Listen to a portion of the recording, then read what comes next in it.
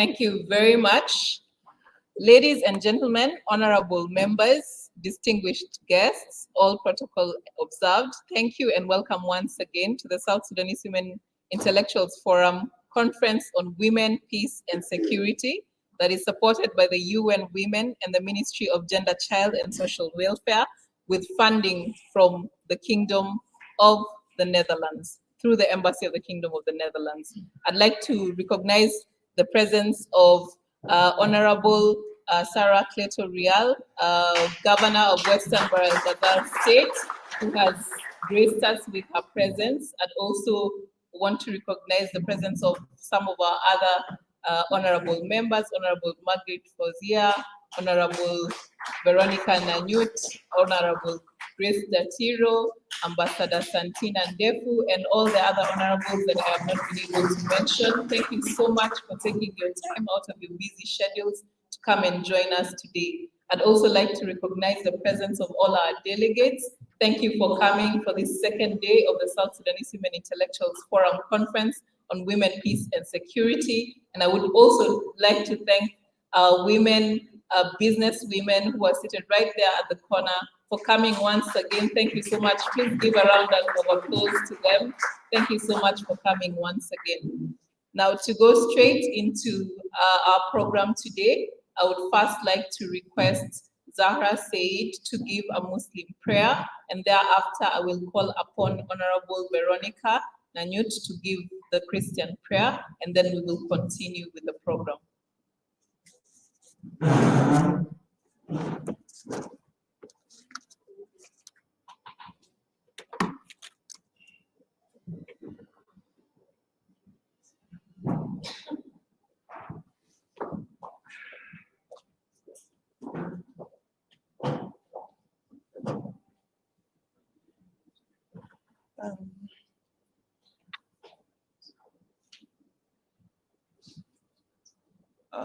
Good morning.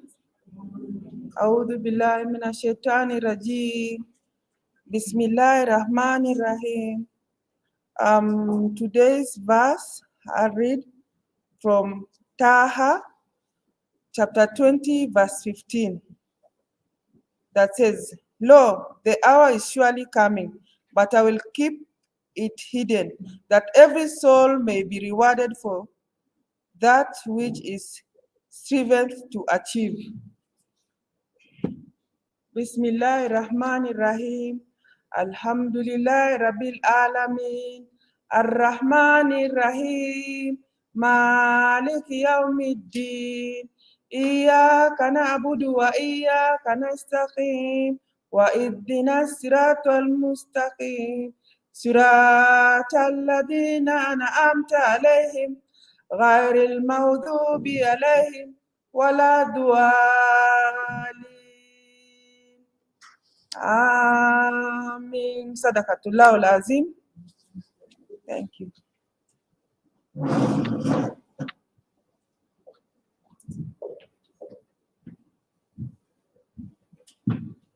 Thank you once again, Madam Zara, for representing our sisters and brothers of the Muslim faith. I'd like to call upon Honorable Veronica Nanyut to come and give us the Christian prayer. And I'll also like to welcome her to the podium. Thank you.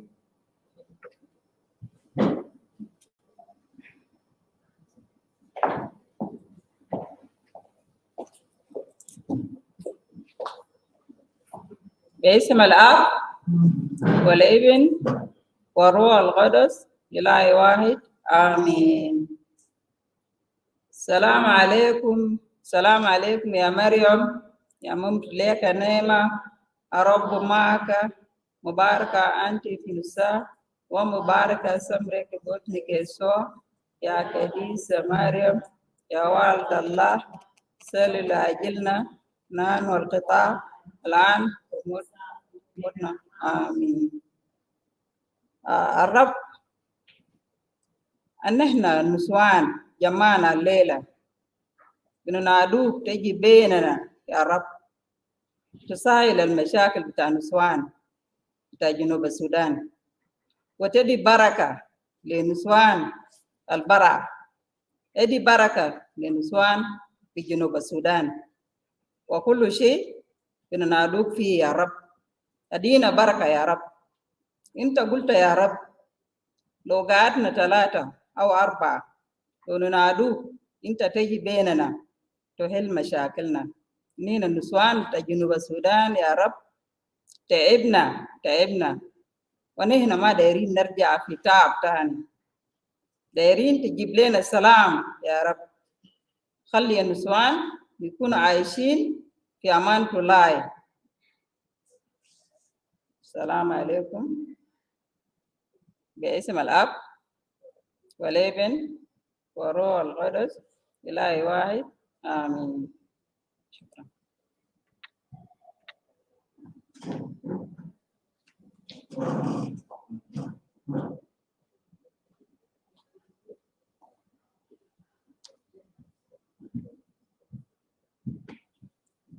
Thank you so much, Honorable Veronica, for that prayer. And I'd also like to recognize the presence of Honorable Felice Tabaya, Honorable Rose Polino,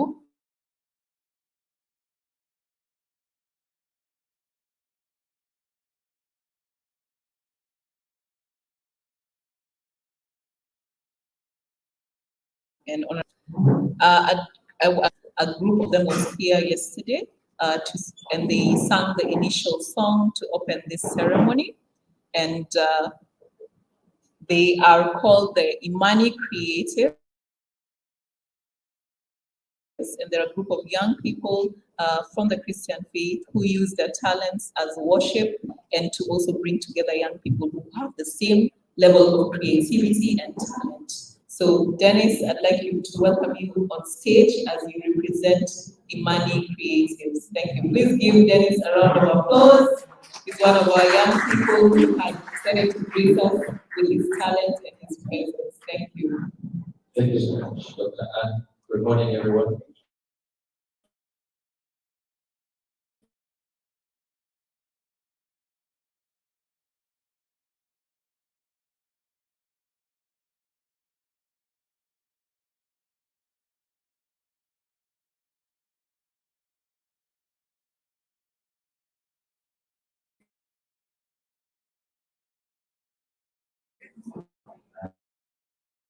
Distinguished guests, all my name is Dennis.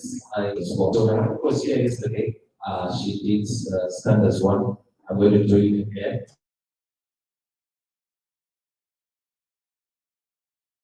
So turn to your neighbor and tell them stand as one.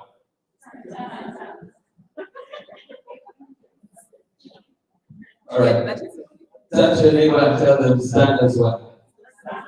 Turn to another neighbor and tell them stand as one. Yes, it's time for South Sudan to stand as. It's time for women to stand as. Because the Bible says in Psalms 133 that where there is unity, the Lord commands a blessing. So where there is unity, we'll see prosperity, we'll see growth, and we'll see the South Sudan that we all hope for. Amen. All right, let me just go back. I'm a soundman and a musician. Listen.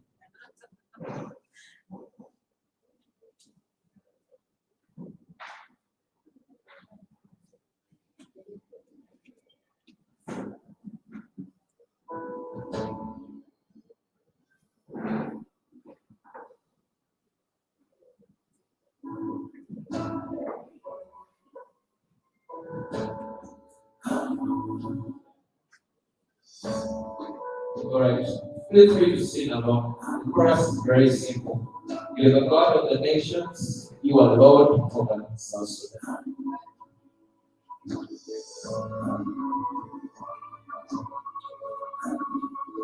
Thank you, Jesus.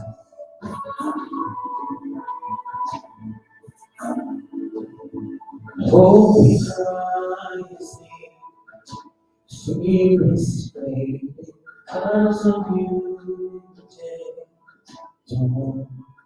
It's the kind of power we feel to spread up and you say, you're the God of the day. You are the South Sudan. You're the God of the nation. Jesus, give us South Sudan.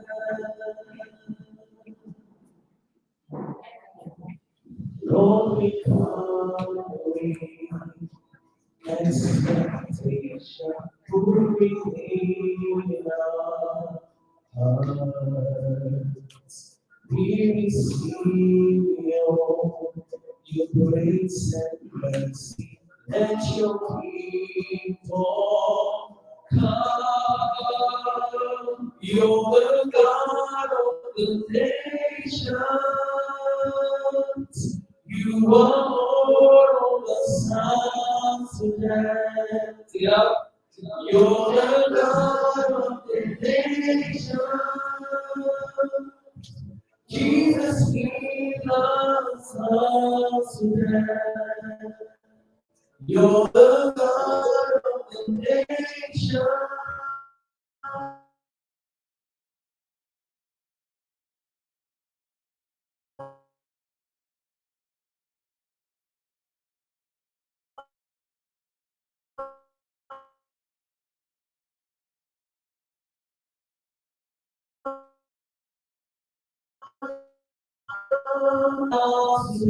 Let's see that say, oh, oh, oh, oh. See that? Say, oh, oh, oh, I hear the sound of revival.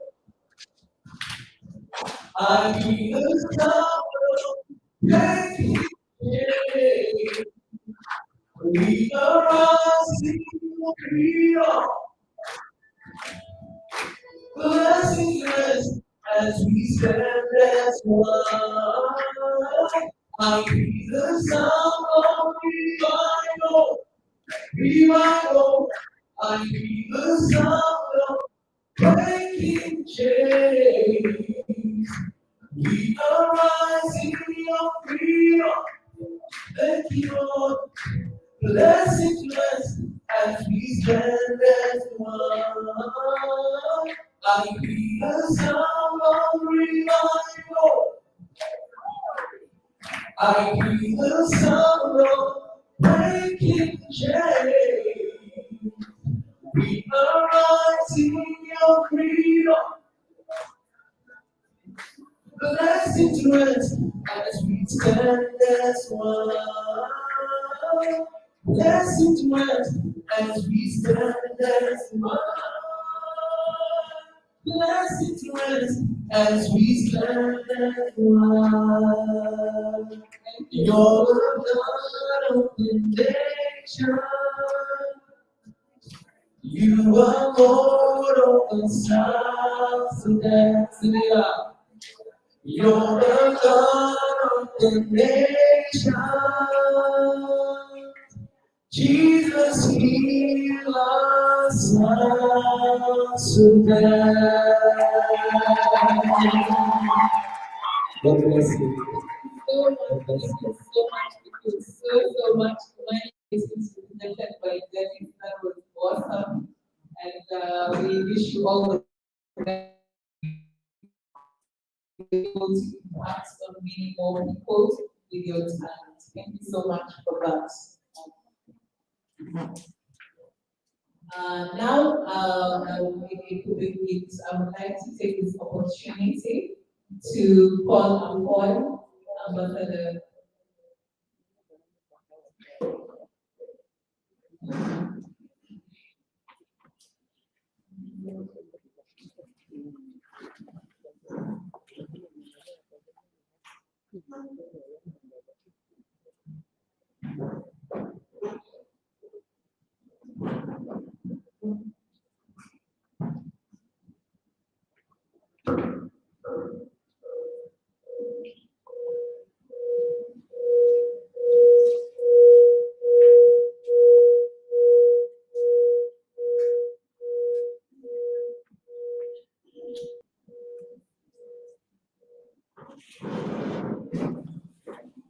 Remy, for that. As I was saying,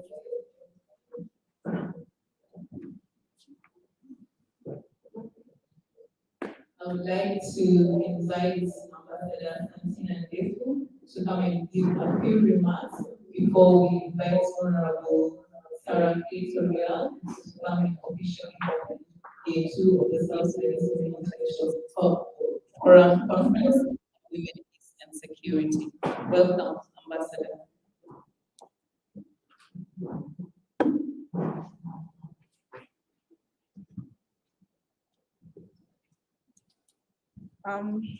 Thank you, Dr. Ann. The honorable members, the participants of this conference, and most of all, the founder of this organization, the South Sudan Women Intellectuals. I'm grateful to be one of the participants. I'm grateful and honored to see that one of our young girls, I can call her a girl because I am a mom to her. I'm grateful to see the initiative that she has come up with to bring the women from all walks of life, from all over the state, from all over South Sudan, and to connect women worldwide to discuss our issues, to come up with plans that we can implement as women. Me in person, I appreciate. And Dr. Ann, you can extend my appreciation to Asha once you communicate with her. We are one of the few women who are during the struggle. And in fact, let me go back to what my colleague said yesterday. And Honorable Betty said it, she mentioned it. You can't be, I'm not making a speech, but I'm just putting few words, few examples. If you don't belong somewhere, you can't know, and you can't be recognized. I am here today by the virtue of where I belong, by the virtue of what I struggled for. It is not easy to be wherever you can fit, but through your struggle, through your commitment, through your participation, I'm happy that we have brought up many ideas in the groups that we divided ourselves yesterday to. And I believe those ideas are not going to remain on paper. I believe we are going to put them into implementation. Yes, we can supplement our ideas on paper. We can give the best ideas, but if we don't implement them, they will remain as a paper. If we don't put them into practice, they will remain on paper. So I'm not going to say much. I have much to say, but time is not allowing me to do so. I stand here then to welcome the governor to give the final speech. Thank you.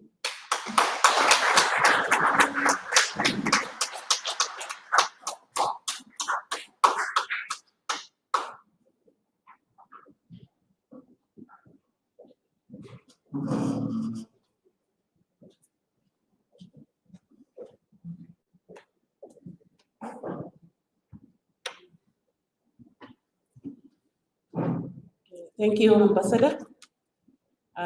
Honorable members, all the members of the different civil society organizations. It's my pleasure to be here. I would like to say good morning. I am requested by Honorable Aya Benjamin Warile to come and open the day 2, and she will be here in the afternoon for the closing. Yesterday was really a great beginning, and we had a lot of introductions, and the presentation by Honorable Betty Oboro will set up the day or the grounds for the day. And that was where we came on with the different sectors and the different group works.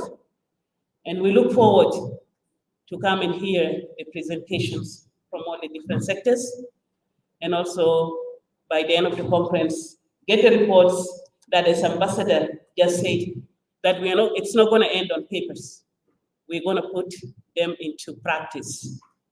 And being in Western Bahar Ghazal, one of the participants here, for sure, I will bring what comes out of here into practice.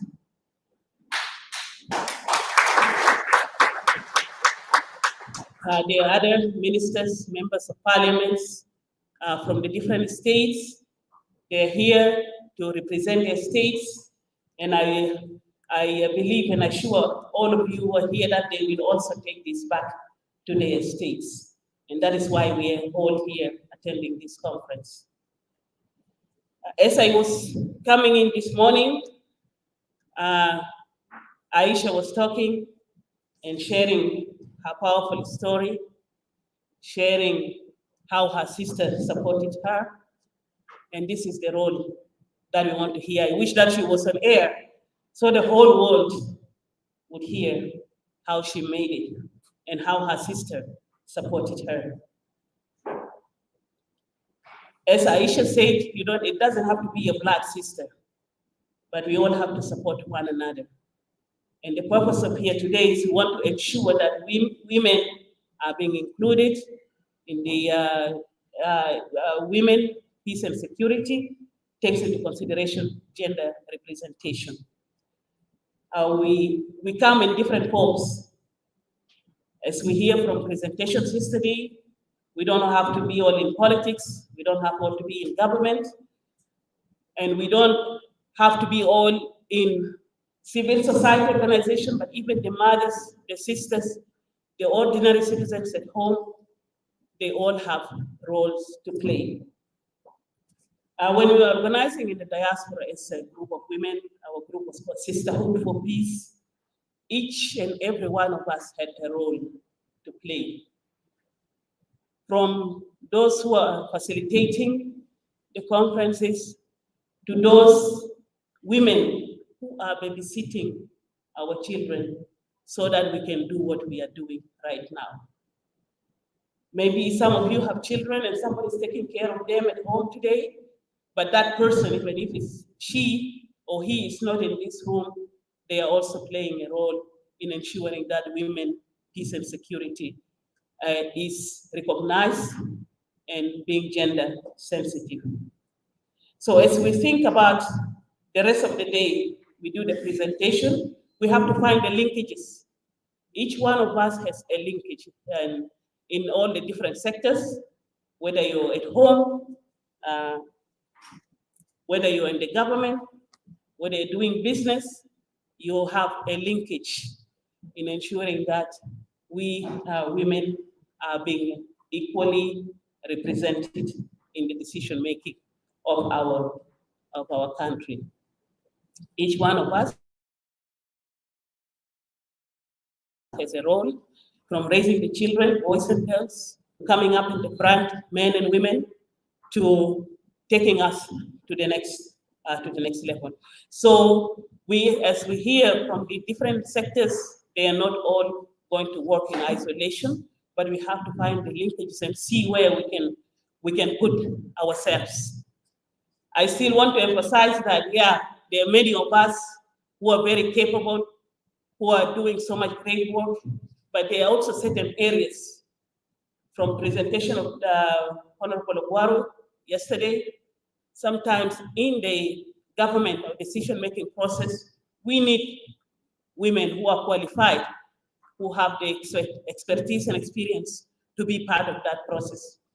We appreciate all the work that advocates are doing, but being at a certain level of the government, I would like to encourage and see many more women come up.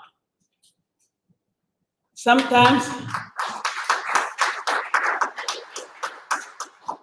and using my example in the state, I know sometimes when we see that some appointments coming up and women are not being fully represented, the 35% is not met. We as women in the civil society, including the SSWI, will complain that why are women not represented? I think we need to go back. We have so many incredible women. I'm using SSWI because they're organizing this conference, but there's so many other women's organizations, Eve and what I can't remember all of them, or I don't want to be mentioning, so I'll forget some. We have very qualified women.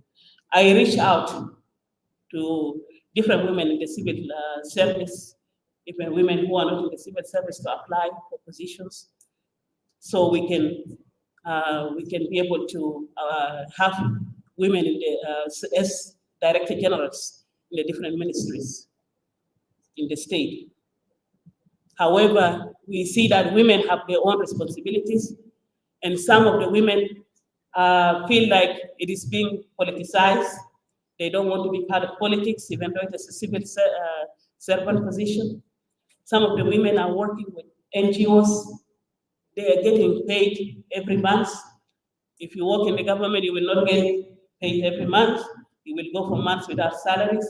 But if you have your children who are in schools, in WAU, in Juba, in Khartoum, in Kenya or Uganda or in Egypt, you want to take care of them, you see where you need to be, even if you have the passion of serving in the government. But let us be encouraging our sisters to come and be part of the political process as well. It is lucrative in the name, but there is a lot of challenges. But we will all stand together to support these challenges. So I'm saying that because I want to see the linkages. I know we always raise our concerns that the 35% is not met, because sometimes men would say that they are not qualified women. But there's so many qualified women, maybe because they are not in the political parties. So we play our role.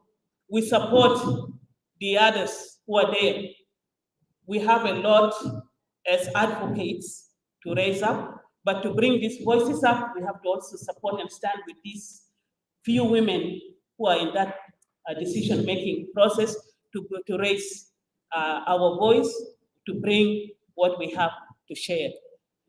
So the linkages, we are all linked with one another, and we want, and as I said yesterday, that I am here and waiting to hear from you to see what we can do.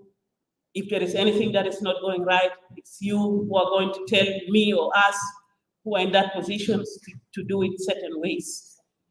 So when, as we are on the second day of our conference, we are doing a presentation, we are finding the linkages.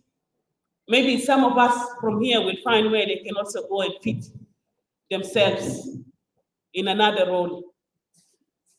So we look forward to a very productive day, to a very informative summary of what we are going to talk about, and we look forward to the report that will come out of this process.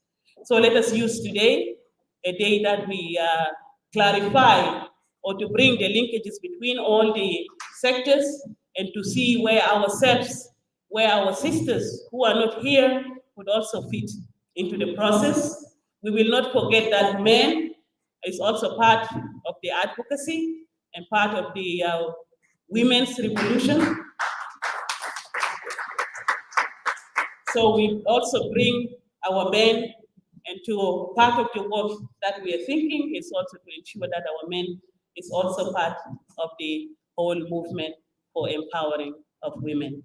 So with this long remarks, I would like to officially open this day 2 of the South Sudan Women's Intellectual Conference on Women, Peace and Security. Thank you.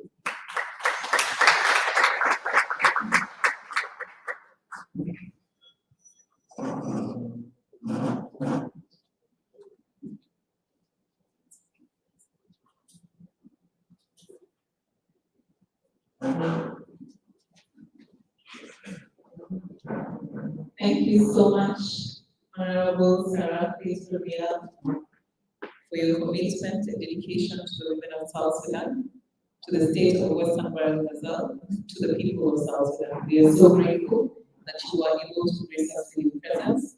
Allow me to recognize the presence of the current and the Secretary for the Ministry of Gender, Child and Social Welfare, Honorable Sswi. Thank you for joining us today.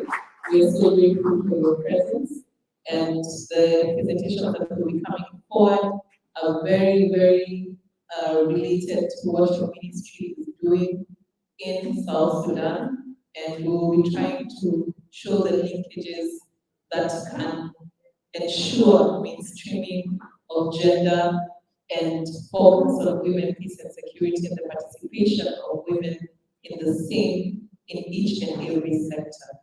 Thank you so much for coming. Now, we will go ahead with the program. The main agenda for today, is the presentations or the discussions that the various groups have had on women, peace and security, and the linkages between them and the various sectors, the linkages between them and the various ministries, and the strategies they think that may be important in ensuring that these issues are focused on and women are able to participate in the same. They will also be able to tell us some of the challenges that they have come across, some of the achievements that have been made so far in their sectors, and some of the strategies they think should be implemented in order to ensure that women fully participate in women, peace and security issues, and there is protection of women in South Sudan. So I will go straight ahead and request the first group to come. We'll be starting with the politics and leadership group. So the way we're going to do it is that the presenter will come on stage, give the presentation, talk about the issues that were raised, and then thereafter we will request a few of the participants and the delegates from that particular cluster to come on stage. So I will request Joseph and our volunteers to bring a few chairs on the stage, about 5, in preparation for the panel, and we will encourage those of you on the floor to listen very carefully, write down the things that you would like to clarify and some of the questions you may have for that particular sector. And we also encourage our virtual audience to send questions. Aisha, if we have any questions from the virtual audience, please feel free to share so we're able to also answer those questions. Now, we will be projecting your presentations. So for those of you who have not sent them already, please send them to the South Sudanese Women Intellectuals email address that you can see on the board there. As Aisha will be projecting so that the virtual audience can also see it. And as the presenter does the presentation, when you would like to go to the next slide, just say next slide, and Aisha will be able to do that on the background. So as we set up politics and leadership cluster,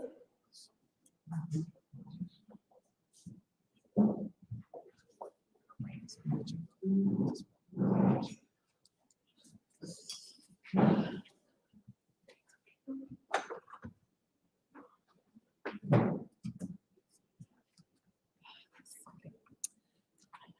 is that's okay.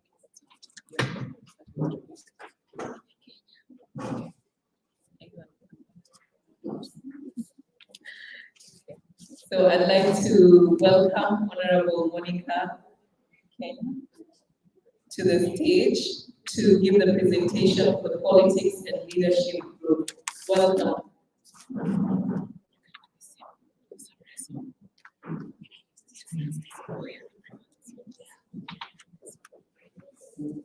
Thank you so much. So allow me to observe the protocol. All protocol observed. Good morning. Good morning. Seems like we're not psyched up, and I like it when I see the energy from the audience when I'm talking. So anyway, I'll go directly to our presentation.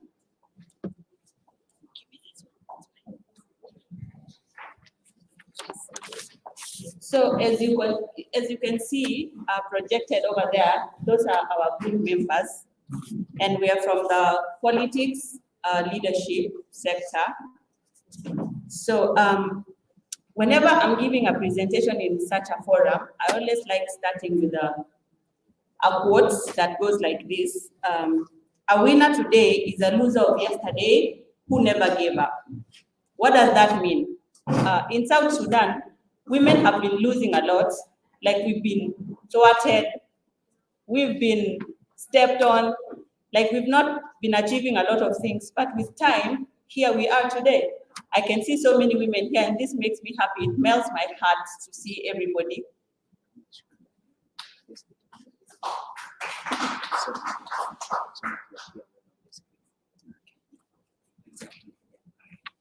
Sorry about that.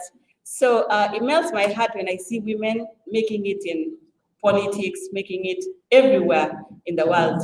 So congratulations to all of you that are here, because you are all leaders. So our presentation as group one, we discussed at length and we came up with a few points.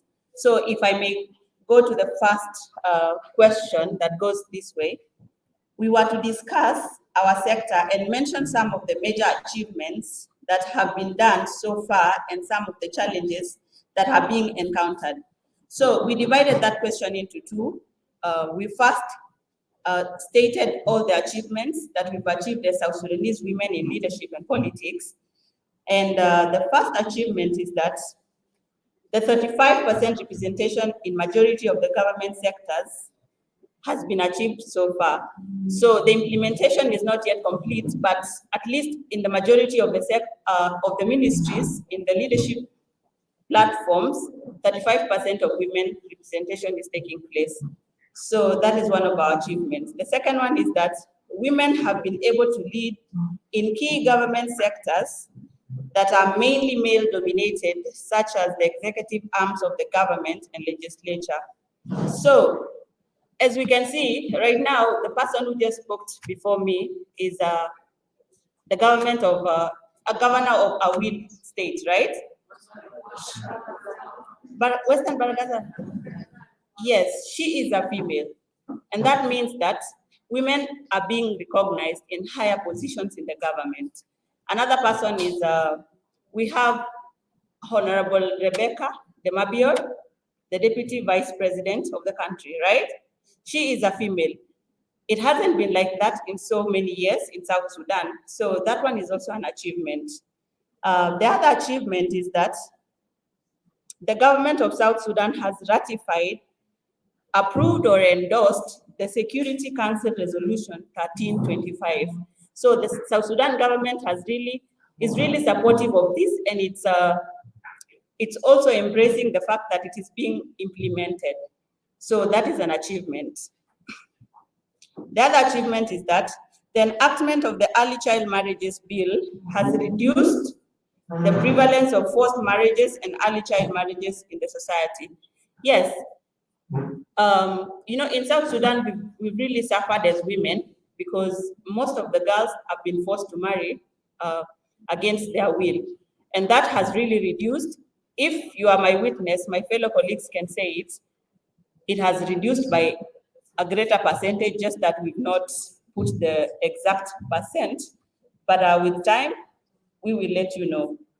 The other achievement is that South Sudan is able to oblige the gender policies of IGAD, East African Gender Policies, AU, and the relevant legal instruments.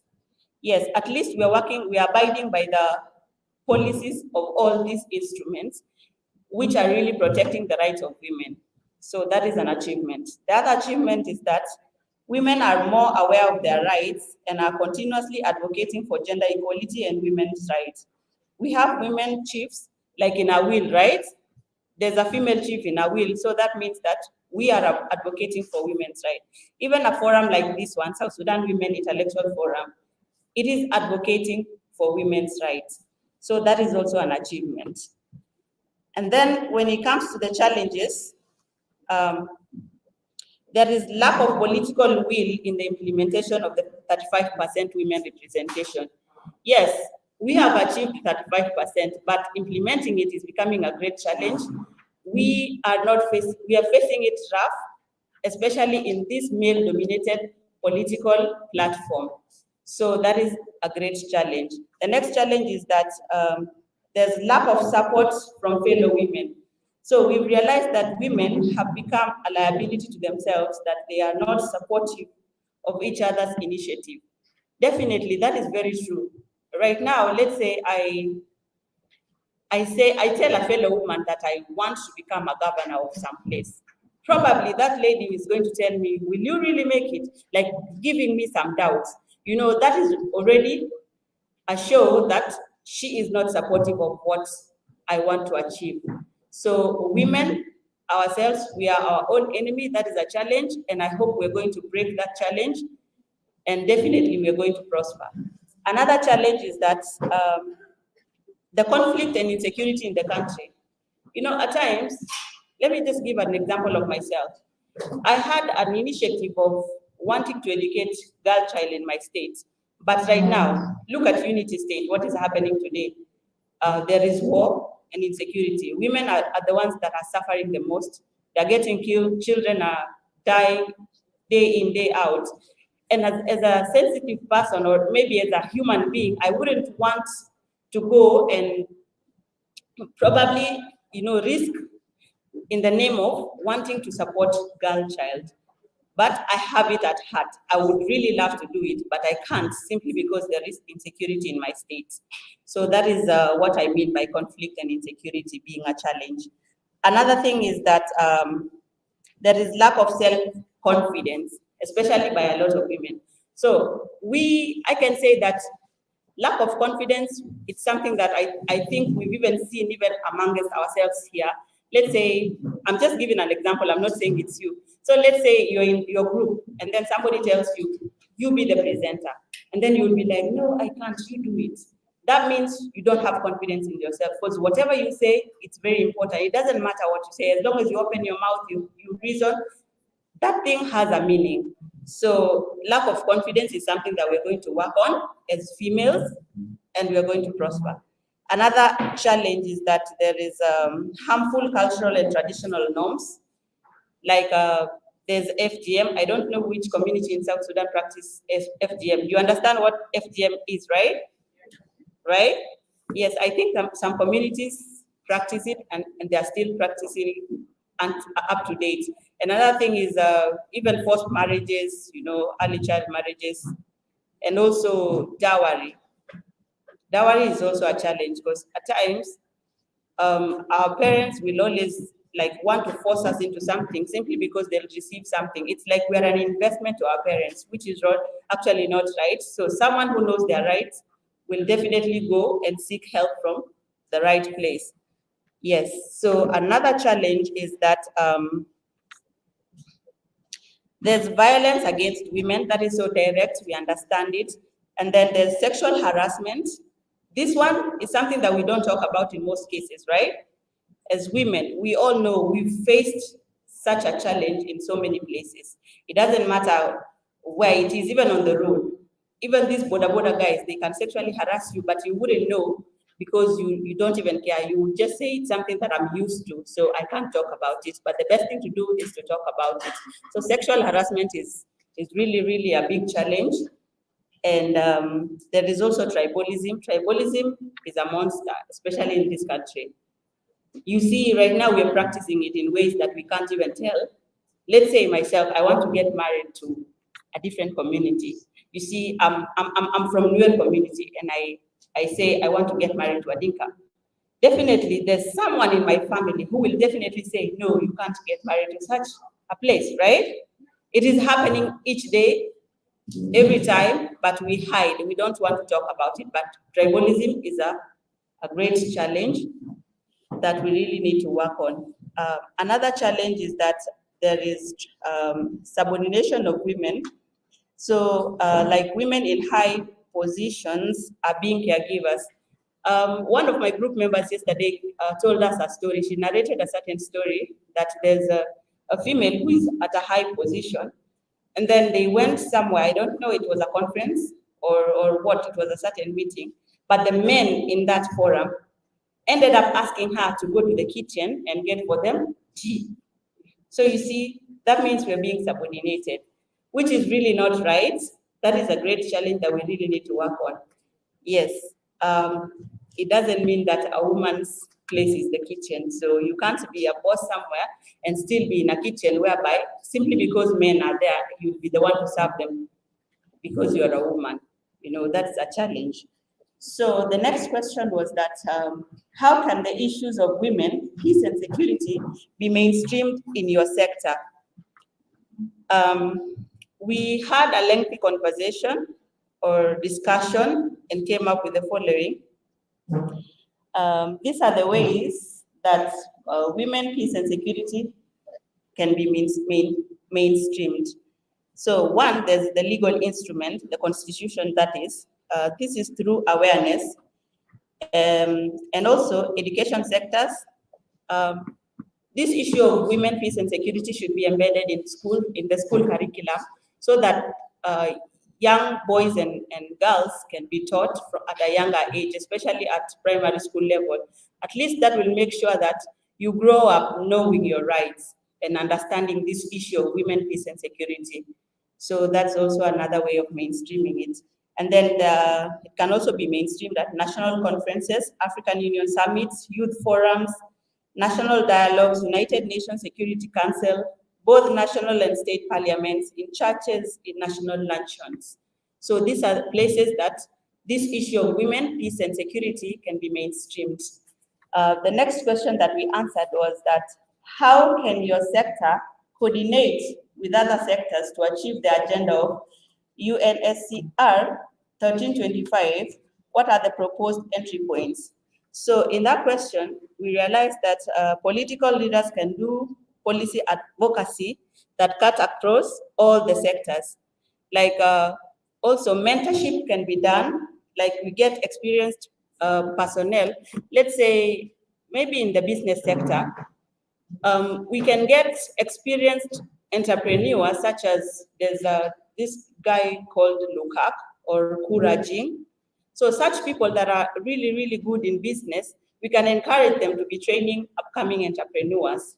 So that is also one of the ways. And then the entry points should be through workshops, through conferences, through civil education, through media such as radio talk shows, all social media platforms such as Facebook, WhatsApp, Instagram, Twitter, and even TikTok, which is the latest social media. So, and then we went to the fourth question, which says, how can the Ministry of Gender, Child and Social Welfare involve in the different sectors in implementing the issue of women, peace and security? So we gave a simple statement, which is like, we should just disseminate the National Action Plan, ensuring that people are aware of the activities that the ministry will take regarding the issue of women, peace and security. So that is just direct to the point. But if you have a question later on, my group members are going to also expound in details. So the fifth question was, how can your sector work with the different ministries to implement the issue of women, peace, and security? What are the opportunities you see in working together? So,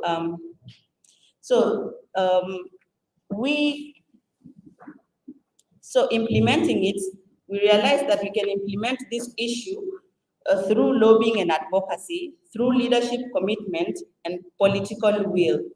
So, and the opportunities are that, like currently, we understand that the ministries are working in isolation, right?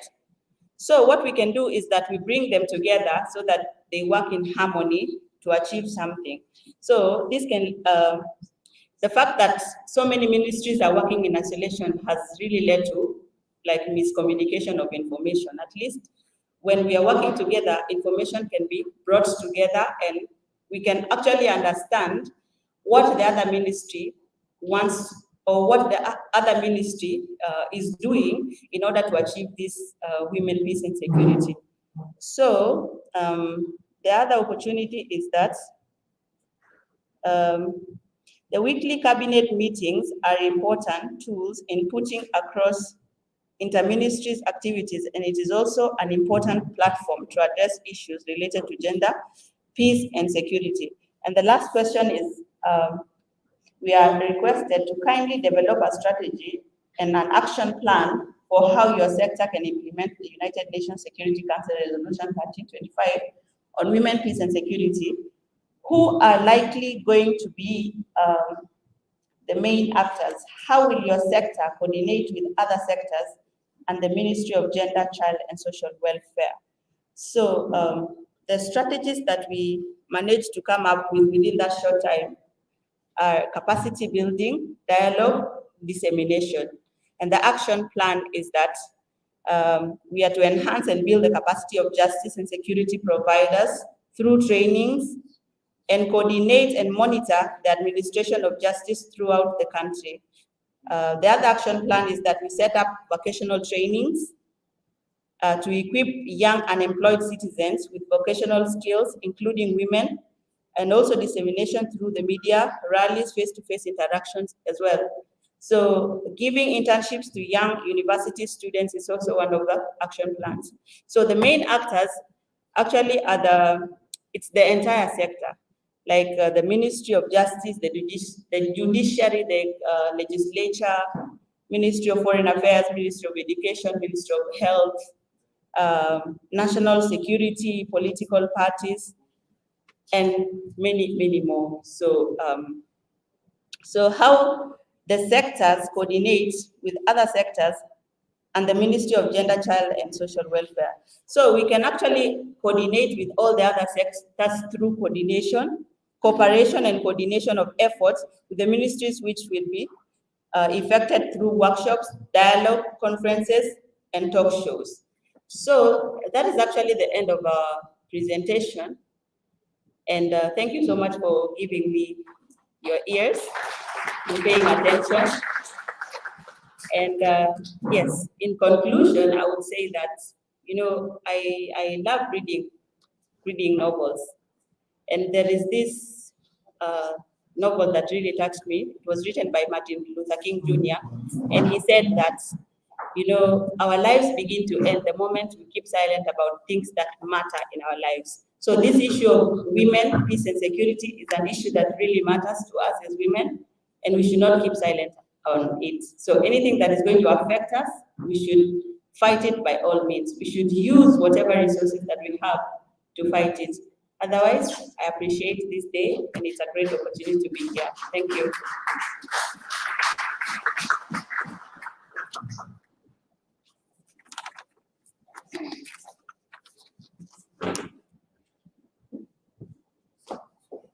Thank you so much, Honorable Monica.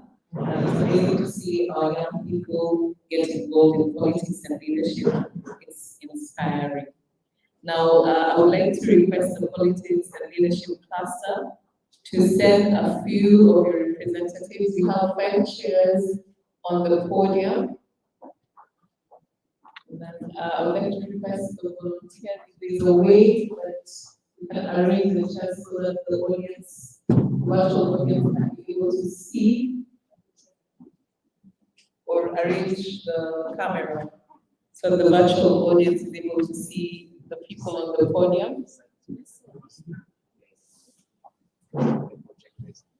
Just a minute, let's just try and sort that out before the politics and leadership cluster comes.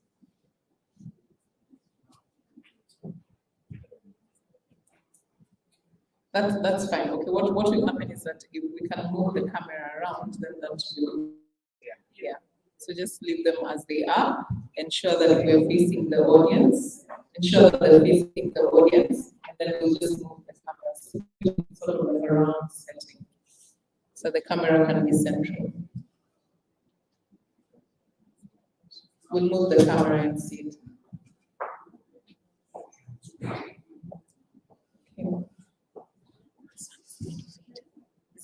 Can they see? Can they see? Okay, is that fine? Okay.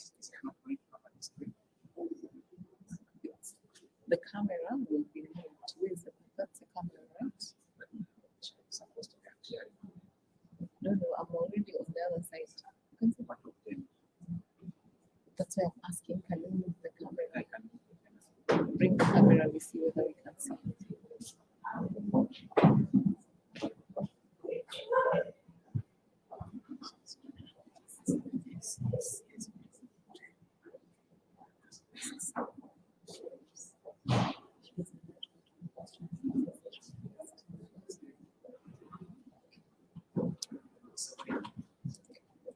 Okay, before we do the question and answer session, we would like to invite the Honorable Undersecretary of the Ministry of Gender, Child and Social Welfare. She has been called for other important responsibilities, and she will be giving us a few minutes. So let's just give her an opportunity to speak before she goes. Honorable Sswi, thank you for joining us and for representing the Ministry of Gender, Child and Social Welfare. Please come on stage so we can hear a few words from you as the technocrat of the Ministry of Gender, Child and Social Welfare. Welcome.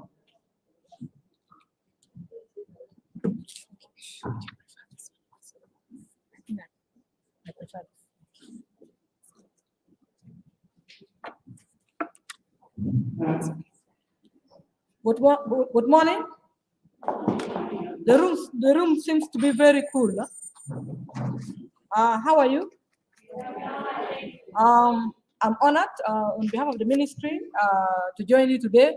My apologies yesterday. I was not able to make it because of other engagements, but I just want to recognize all women leaders here. And I want to say good morning and welcome to this important conference. This opportunity is a privilege for us to give a few updates on the National Action Plan. And I'm happy to see women talking about the Women, Peace and Security Agenda, which is very, very important. I think at the government level, we have been advocating for women, peace and security.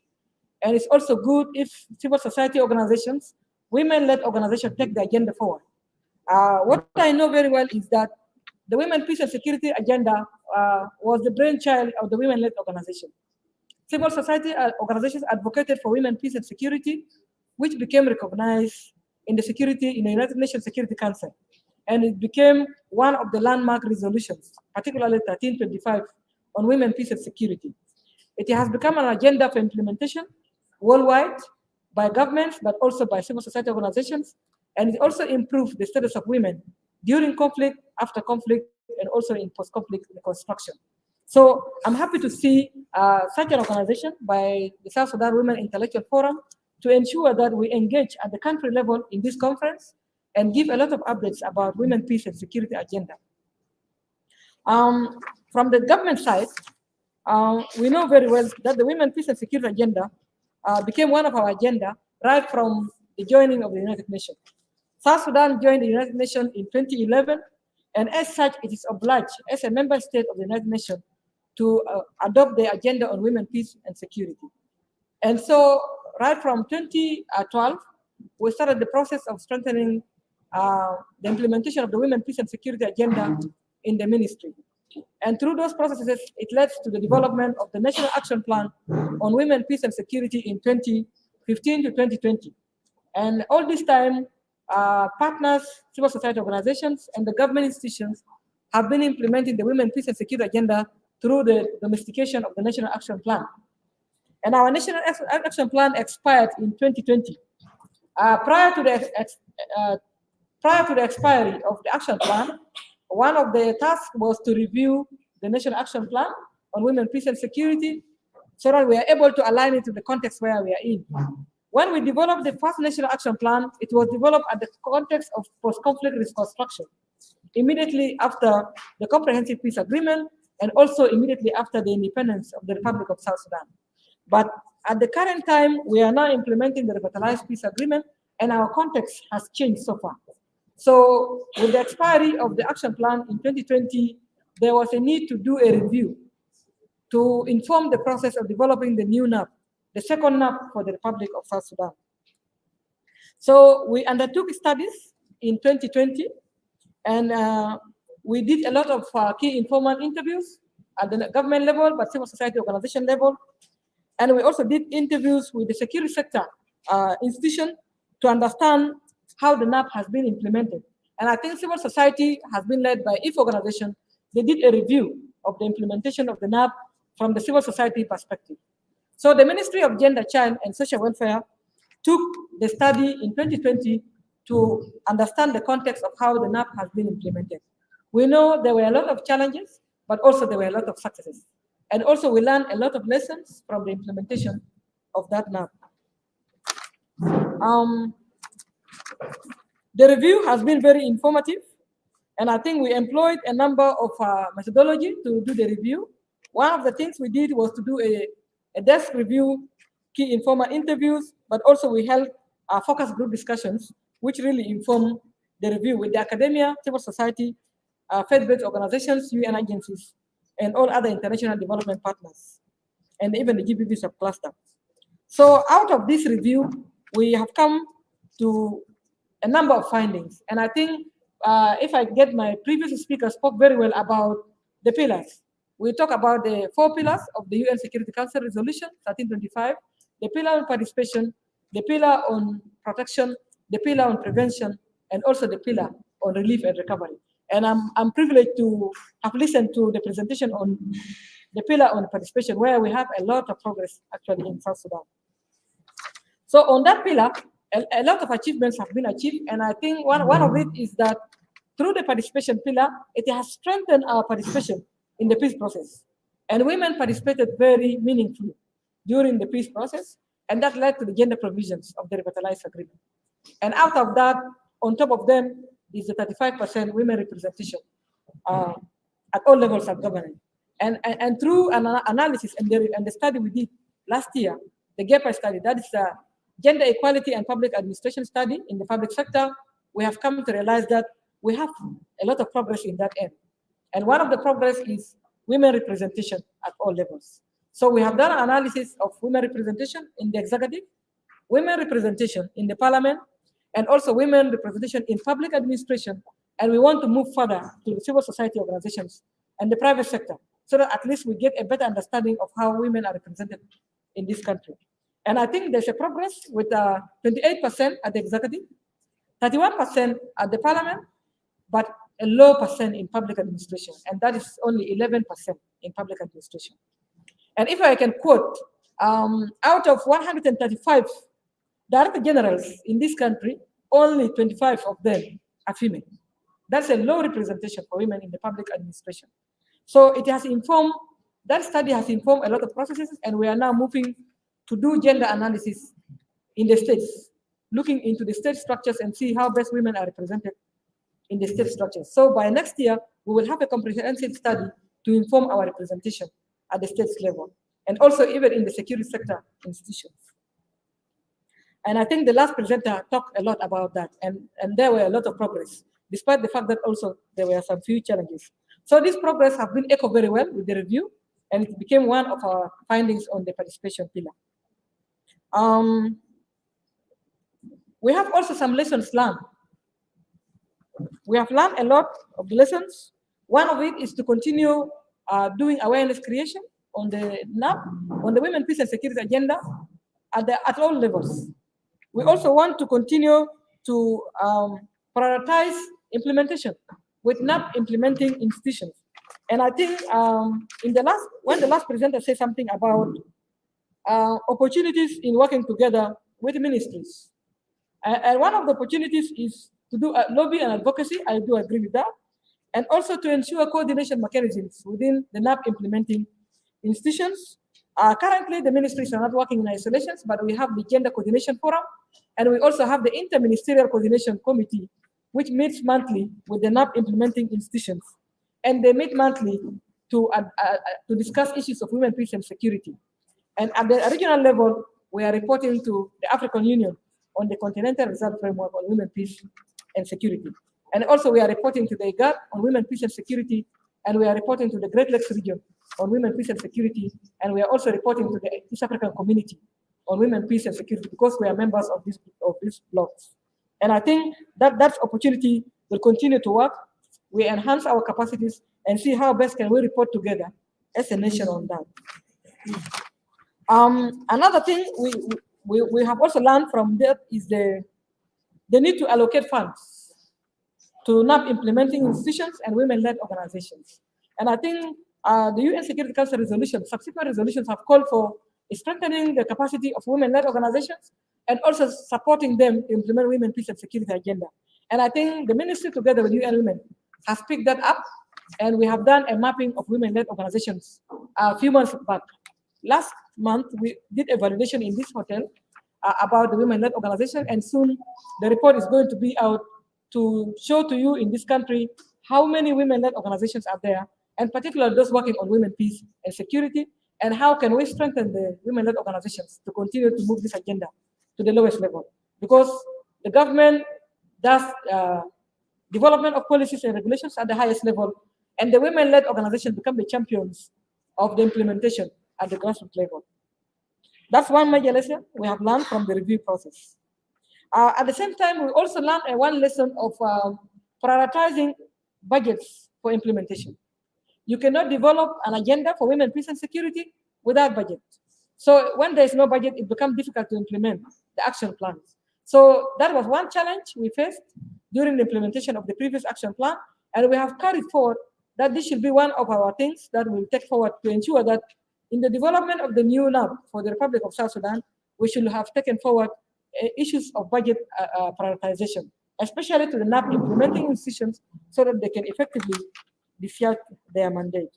So the findings or the recommendation of the review is that it has recommended the government of the Republic of South Sudan to develop a revised NAP for the Republic of South Sudan and to carry over all the few strategic goals which have not been implemented in the previous NAP, so that at least we can align it to the context of the implementation of the revitalized agreement.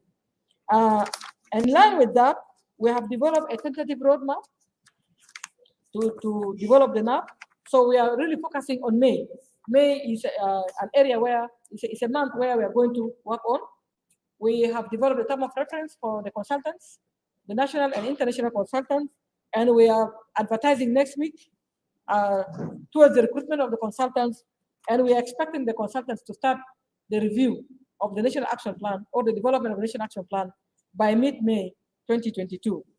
And our anticipated time is to ensure that this NAP is finished within this year so that we can be able to launch it during the 16 days of activism in November this year. So some of you will be engaged in this process, and I'm sure the ministry will be doing a very big national consultation at the national level in June, but also will be doing regional consultations in the 3 greater regions to inform the development of the National Action Plan, the second NAP for the Republic of South Sudan. With that, I will stop here, and I want to thank you for the opportunity.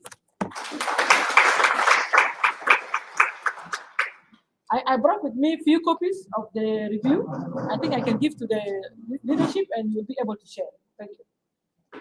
Thank you so much, Honorable Secretary, for that presentation. Susan, if you could please follow the Honorable Secretary and get the copies, and then we can distribute these to those who would like to have a look at the National Action Plan. Thank you so much, Honorable Secretary, for that and for informing us on what the ministry is doing in that area. Now, we will go ahead with the next part of the session, the question and answer session.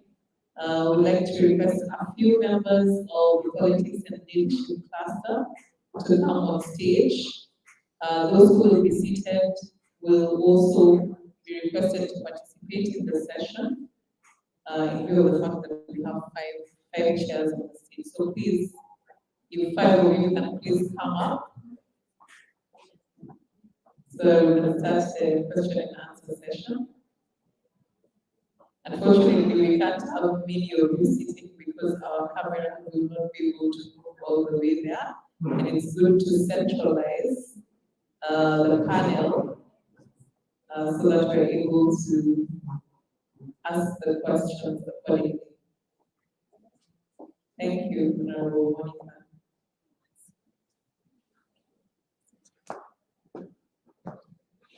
Thank you, Honorable Grace Material. Thank you, Ms. Animo Ade. Welcome to the podium.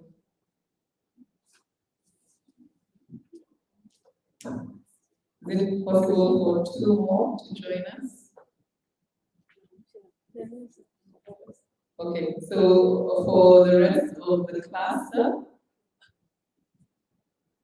if there's a question that you feel you can answer, then please feel free to raise your hand and the mic will come to you.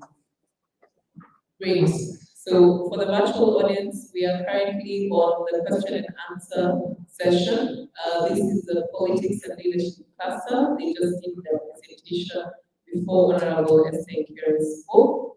And we're going to ask the audience first, the participants who are physically present in Juba today. If there's anyone who has a question on the presentation made by the Politics and Leadership Cluster, or if there's anyone who has a suggestion or something they want to say about that presentation of the linkages between that sector and women, peace and security. Our volunteers are in the audience and we'll bring the mic to you. Do we have a question from the floor?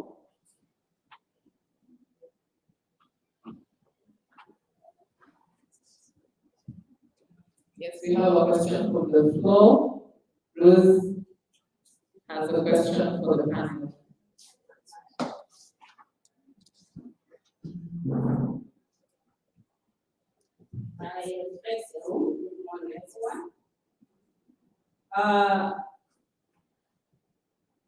Mine is the suggestion and then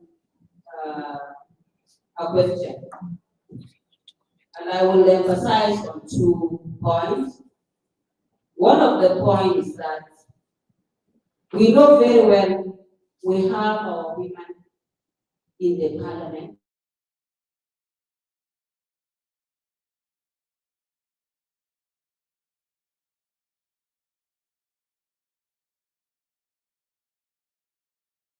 At the national team, observing the issues affecting women. And then they will be able to present them at the national and the state level. And our other hope was that the national level and the state level should be in a linkage. You know, I was so impressed yesterday upon hearing about linkage. The linkage that was emphasized by Honorable Betty and Honorable Governor is something that is not existing right now. And I would attest to say, if you ask a national member of parliament, a woman leader, how many numbers, contacts does she has from the state woman leader, they will be at 0 point. So why is it happening like that? We are supposed to tie our petticoats as women to see what are the issues affecting. Because the women at the grassroots do not have access. Even when you ask them what is peace and security, they will not be able to know it. And it will be very important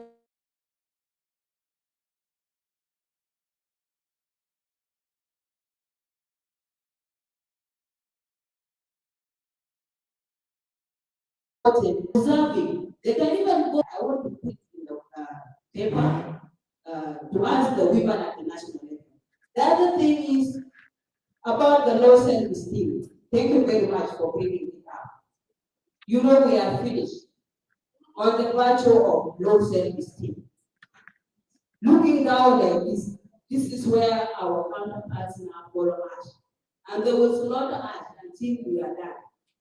You know, we have to raise up our heads, raise up our eyes. Looking into the eyes of someone doesn't mean you disrespect them. You are only following your right. And mentioning what you don't like, even within your family, you'll be able to mention something that you don't want as a woman, as a wife, and you say, what? I don't like this. You repeat it, non-violence. We are not meaning we fight them. We are not fighting them.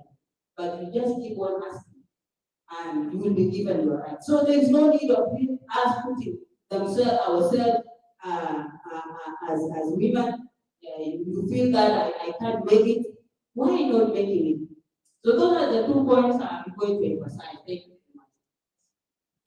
Would anyone from the panel want to make a comment on that?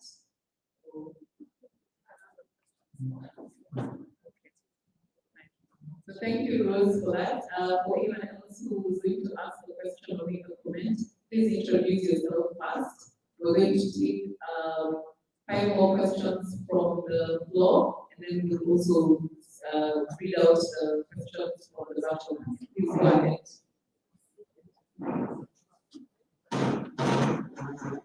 Good morning. My name is Nausa. I have a question for the group. I'm a student. I came from Uganda University for this conference. I would like to know from the presentation and the group members, we have women representing us in the parliament, both at the national level and state level.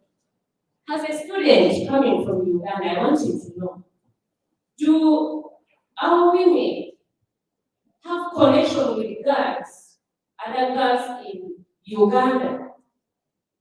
Do we have that heart of being in touch with our girls studying abroad?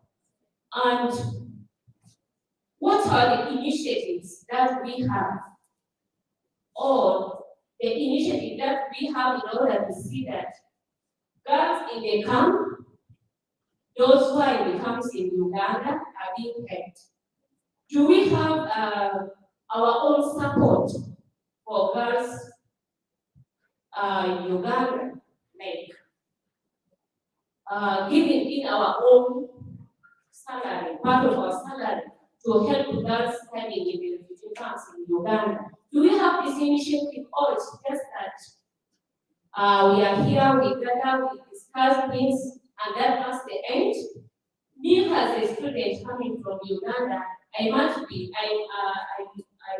better than those in the camp. And I know that those in the camp are undergoing such a lot of challenges. We have been visiting camps in Uganda, especially Ghana and Philippines, and I haven't heard of any group of women from South Sudan going to Uganda or representing, trying to find out how we are doing there. You don't have connections with us. We are trying there on our own. We have children, we have our own kids. We cater and look at their own their well-being in the future. How about the neighbor? Yesterday I heard that you can't just be helped by your blood sister. We need help. We need attention. We need your time. We sit down and discuss with us. So this is something that I said I wanted to know from our leaders representing us in Parliament. Thank you. Okay, thank you so much for that. I'll try as much as possible to make the question short and to the point, so that we get through the session much faster, and also try to sort of put yourself within the current program and what has been discussed. Would you like to answer first?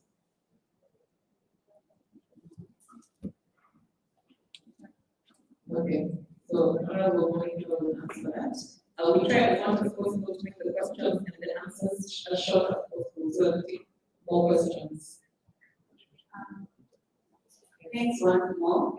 I will answer the second question from my sister.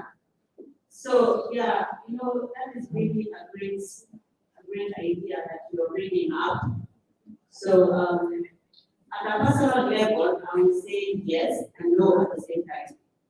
So I would say myself, I agree with exactly what you're saying right now. Because in the refugee camp, Kakuma, I have like 3 girls from mentally.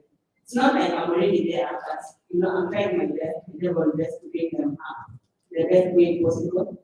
It might not be financially, but I talk to them at all times and encourage them to always take up opportunities that they get. Because at times when you sit on your potential, you miss opportunities. So yes, at a personal level, I am doing that. And I'm sponsoring one student. I might not have the finances, but whatever little I get, I will just put it at her school fee. And she's not my sister. And again, when it comes to the parliament, I haven't seen it in my parliament yet. That's the youth participating answer. We have not yet initiated that, but thank you so much for bringing up the idea because I have learned from you. I am going to push that motion and hopefully I will remember you someday because if you hadn't mentioned it here, I wouldn't have the idea of maybe, passing the information to my next female colleague who also do the same thing. And for sure, the one person that you help, the one person that you support, she is going to help another person. And the connection goes on. The chain will keep on going until we get it down. And the whole South Sudan will gain from it. So thank you so much. I would just tell you thank you so much, and we are going to implement this. Yes, that's what I can say about that. Thank you very much for that question. We are dealing with the political leadership, and the mandate of being a refugee does not entail the government to intervene. I hope you know that. When you're a refugee outside your country, the government of the country that you left cannot go to the camp and intervene in any work or any support because it is the same country that you ran away from and they are not allowed to go to the camp. But however, for individual cases or organizations, you can. Organizations can, groups can, but not as a government. I'm saying this because we are talking about the political leadership of the country. There have been organizations that have gone to Uganda, which I know of women who are helping. There are organizations that have been formed in Uganda to help girls and the children in Uganda. We also know that it is not only Uganda that has refugees, but also Kenya and other countries. There are many organizations that are helping. Thank you. Thank you so much, Honorable Grace and Honorable Monica, for your answers. Before we go, we will try and go this side of the table. So we're ready to get questions from there, but we'll try and move around a bit better. I will give a question from the virtual audience to the Politics and Leadership Group.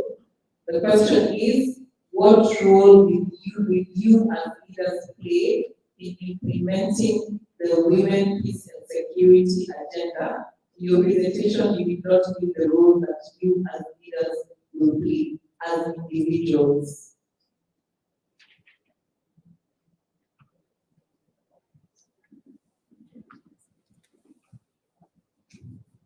Thank you very much for that question. Yes, and as we are discussing, we also look at that. We said that as individuals, we go back to our constituencies, back to our groups, back to the organizations that we belong to, the political organizations that we belong to, and talk about this. So this is just the first step that we are going to do. We have already put it in our plan, we did not put it in our presentation, but we discussed about it. An example is we talk about the political women leagues, different women leagues that we belong to, we talk about that, so that will be our entry point or our starting point already. And we also talk about going back to our constituencies, our own villages, starting with people around us within our own settings and talking about security.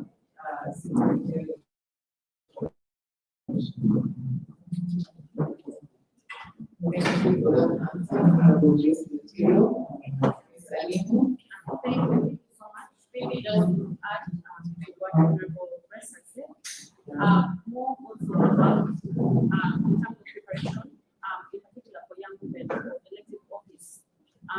Even in this conference, we've seen, like even the governor has mentioned that many young women, many women, in particular young women, are either afraid to take up political office or to join political parties. It becomes very restrictive for them. And also in light of a period of preparation for elective office, we know that it's very capital intensive to be able to join the elective office, no matter where you are, and for women it's even more difficult. So how are we going to help maybe young women in order to be able to organize resources? We have learned that the use of the internet can be a thing that people can use, where people have been able to organize on the internet to be able to get resources. This is something that doesn't cost a lot of money, that can help people to get to come up. And I feel like as leaders, this is something that we can use innovative ways to be able to organize, to create campaigns.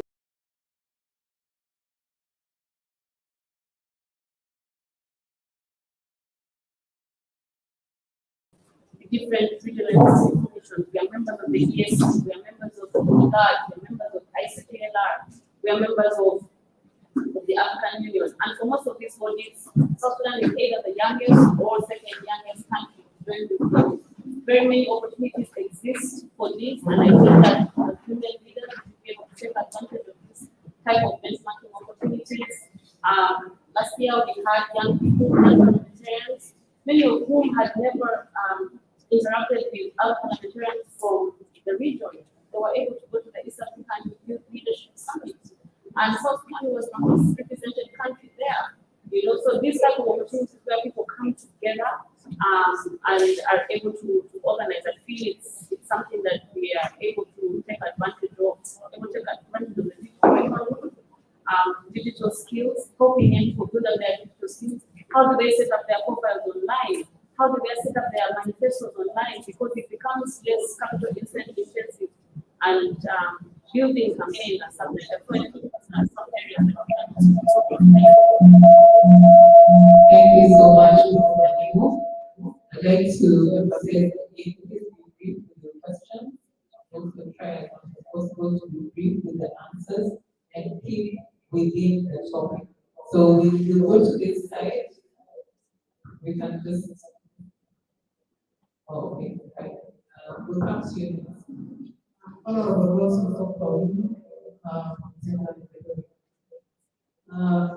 I just want to read you all, appreciate all the participants. I just want to read some contributions, then I'll ask. My first question is that how women in the Ministry of Gender is raising the budget of the ministry? How women in all sectors can work to raise the budget of the Ministry of Gender? And this question is very, very important, and it is a crucial issue because without budget, you can't do this. And this is the only medicine that we have achieved from the comprehensive peace agreement. We need to make it a strong medicine like other countries. I want to conclude from the limits. Politics is about numbers. If we take the number of women, we are the majority in the public sector.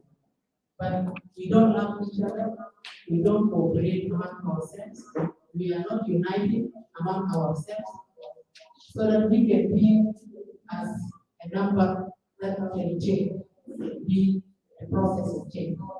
And this is one of the issues that we have to do. Coordination is another biggest problem. Within the states, within the national ministry, the coordination issue is very big problem.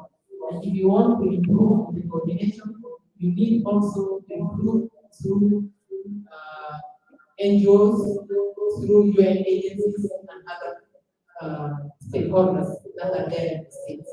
In other states, even the Ministry of Gender is not there.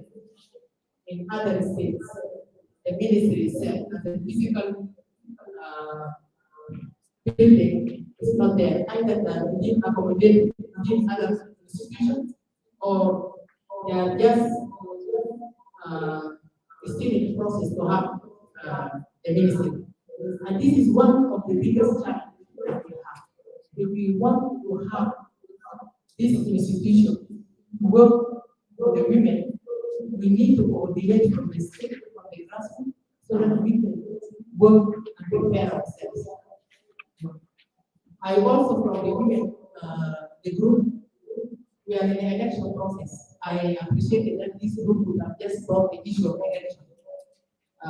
Even though we are in the participation, but the participation also, women and politics, you have to prepare now. Are we going to start our election from now? How are we going to coordinate with the revitalized peace agreement with the other political parties that are now in the process of government? The women of the parliament, I'm not talking on them, but I just want to reply to the questions that was raised. I think Honorable Grace has already talked, but when we are asking the questions, we should go from the ground. Uganda was visited very much. All of us, we have many visits in the camps. Kenya also was visited, Sudan was visited, Egypt was visited. But these visits are often not consistent. You will find that one visit will come and then again after another 1 year or something, then another visit. So we need to have a consistency on the support to our people within the refugees camp or within the internal camp. Within the government area, we are responsible about the internal space. But if we are going there as a refugees, this is internal problem. Either community or you have your own other systems there that you want to help them, but we don't have the mandate as Grace as well. And some of us here before we have been as a refugees in other countries or internal space in other countries. There is some roles that we have to know and our functions that we are supposed to do. And thank you very much.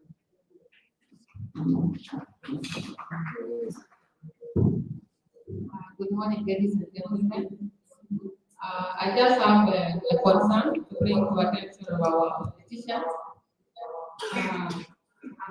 State, and we have seen that we have a wider gap between the state and the national politicians. Some of you have been elected since 2010 to national electoral seats.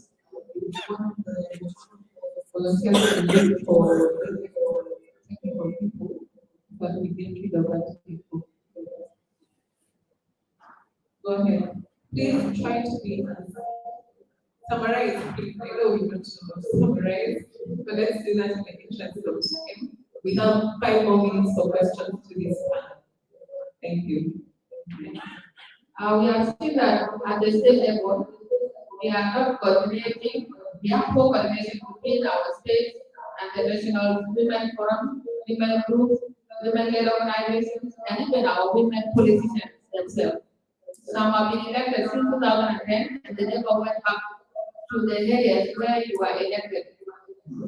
We are asking, since we are approaching toward elections, how are we going to cover with this issue of lack of coordination and cooperation among women leaders in the whole country? The other question will go to, I just have a concern to the Ministry of Gender, the National Ministry of Gender. As a state, we find that we have challenges with a lot of activities are being implemented at the state level based on the local women capacities, but they don't have a place to report to because we don't have an organized structure of women, of national women gender association in the country. The structure that is existing is not active and it's not coordinating all the activities that are taking place at the state. So what can the ministry do about the formation of women gender association in the country? Thank you. Okay. Thank you for that. Ambassador Santina, would you like to make a comment? Please summarize the answers and the questions and remain within the context of this discussion. So we'll give the women in politics and leadership 5 more minutes.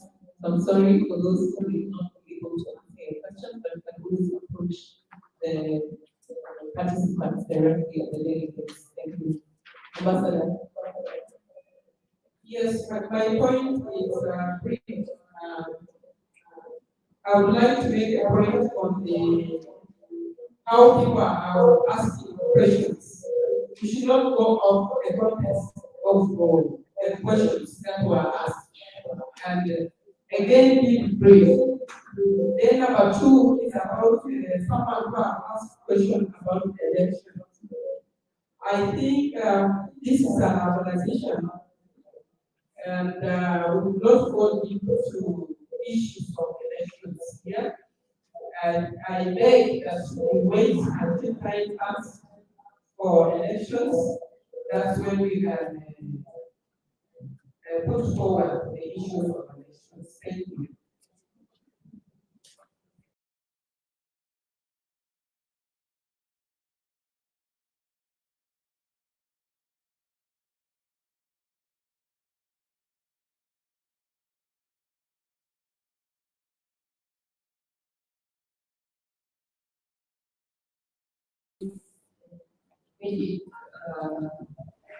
Of Ministry of Gender and Sexual Welfare as the women in politics leadership, we can arrange workshops like this and coordinate together. You invite every woman in every state and a secretary or a director. So when people organize workshops together, we can focus or find out how we improve and work together as women in South Sudan. So that's what my colleague. Thank you for that answer, Honorable Monica.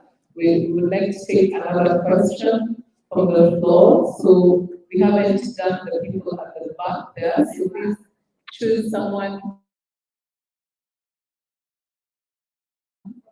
from the back.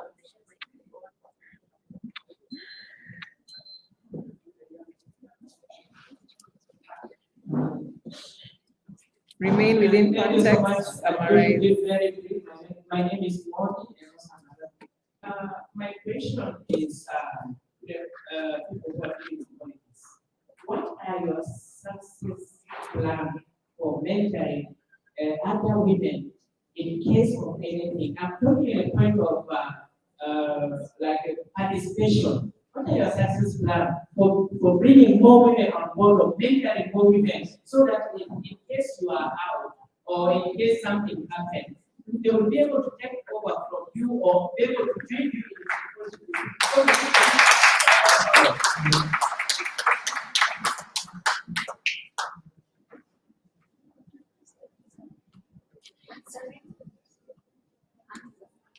Honorable Nora, would you like to answer that question? Honorable Nora wants to answer the question. Short and to the point.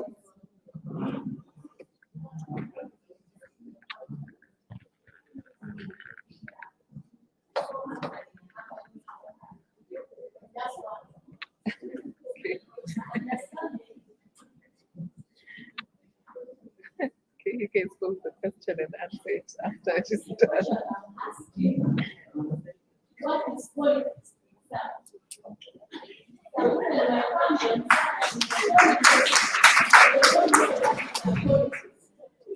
So I will recommend next time, let us sit together and discuss politics about what.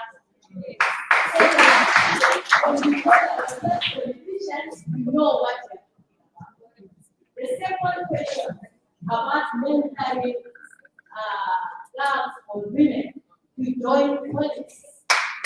One way is political parties, which was put very clear.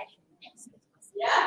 Another way is a conference like this, a workshop like this, be proactive to ask where your challenge is so that your capacity is built.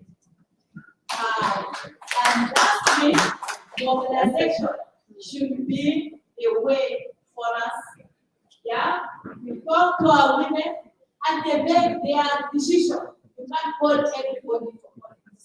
I think when we're talking that is not only politics, we should spread ourselves, the values.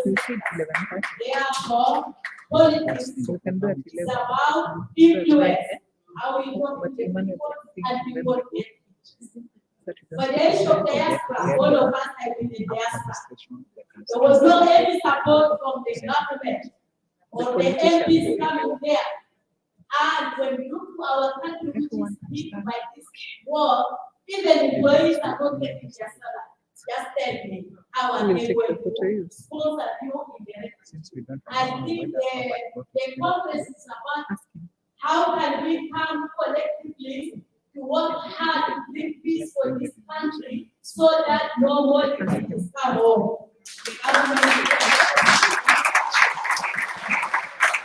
Thank you, Honorable Nora. Two more questions. Okay. So, yes, the young lady at the front, please.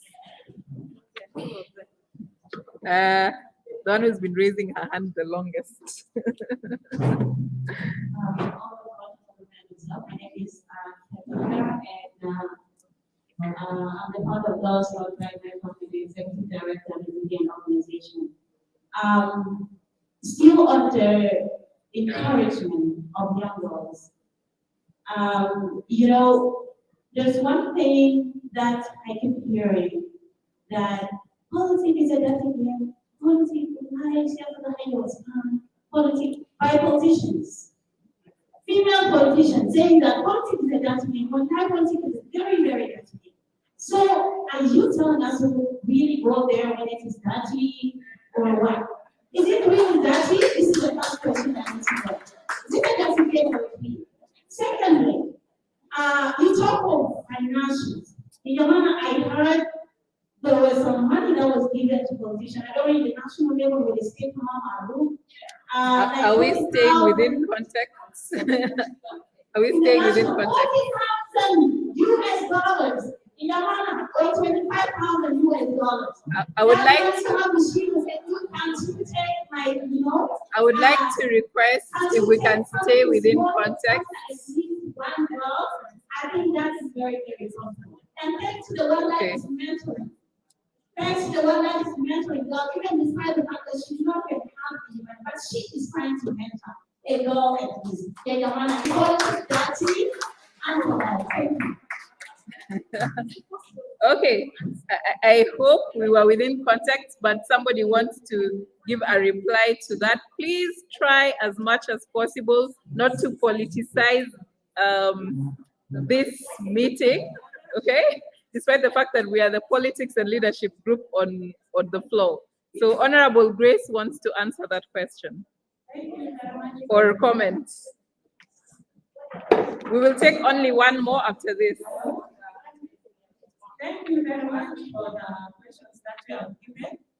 We should understand that we are here for a conference on women, peace, and security. Resolution 1325. We are looking at the resolution 1325 in the context of political leadership. That is it. The other questions are like out of context of what we are doing now at the moment.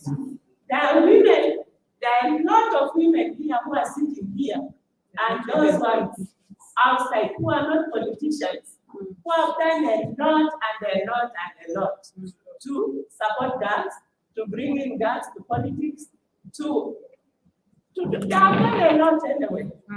So if we start talking about those things, I think the whole day will be finished with us talking about what we have done, isn't it? Yes. So let us focus on 1325, resolution on women, peace, and security in South Sudan. Thank you very much. Thank you, Honorable Grace Gatiro. And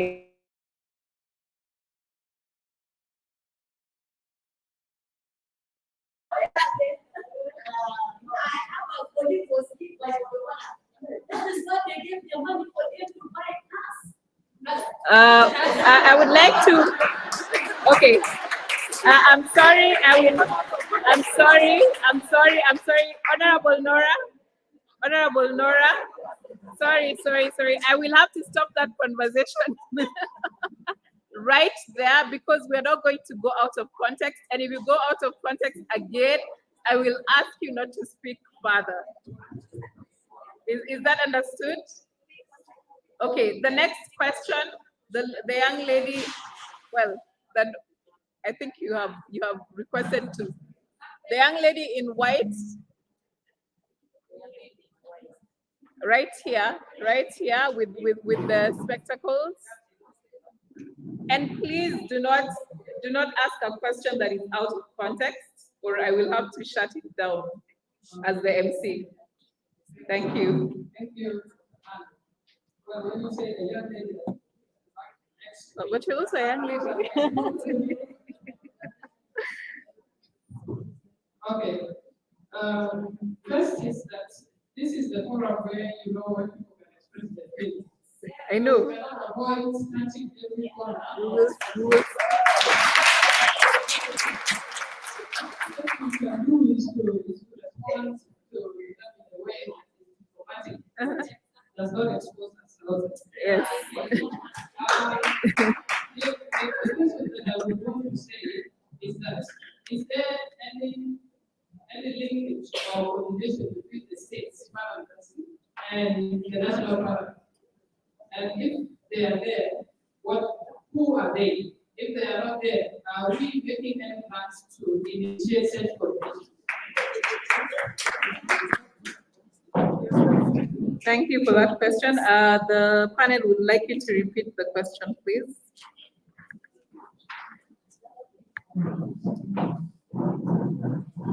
Okay, my question was, if there are coordinations between the state assemblies and the National Assembly, if they are there, what are the names of those coordinations? And if they are not there, do we have plans to initiate the coordination between the states and the national?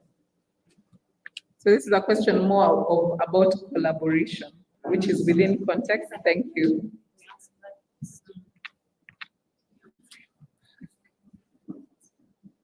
Thank you for the question. Yes, indeed, there are coordinations that are linking the state parliaments and the national parliaments. Like, I'll just give an example of my state, the Unity State. So in my assembly recently, a few women was elected because in every parliament, there are committees that are formed. Yeah, there's a hierarchy, like, the organization of each parliament, be it on national level or the state level.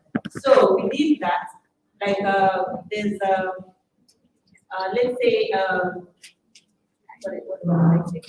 Yes, that hierarchy.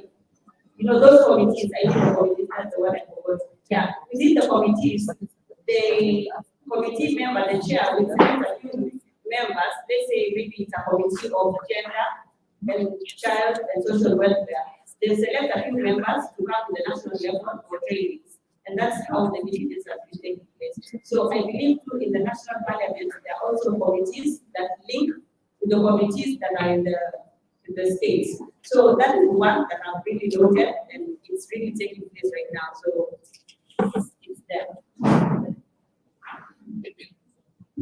Also in question 3, if you look at it, our answer was that political leaders are to play a role in policy advocacy, and leadership in all sectors. When we say all sectors, that means all government sectors. There's need for advocacy and policy advocacy and leadership. So that means the assembly has to deal with the state assembly, and the state, different sectors have to work together so that they can advocate for the peace and the resolution 1325. We have already mentioned it. And we also say that there'll be training of trainers in all sectors of the organizations of the government. Thank you so much, Honorable Grace, for that answer. I would like to now end the political and leadership panel. I think they can breathe now and release them back to the audience. Thank you so much. The politics and leadership cluster, please clap for them. If you have any personal questions or any questions out of context to ask them, you can ask them later. And thank you so much to our virtual audience and our physical audience for participating. Thank you. Clap for us! Yes! Please go ahead and clap for the politics and leadership.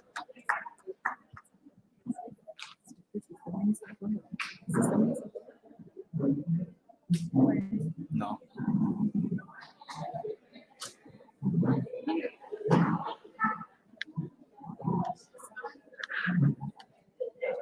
Please clap once again for the women in politics and leadership.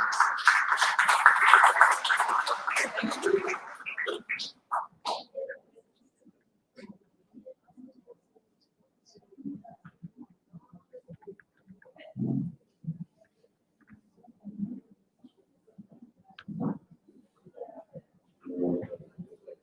Just 1 minute.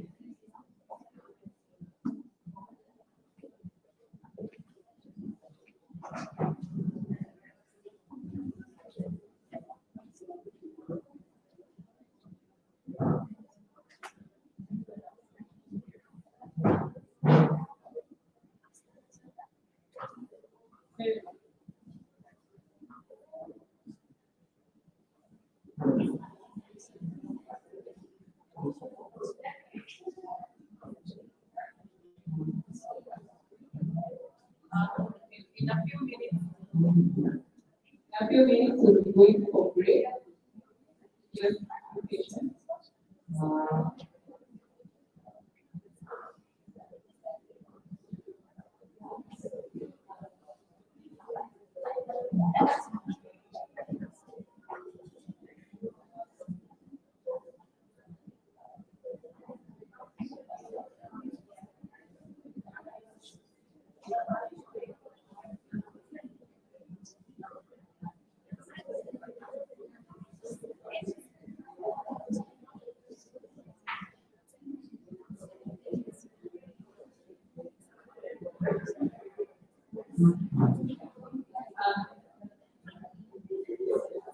in view of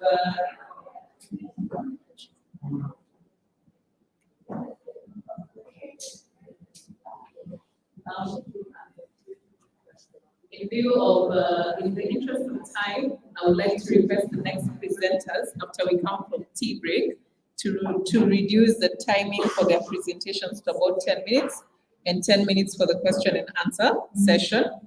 I'd like to recognize the presence of Honorable Teresa Athian Abdelbagi, who is the founder and patron of Women Employment and Child Protection Organization. Thank you and welcome.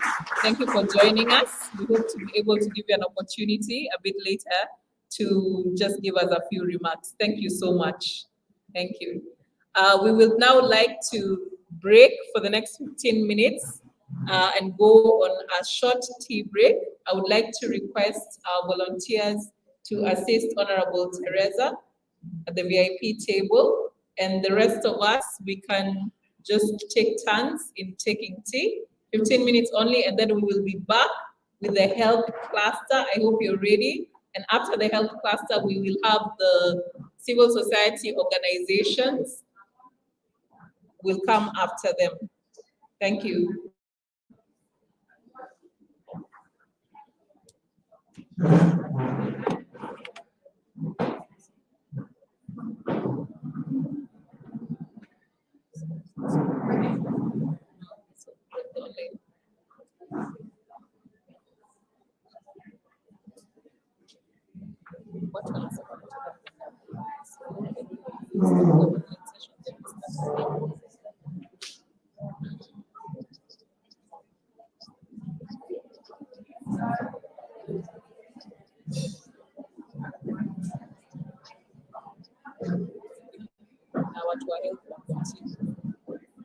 Yeah, that's okay, that's okay.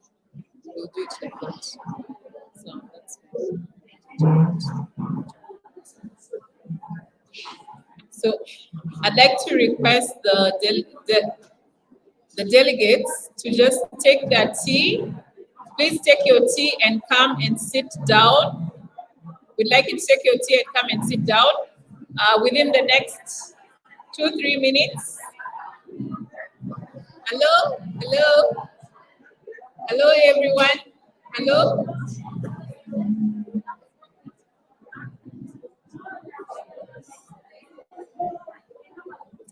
Hello everyone.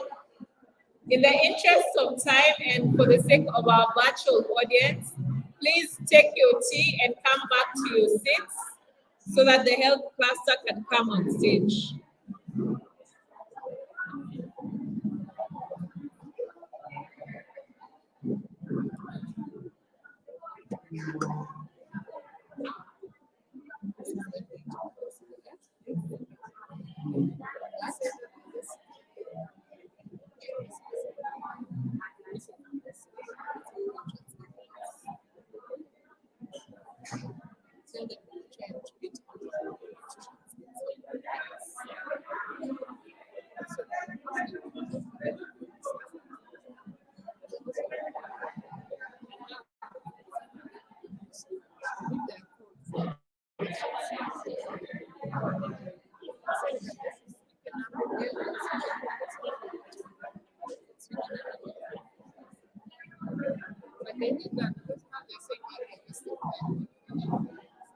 There's nothing you can do. You know, it gets to a point where you can't solve everything.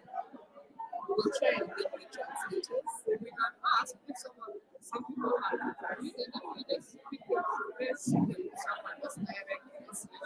Okay, that is better. Okay. Just tell them that, and then ask along the audience whether the people who translate the 6 of which we use. That makes sense.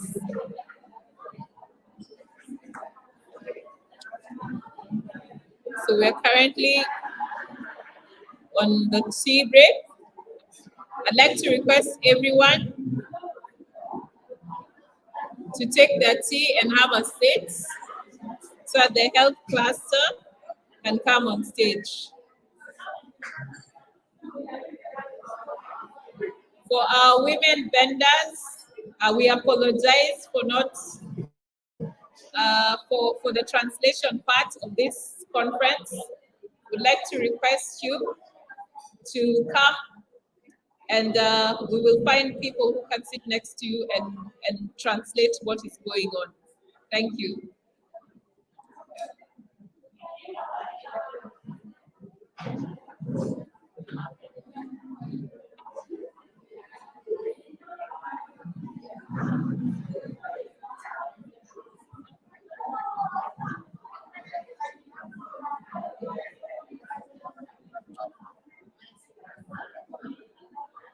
We have a short break as Emmanuel sings a song so that everyone can settle down in a bit.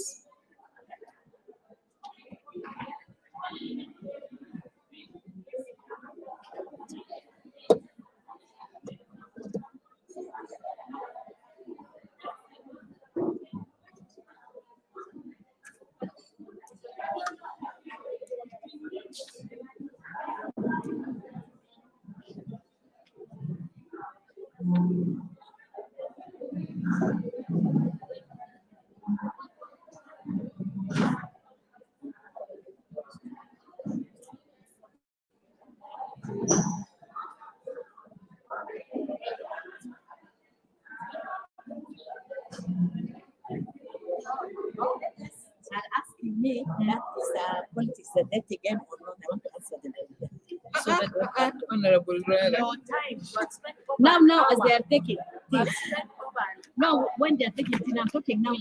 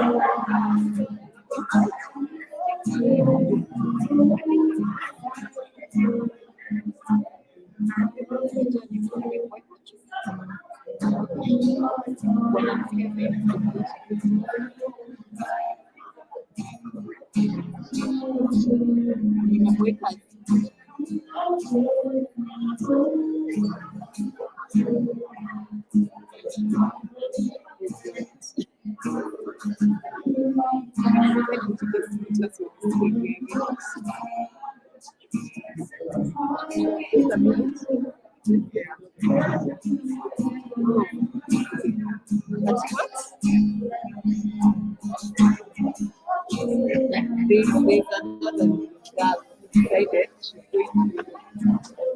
going to ask questions that well, are inflammatory. Anasema basically,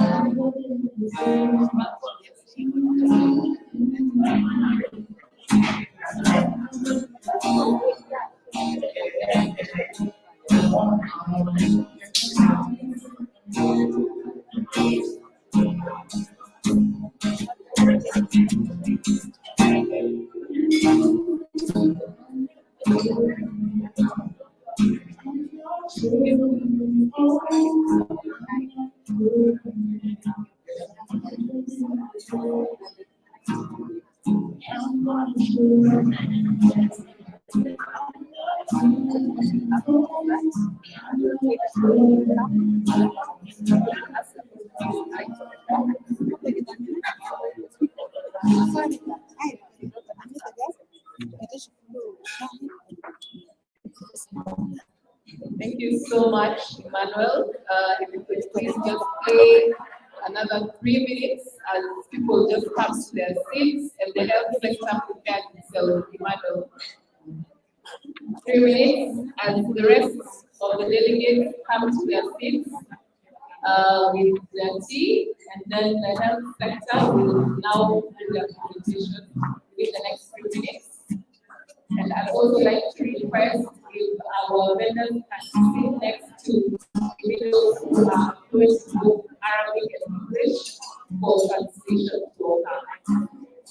Thank you.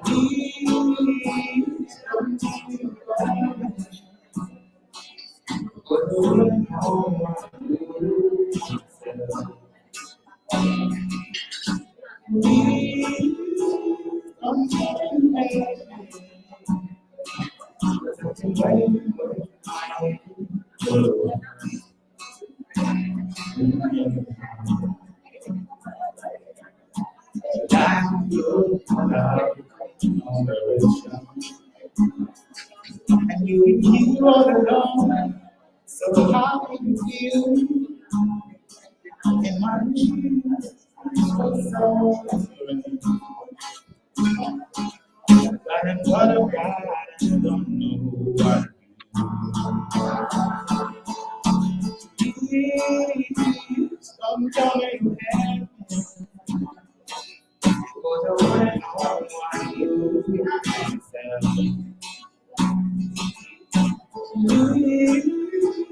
don't take me for me.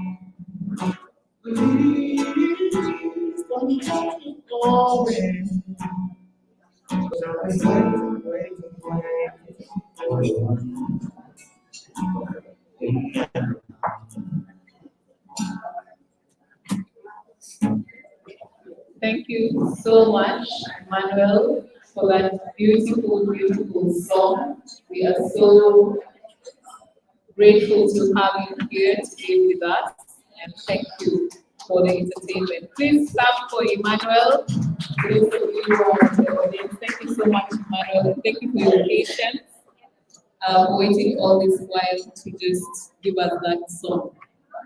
Now we will just go straight into the health presentation, and I would like to request the people still taking their tea, if we can do that just a little bit faster.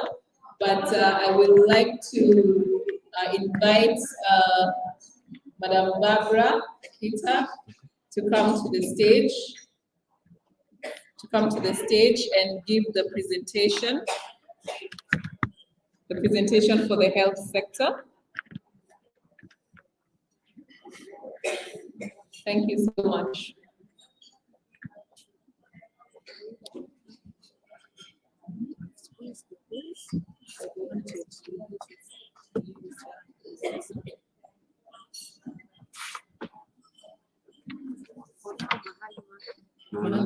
Okay, is turning it. I think it's very brighter. Stand this way. Put it like this? Yes. Stand this. Try to stand where.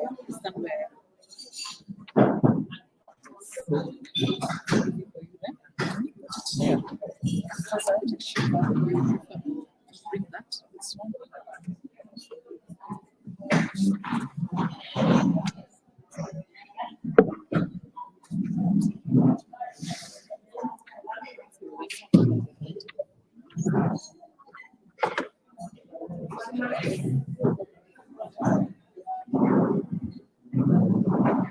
Thank you. Madam Barbara will go ahead with the presentation for the health sector, and then we will have the delegates come on stage. We'd like to request you to go a little bit quiet so that the rest of the delegates who are seated can hear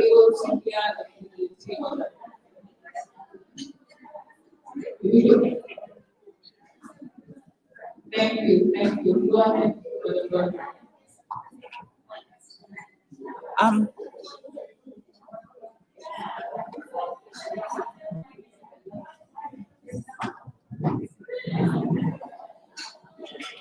Good morning, everyone.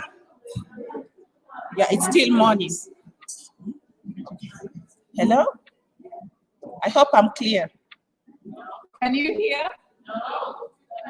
A little bit of quiet, please. Thank you. Okay, once again, good morning. I think we are back from breakfast. Good morning. Show me the energy so that I'm motivated to speak. Good morning again. All right, thank you. Once again, good morning, South Sudanese women, our partners who are our sons, brothers, and husbands. Can we hear? Okay. Veronica, help us with one of the other mics. Just a second, we'll sort that out in a minute.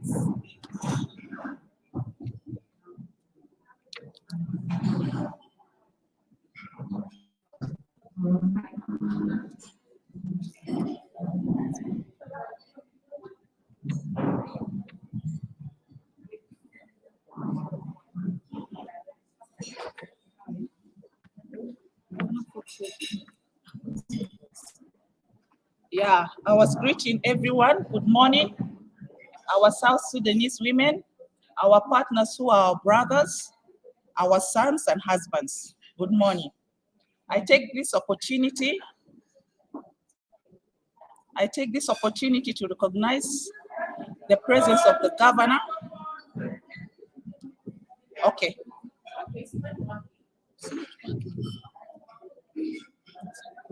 Mic check, mic check. Can you hear me? Yes. Okay, you probably. Hello? Yeah, okay, thank you. So I take this opportunity to recognize the presence of the governor of Western Barghazal. She was here before. It's a position, right? Okay. Hello? Okay.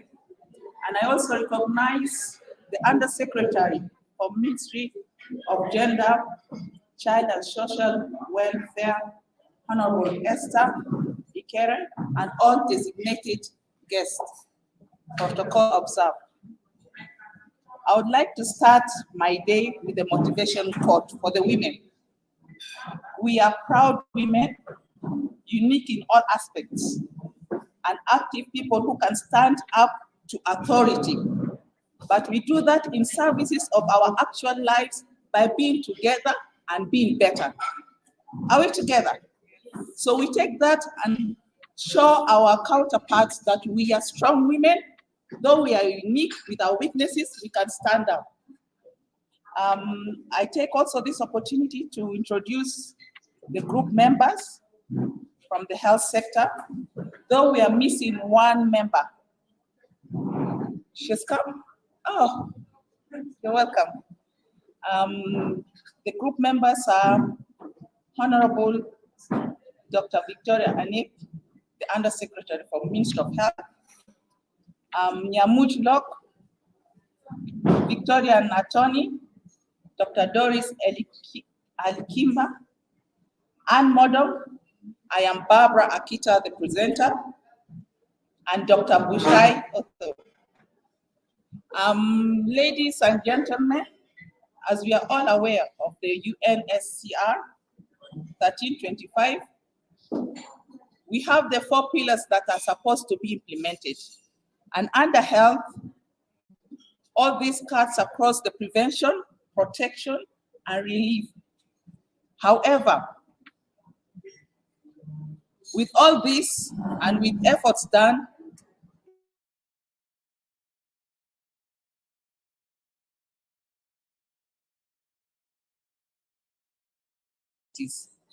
early marriages of our young girls. So as part of our presentation, I will, next slide. I will elaborate on the major achievements and challenges encountered in the health sector.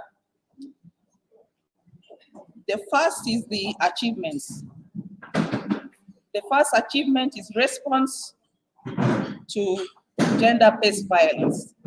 In the response to gender-based violence, there are policies.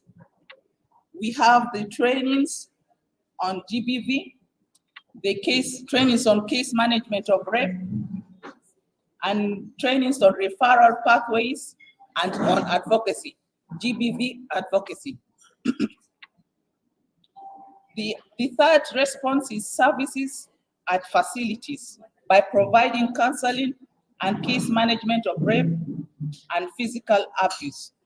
And at the community levels, the health sector continues provision of counseling, psychosocial support, and advocating for GBV-based services.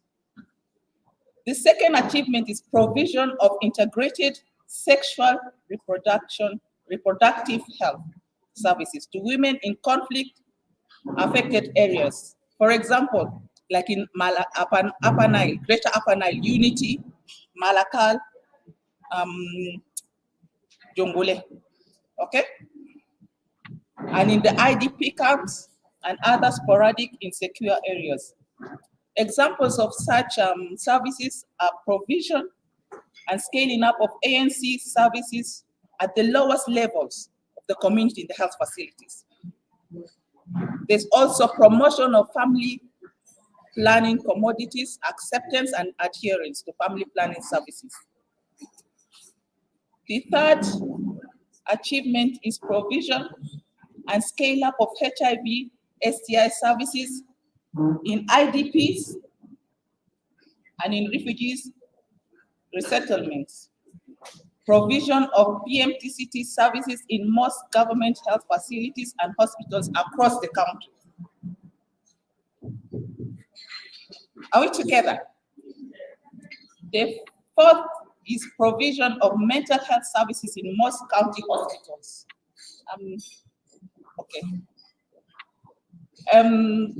Under the Ministry of Health, there is a reform whereby mental health has been strengthened. So far, we have got 4 psychiatrists who are managing mental issues. And we have also trained in the health sector mental health assistants, psychiatrist assistants. So if there's anyone in the community, our sisters, our children, anyone who has psychiatric issues, the hospitals are able to manage these cases. So it's one of an achievement from the Ministry of Health.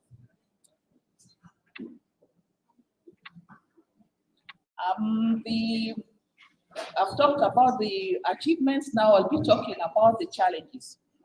We so far brought out 5 challenges. Number 1, insecurity in some parts of the country. This insecurity leads to low use of the few preventive services, and it leads to poor health outcomes and definitely high mortality among our people in the conflict-affected areas. 2, cultural norms and beliefs. This is what we talk about: stigma, discrimination of people who are sick.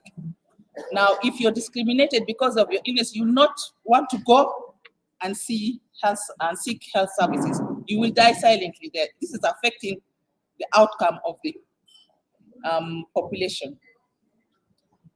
Based on point number 3, access to health services, the 2 first, 1 and 2, is what affects the access to health services. If there's insecurity and if we still have the cultural norms, access to services will not be there. 4, there are issues to do with funding and coordination. Of recent, the health sector, for so many years, the health sector relied, I don't know what percentage, pardon? The budget, less than 2%. So the health sector dependent on donors different institutions like NGOs, UN, and the embassies. But of recent, the funding has been affected as of April, meaning all this funding will be scaled down and it will affect the health system in terms of service delivery, motivating our human resource. Of course, people are not going to work. You can see the gap. And provision of medical supplies. Now, if these donors pull out, there will not be medicine to treat our people. So we see the challenge coming. And it also makes challenges in coordinating all the health activities because no one will want to be there without money or motivation. Point number 5, of course, the health system issues. Since funding and coordination constraints, some services that were supposed to be in the health sector has been inactive. And for example, is the health promotion. I'm sorry to say this, but we have to bring it out. The component of health promotion has affected the access of services. People don't know there is mental health services because promotion has not been there. People don't know that in the lowest level, there is family planning. Like a woman in the village, she knows if I want to go to, for example, in Mankin, if there's no promotion, if she wants to get family planning commodities, she would think it is only in Bentiu Hospital, which is several days of walking. But if there's promotion, she'll just go to the nearest community facility and get that thing. So promotion is important, Honorable Victoria. I know you'll take this up. You need this activated. Okay. Therefore, there is need for a reform that creates a space which is in line with the international standards for prevention and routine checkups for our women and support. Next slide. Next slide. Okay, question number 2, I spoke of question number 1. Question number 2, mainstreaming issues on women, peace and security in the health sector. We came up with 3 points. 1, policy review to identify gaps, interministerial coordination meetings that is spearheaded by the Ministry of Peace, Building and Ministry of Gender. 3, we also think health studies and researches focused on women and peace security will improve the sector. Next slide. Okay, the third question was, how can the health sector coordinate with other sectors to achieve the agenda? And what are the proposed entry points? We came up with 2, designing coordination mechanisms such as technical working groups and interministerial meetings. And the entry points are government institutions, religious institutions, community leaders, opinion leaders, which include the youth, women, and anyone influential in the community. And we also look into regional and global approaches of cooperation and exchange of experiences and practices. And this is the learning and capacity building potential. So these are the 3 points for the coordination. Next. What is the role of ministry? How can the Ministry of Gender, Health, Social Welfare involve in the different sectors in implementing the issue of women, peace, and security? The role of Ministry of Gender in involving different sectors is by provision of oversight and to track progress of any activity that is implemented. 3, advocacy and resource mobilization. Next, question 5. How can the health sector work with different ministries to implement the issue of women, peace, security, and what are the opportunities in working together. We came up with two, one through the intersectoral collaboration. Okay, the opportunities we have is the existing mechanisms. For example, our meetings and the technical working groups that some are developed, are formed, and after this action plan, more will be established.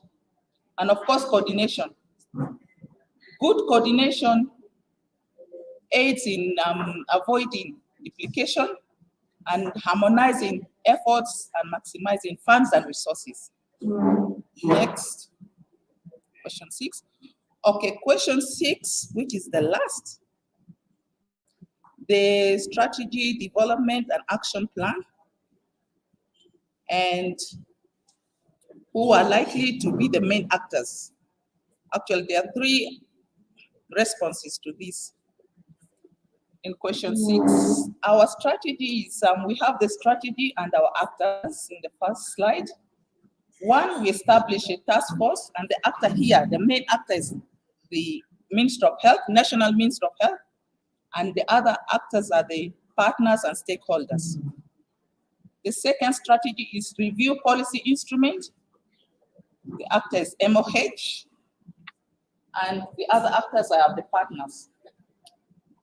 The third strategy is conduct an assessment of the health sector, knowing the human resource on ground, the funding constraints of what funding is there to implement this, and the infrastructure to do the GBV implementation and other things.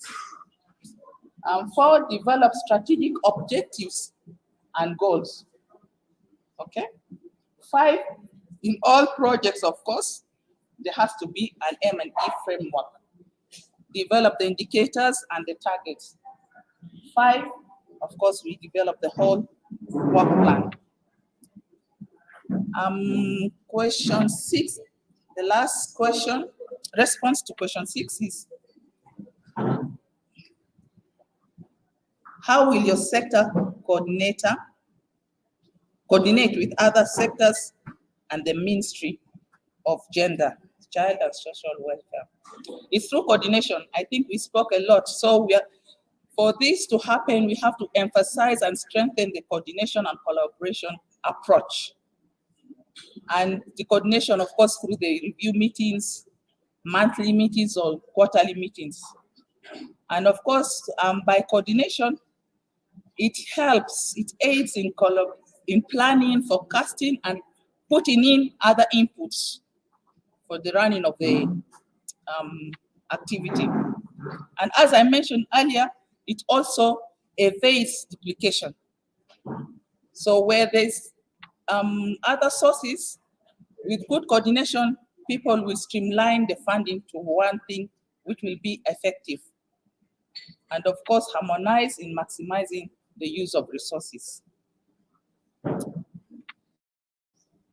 Thank you.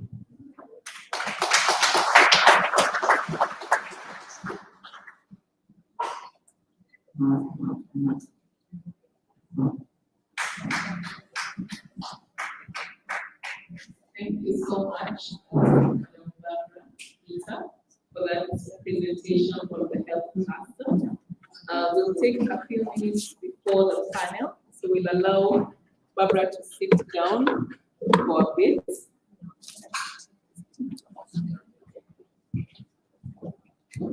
So we'll just take a bit of a break before the questions. I would like to welcome my senior colleague, the Undersecretary for the Ministry of Health, Dr. Victoria Majur, and she will then welcome the Honorable Minister for Health, Honorable Yolanda Howard.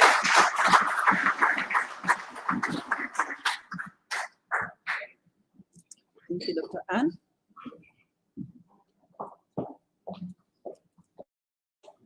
What have you done with the mic?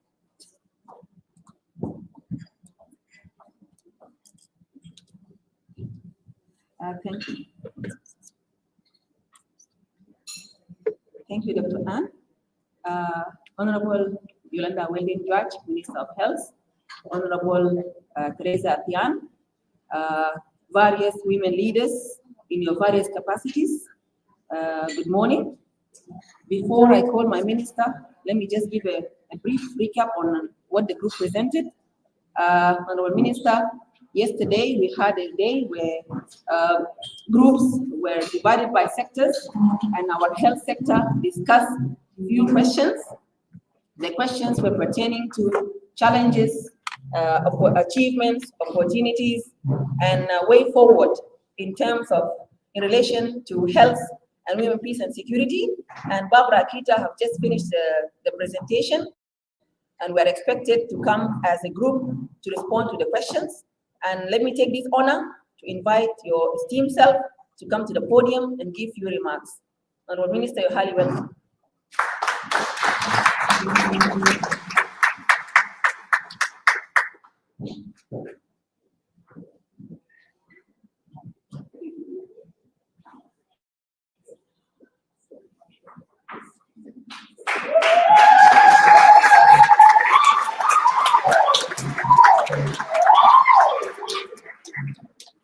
Let's put our hands together to welcome Honorable Minister.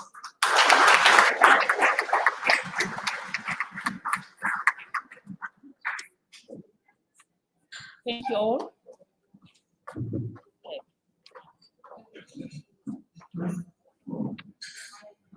The various government official women leaders available, representative from various embassies, representative from UN agencies, civil organization, private sectors, delegate from the states and administrative areas, invited guests, ladies and gentlemen, there's one gentleman in the room. Good morning. I don't know if this is loud enough, or can I just speak without the microphone? It's not loud? Okay, I'll just speak. For record purposes? Okay. Oh, it's okay. Anyway, it is with great honor and pleasure. Put it here. Because I'm sure it's not loud enough. Okay. Anyway, it is with great honor and pleasure I join you this morning in this conference, Women Conference of South Sudan. This type of event brings us together. It is actually reassuring as it is one of the keys to nation building. Women are centerpiece in making sure peace, security, and ultimate stability is attained in this country. We are well versed in all areas, and we work together regardless of our political affiliation. We will attain peace, stability, and nation building for our nation. On the part of Ministry of Health, we will do our best to make sure women health as well as their families is adequately addressed. For example, Honorable Undersecretary and technical team are working on a midwifery department that is going to be led by women leaders and absolutely operated by women. This is important part of inclusivity of women and women empowerment. Additionally, we are pushing for mid-level professional institute whereby enough women are trained to deliver primary health care services at the grassroots level. For example, in counties, in PAYAMs, in states, and also in IDPs, and also like in refugee camps. I do recognize that the challenge and sacrifices the healthcare workers are actually going through. For example, no salaries, poor work health condition. I toured the other day Juba Teaching Hospital and some other facilities, and their work conditions are very bad. There's no running water. Some areas there are no electricity. We actually do recognize that, and we appreciate your work, and we will do our best as much as we can with the small resources we have to have some adequate reform and management. To our sisters in IDP camps and refugee camps in the neighboring countries, we have not forgotten you. We will do our best to actually like tour your health facilities, to tour where you are, and to make sure that like we support you in one way or another.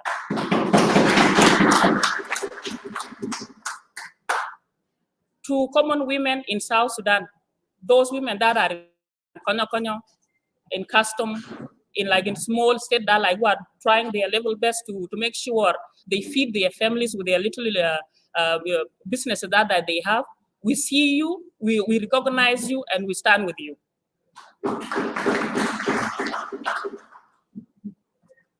For our country to have peace and security, women's health is a priority.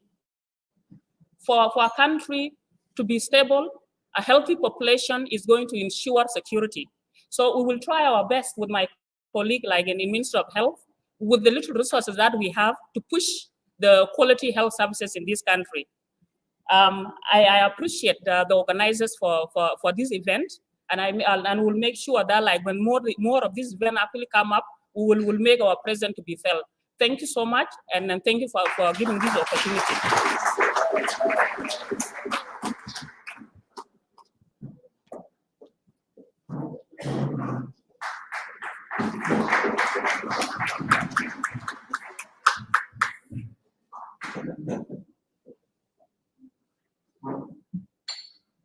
Good morning.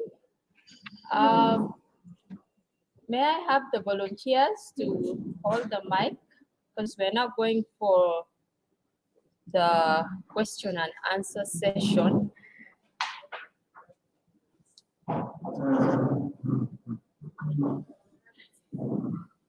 So we're going to be very strict, in the interest of time, we're going to be very strict with the number of questions. We'll take 2 from this side and 2 from this side.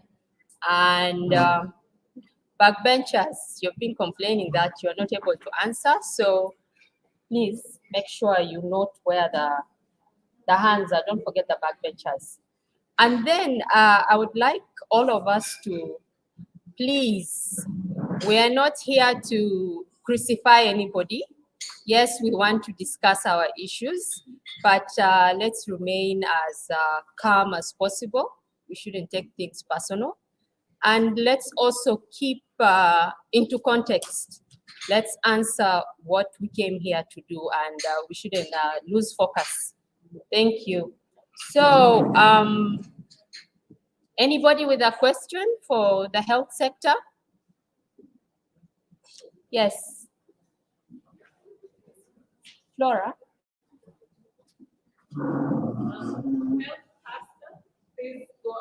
Oh, sorry, I forgot that. Please, representative from the health cluster, please come up here on stage. Please.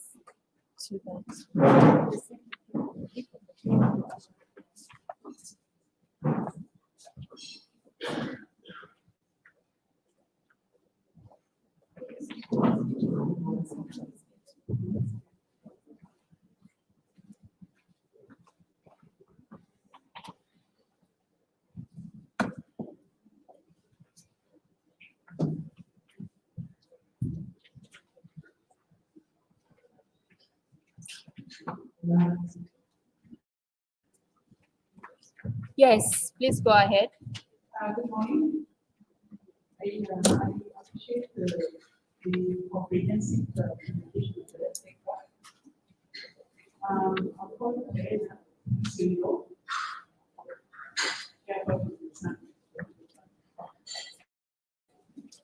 My question is, I would like more like appreciate the achievements. And my concern is the issue of the people.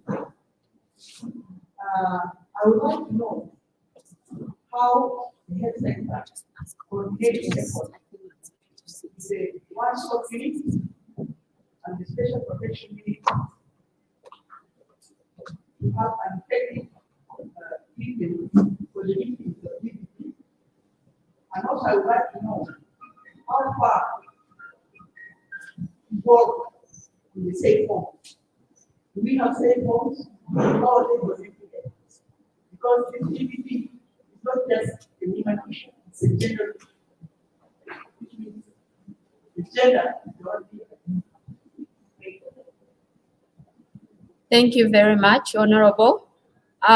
We're going to take the questions, and representatives of the health cluster will write the questions down. And then after we take all the questions, then they will answer one by one.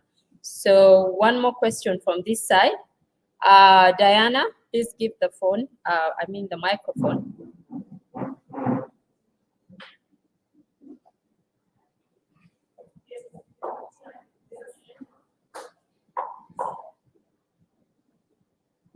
Good morning, everyone. I just want to thank the Health Center for giving a very comprehensive discussion.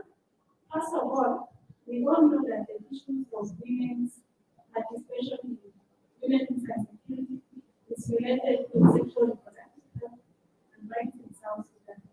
And that all goes to when a woman is compromised to her health in areas of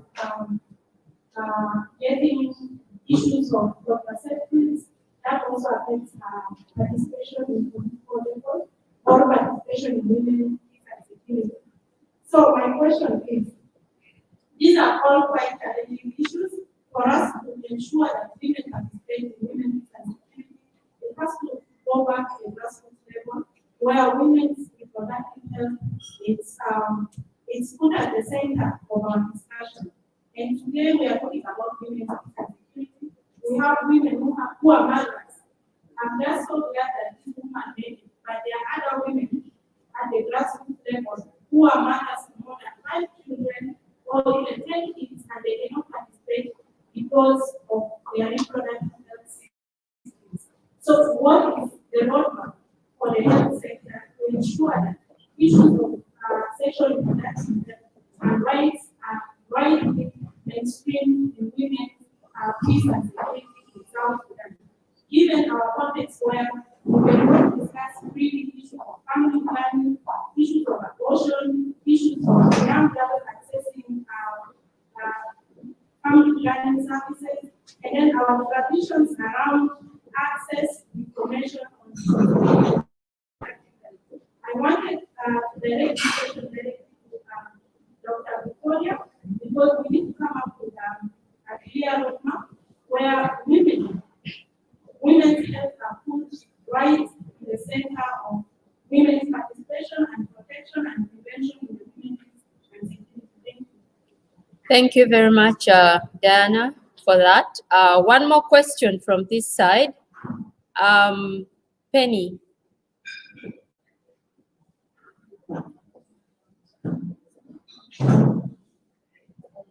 Thank you so much. My name is Mutaba, but Veronica knows me by my nickname Penny. My name is Mutaba Penina from the business community. So later on, we shall be talking to you more about our issues. My question is derived from the presentation of the Honorable Minister. I was very moved by the presentation, but I will direct my question to any of the panelists. My question is, what is the health sector doing in ensuring that there is access to primary health care, especially in the rural setting? Because from the presentation, we are giving the scenario of women in urban areas. We still have areas in South Sudan. One of the presenters of the morning mentioned Upper Nile, and we still have scenarios where medicines or medication is done by airports. So how long will that continue? The other point also which come up is access to primary information to young girls, and I would like to bring into the picture primary school children. I have the blessings in these slides. Why I say that is because I grew up as a refugee. We left with my parents from Nairobi in 1994, and I ended up growing in Uganda, and Kenya. And that's why I have a very strong Ugandan and Kenyan accent. And that's why I call it a blessing in disguise, because it was not a wish for any of us to go outside the country. So in our school, I remember we used to have mentorship classes where we had senior women who would come and talk to young students about primary health for the girl child, menstrual health,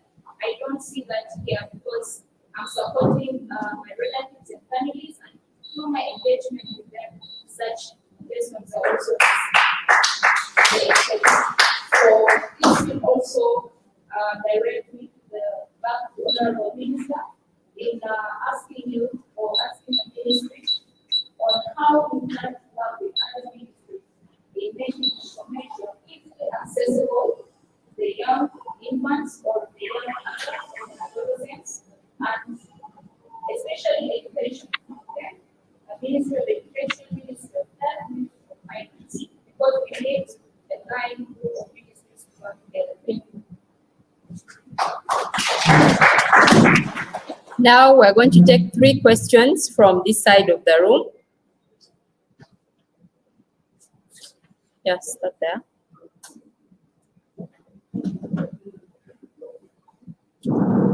Thanks for the chance and for approving Minister of Health and Resilience. All the representatives of the women in the hall, our Minister of Health, all the people of the I'm not going to begin the speech. I will go directly to my question.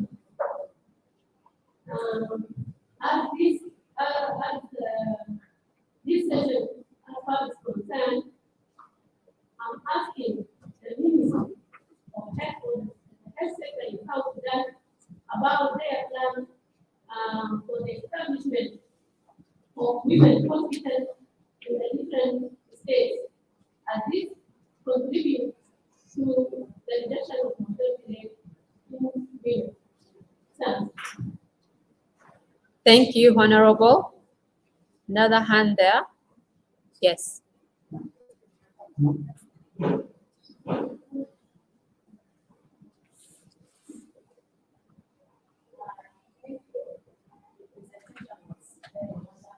Please hold the microphone close. I think it's a bit weak.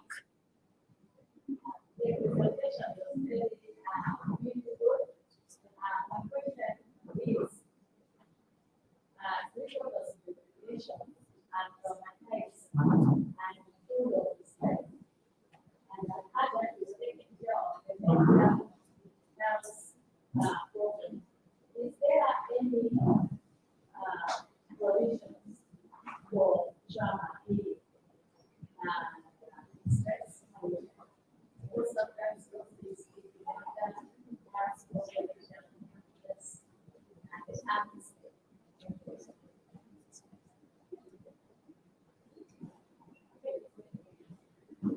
Thank you, Honorable. Here, we have another question here.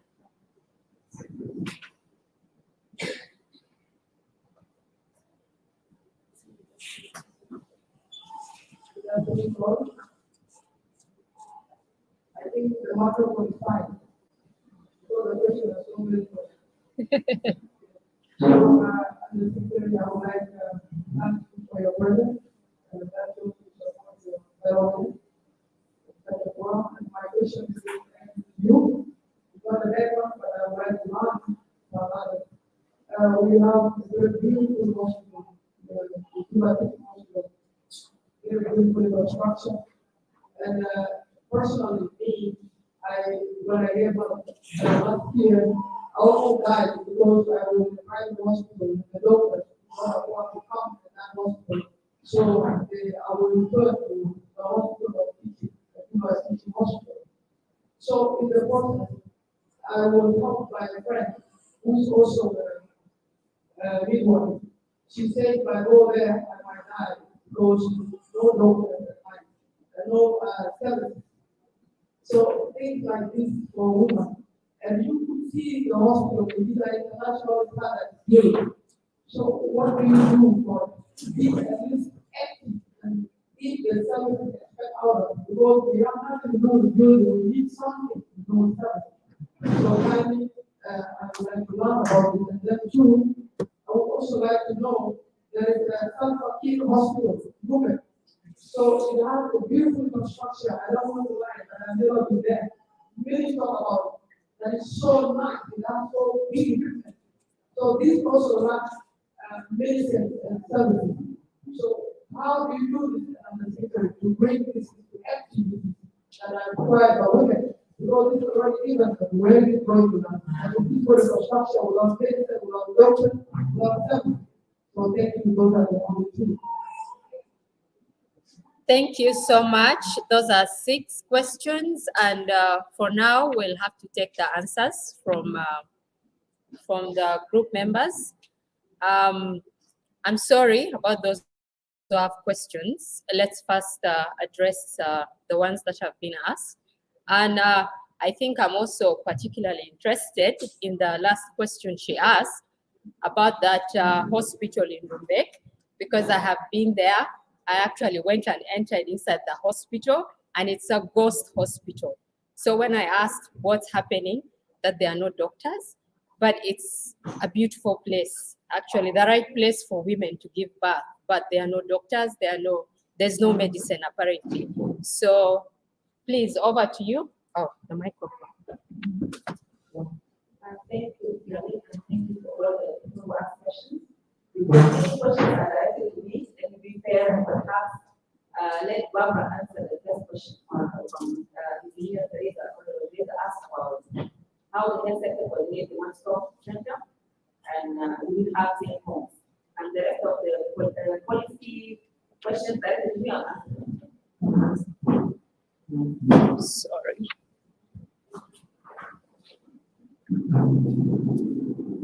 Microphone. Thank you, Honorable Victoria, for giving me the opportunity to answer the questions. In regards to the one-stop center, as I mentioned earlier in the presentation, the health sector, let me say 98% relies on the donors. What the donors are able to provide is the one-stop center in the primary health care centers, okay, and in the hospitals. Currently, one big donor is supporting 8 states out of 10, and the other donor is supporting 2 states. So you can see in these states, they select facilities to operate in, meaning the other facilities that were under the government because of funding are not operational. However, under the donors, they are one-stop center. Now with the safe homes, it used to be there before 2013. Okay, the work of the government, Ministry of Health, with other organizations. I know I have also participated in that. But later, because also due to funding, this thing stopped. I know only of safe homes in Unity State, which is not even active. The houses are there built, but there's nothing. Activities are just now. So this is what I call, we need a reform to reactivate that. And for the government also to knock on doors so that this funding comes until we are stable. That's what I can say. To supplement what Barbara said in regard to coordination, the one-stop centers are supported by UNFPA. UNFPA or previous donor is Canada, and Canada is supporting Magellan just in the country. So there is technical working groups, and there are coordination mechanisms in place because the one-stop centers are is a joint collaboration actually with the Ministry of Health and Ministry of Gender, and there is also legal practitioners who are providing legal aid to women who are survivors of rape, and there is also HIV service provided. So it's a kind of comprehensive approach where women are counseled after GBV, they are given HIV counseling and testing. If they are trying positive, they are put on treatment, and they are even post-exposure prophylaxis. So it's a kind of a comprehensive service involving Ministry of Health, Ministry of Gender, and our partners. So there is coordination mechanism in place, and there is a continuous impact. Last year, I visited one of these GBV centers, and I went to the UNFPA and the donors who are supporting the. So there is strong coordination mechanism in place in regards to one-stop centers. Although we need to scale up on these one-stop centers because they are only limited to few facilities and few states, not all states are one-stop centers. The second question that was was access to reproductive and sexual health services in relation to women's security. Of course, we do know the relationship between women's security and reproductive health, because women at conflict settings don't have access to these services. They are prone to vulnerability, including HIV transmission. They are prone to GBV. They are prone to a lot of violence. And the Ministry of Health, in relation to reproductive health, providing services even with support from our partners. And the Ministry of Health also was a part of a regional study for the East African community. It was a study conducted on integration of services, reproductive health, HIV nutrition, and package. And currently, the Ministry of Health is working on implementing that our recommendation of that study to have a one package of service, including all these things together, because we believe that women in these settings require more support in terms of reproductive health and women. The other thing is also the issue of contraceptive services. UNK and the Support Ministry of Health including contraceptive devices, including contraceptive pills. However, as of recent, we have realized that there is a lot of contraceptive pills lying in the warehouse not used, simply because one of the challenges we mentioned earlier was the uptake of these services due to norms and beliefs from our people. Of course, if you come to places, some of our ethnic communities, they will not accept contraception at all. So again, it requires support and collective responsibility of all of us here in the room, from your different sectors, raising awareness, using community leaders and opinion leaders, awareness raising of use of contraception, because it looks like people don't get the idea of contraception. They think contraception means you don't have it, but sometimes contraception means it's based on it. Instead of having, frequent pregnancy, give yourself time, give yourself spacing, make yourself, to be more strong enough to have better fit and have your health improve. So I think it is the responsibility of all of us, and women leaders have a lot of work to do in terms of advocating and raising awareness of use of contraceptives in our community, because some of our communities are still having that stigma towards use of contraceptives. And in fact, the second question I was also asked to you was, do you want to teach here? No, there was also a question on mental health. I don't know that any of my Facebook will answer mental health. Okay, I'll say something on mental health.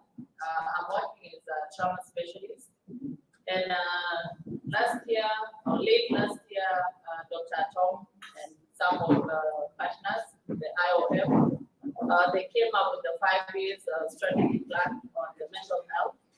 And I think it's going to help a lot. When we talk of women, peace and security, we really need to look at the issues of mental health. We've been through trauma.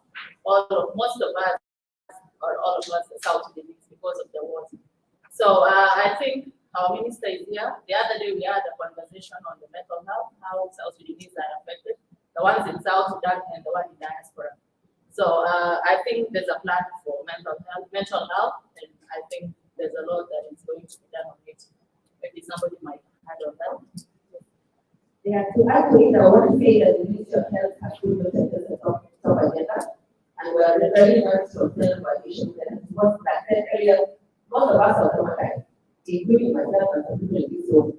I think we all want to trauma every single day. Having been born in conflict, having your kids in conflict by yourself is normal.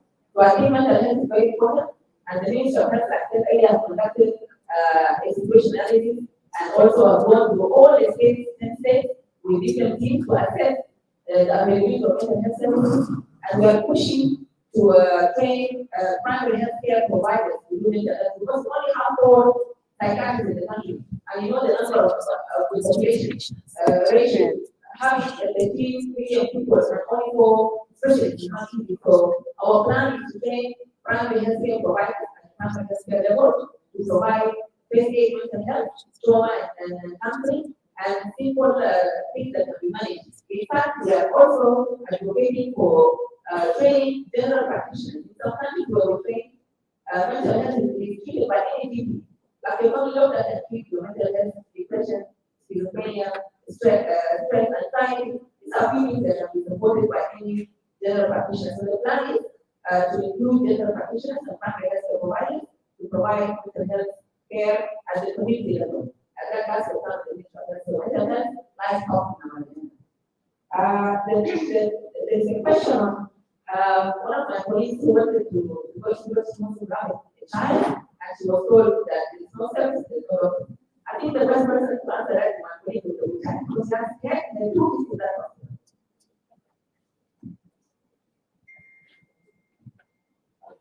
Thank you for raising that questions. I think actually people have like this conversation about liberty hospital. Me myself, I gave birth twice in liberty hospital. So I know many people they have the fear which they which was created by a lot of this social media propaganda and all of that. But currently we have the best consultants, they are available in the hospital, and you don't need to fear, right? Reach out there and you'll find out. Currently, actually, there is an improvement in the services in Juba Teaching Hospital. We are trying all our best to ensure that doctors are available now. We actually work on the accommodation of the doctors, which is the doctor base that most of the doctors will be accommodated in the hospital. So in case any patient walking to the hospital, they are nearby, they can be called if they are not within the hospital. And also, there is we already have a plan in place that at least one medical officers must be available at night shift. So at this time, if you really want to give back, you don't need to fear what is supposed to be.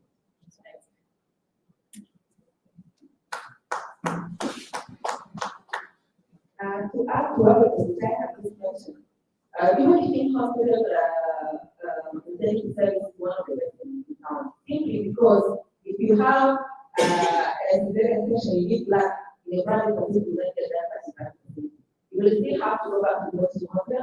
By the time the patient goes from the day in the other hospital there or in other place in town and reach the hospital, she's not going to be safe. So if you have complications, come to the hospital. The specialists are there.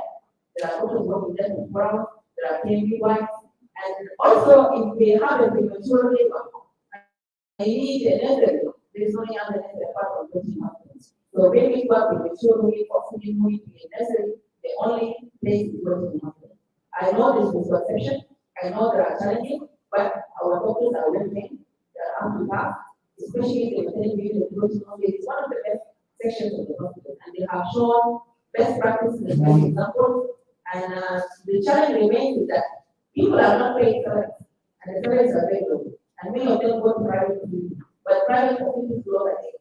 Not all private facilities are working 24 hours. The hospital is open 24 hours. I do believe that the Humanity Hospital has challenges, as mentioned by Sswi from this room. Yes, the Humanity is a national hospital based in Europe, one of the 10 states of the state.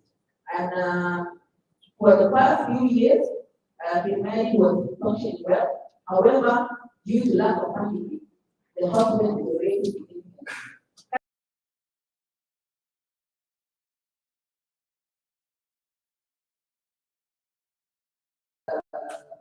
Development in next day, there is security in place. The hospital itself has also reviewed the hospital with the group of doctors who are supposed to present health, and we evaluated the availability, and we have a plan in place to improve the facility. In fact, last month, a group of doctors from China went with medications and they opened, they did a free campaign for 2 weeks consecutively treating women with all sorts of health issues in very hospital. But the hospital is a well-established, well-equipped, it needs a lot of support, and from this juncture we want to call upon our leaders to rescue that hospital and provide funding because we don't expect service with no funding and with no good pay to the people of the company. So maybe the issue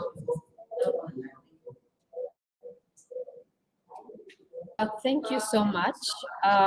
We have a question from our online audience.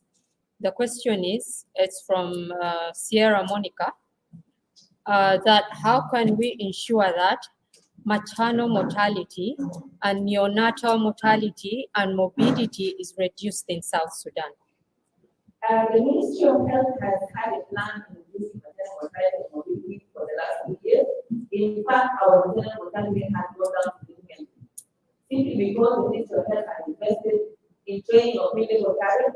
It has opened a number of health science institutes across the country in different states of South Sudan, and these health science institutes are producing midwives and nurses.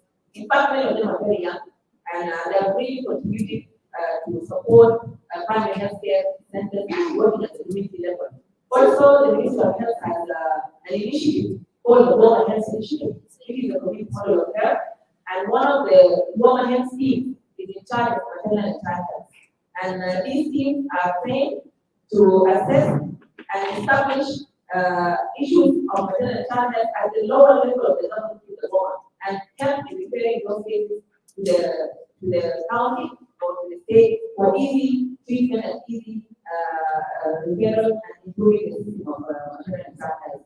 In terms of child health as well, we have been providing maternal and child health services, healthcare and child at primary health care, and we have really invested in training of doctors and clinical officers and nurses to support provision of maternal and child health services at the primary level. Because our main concern is down there at the primary health care center and the primary health care unit. This is where our focus is. Because at the urban setting, you can access private facilities, you can have access to a doctor, but our emphasis, and that's why the Ministry of Health through partners is providing more services at the state level, county level, and at the global level. Thank you so much, Honorable Victoria. Barbara would like to add something. Oh, yeah. Just a minute. I'm trying to respond to Penny's question on coordination with education. In collaboration and under the National Ministry of Health, partners were given a work plan to coordinate activities with the Ministry of Education from the state up to the former. And I can, if you can allow me to highlight what they are supposed to be doing. To have meetings with mothers and parents at the county level, informing peer groups in different schools. Establish health clubs in a county 5 in each school. And give support like football, basketball, those things. Deworming of children, also in coordination with the Ministry of Health, and provide health sessions on health, nutrition, sexual and reproductive health, and provide sanitary pads and sexual education to girls in 10 schools, if they are in the counties, and provide youth-friendly services in the 10 schools selected in the county. I'm talking of the 10 of the 8 states, and this is under the oversight from the Ministry of Health. Thank you. Honorable asked a question about establishing hospitals in the 10 states for women.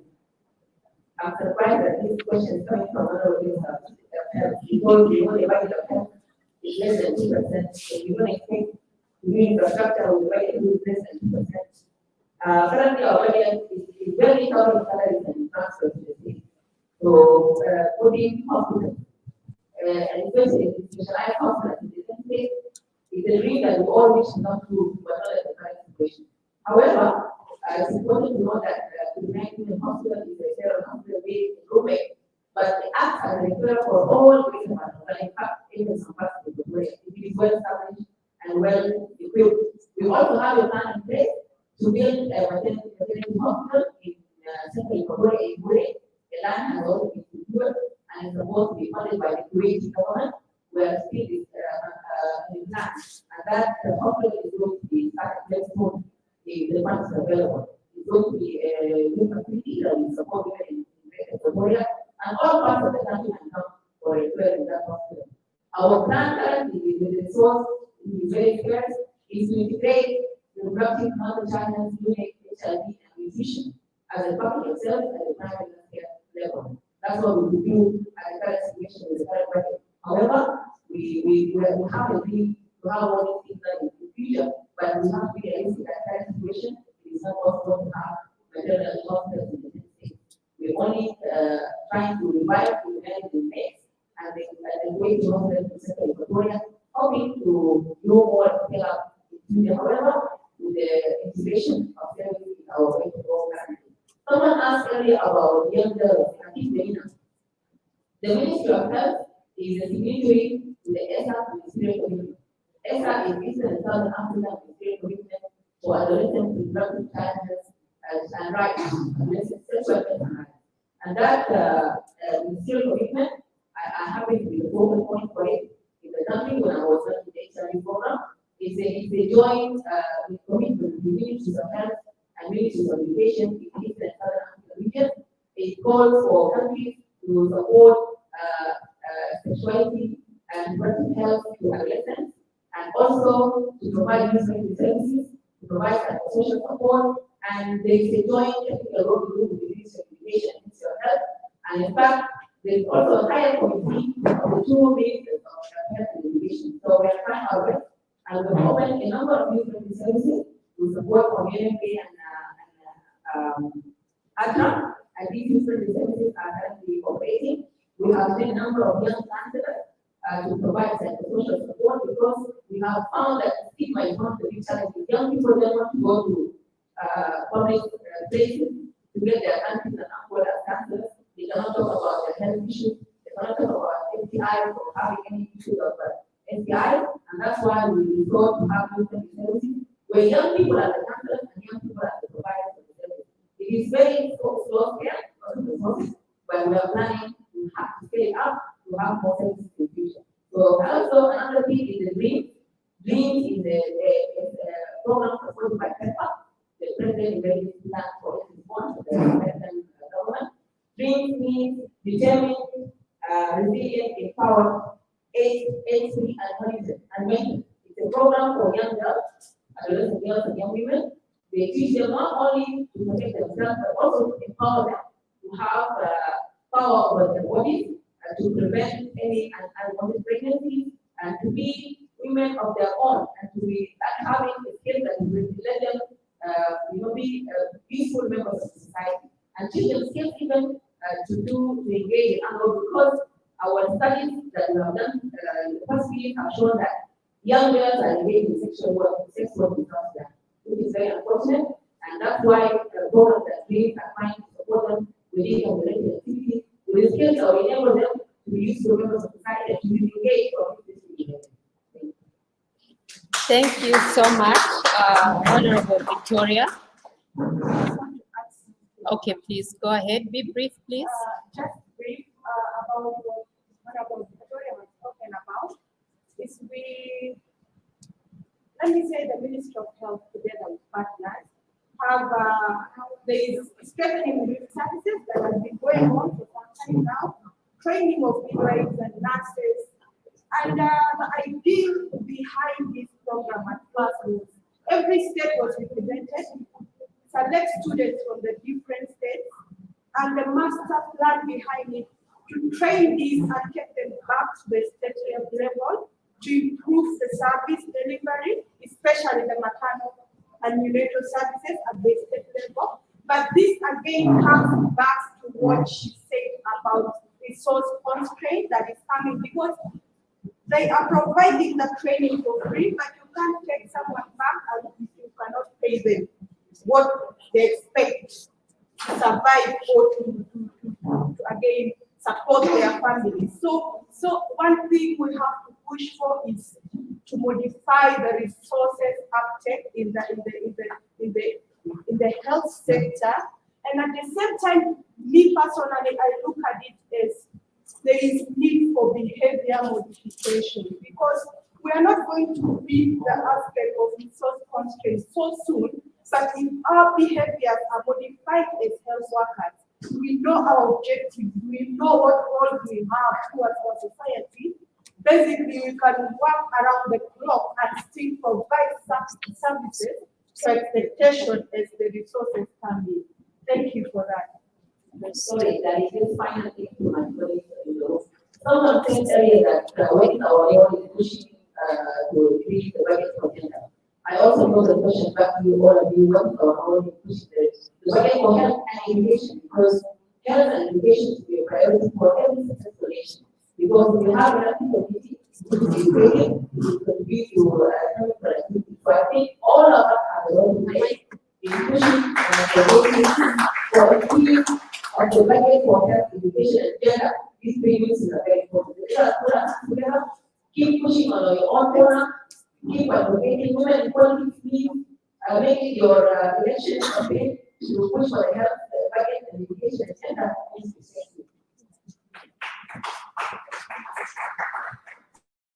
Yeah, I also wanted to contribute something because I've seen it's a concern of women about issues that are affecting women.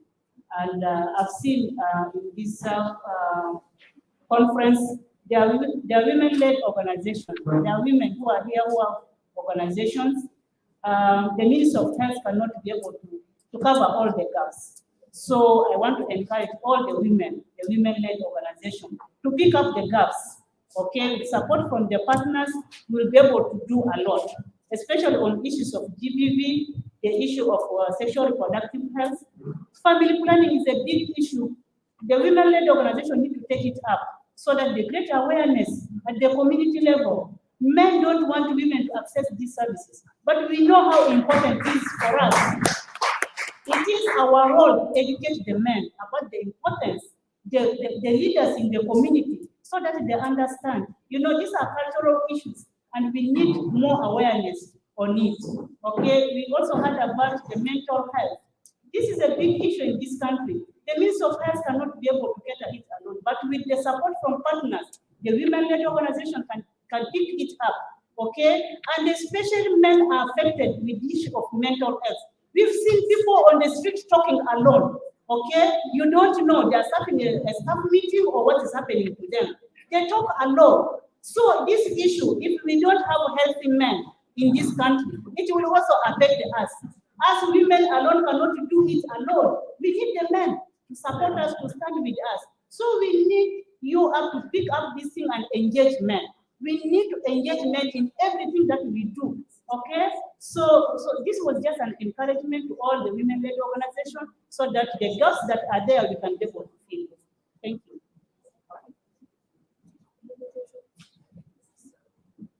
There's also a question concerning the access to health services and that medications are developed to some areas. We know the context of our country that we also have more wet months than the dry seasons. So you will not be able to do all the distribution of medication at the dry seasons alone. Because currently we do a quarterly distribution for the medicines in the country. So doing airdrop actually it's not bad, because we are ensuring, even though we have challenges with access, we still do whatever we can to ensure that the medications reach the people. And the other question also from the same person was about mentoring health classes at schools. Yesterday I was actually in a meeting where the Ministry of Education was there with other also ministries, and the plans which Ministry of Education has in place is having like health outreach programs where actually people from the health background go regularly to schools and actually talk about health story. And currently also there is actually inclusion of health story in the syllabus in the country. It's actually rolled out. Yes, and actually it's also good that now there's a trend that the ministries are working together. They're looking to how they can collaborate together, to work together. Like the example of their community accessibility. We need to work with ministries to grow, right? To ensure that accessibility is staying and it's achieved to reach our people. And also working with other ministries like Ministry of Education and all of that to ensure that health stories are included in the schools and what the children are learning, especially when they are our nurses. Thank you so much to the health sector team. We have one more response from the Honorable Minister. She wanted to answer. I think there was a question that was directed by Penina directly to the Minister. If you would like to say something, please go ahead. It's not working. Thank you. And I appreciate all the speakers who have responded to all those questions. I do agree with all that you have explained and mentioned. And thank you for actually giving a brief overview like about all the mental and well-being of mental health. I will go to the point. I'll have to make a general comment, not just one particular thing. My main comment is the use of the local resources. What do I mean by the use of local resources? We have got experts.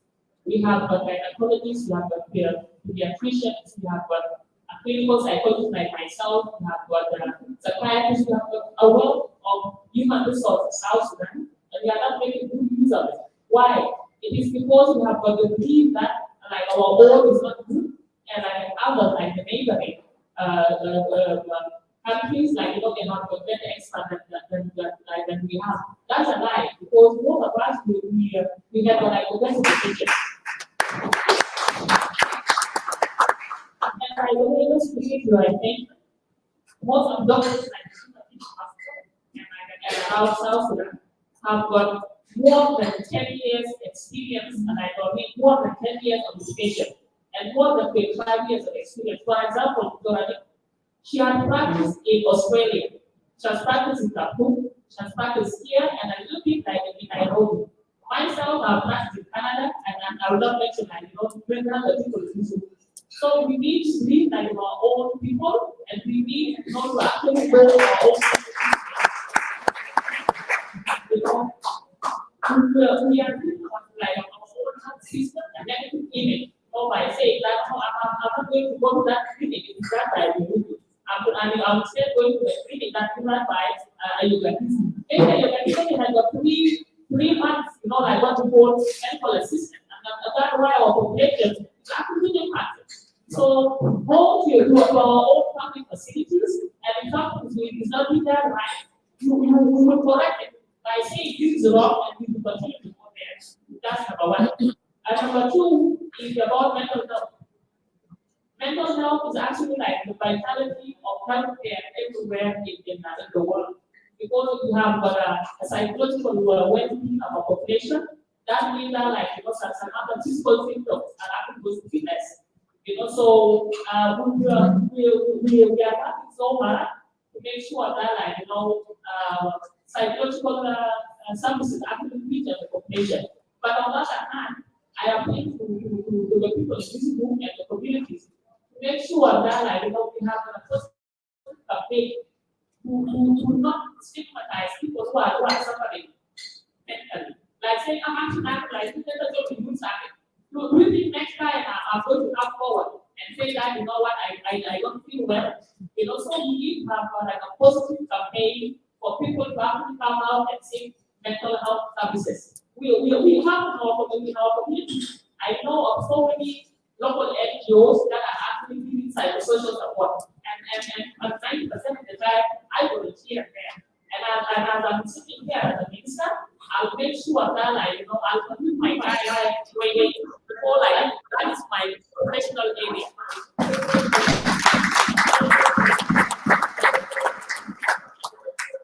And then coming to the resources and the budgets. We have got the lawmakers in this room. I see some MPs, I see some government officials.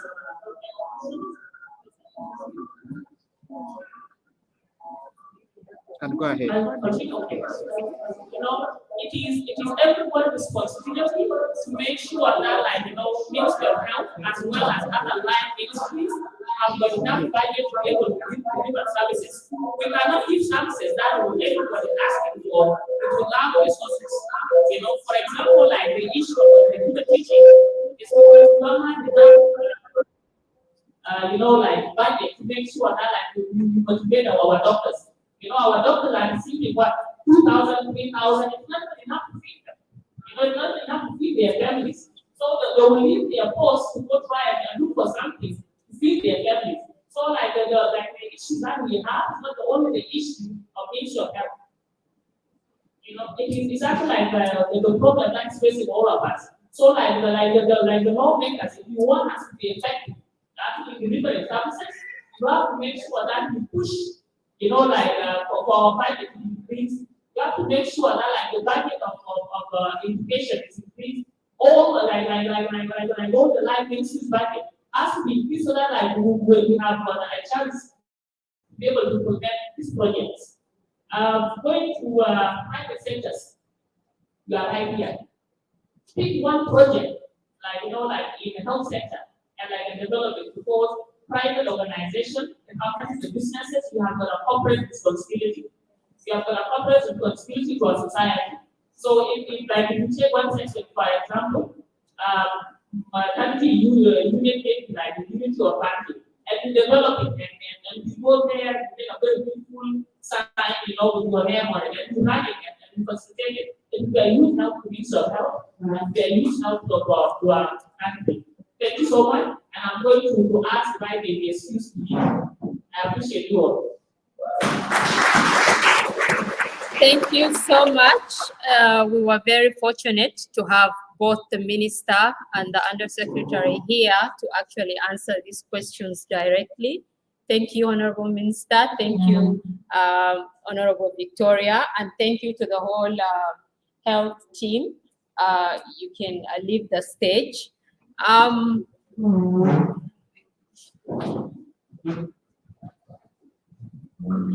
I know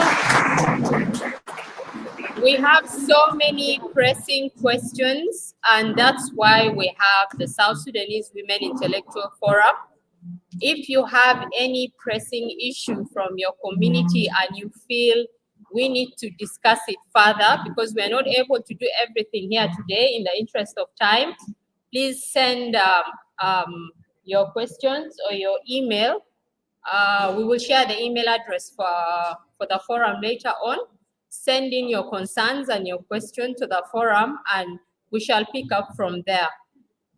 The next team or the next sector I'm calling on stage is the civil society organizations and the women-led organizations and also youth, because we join those two together.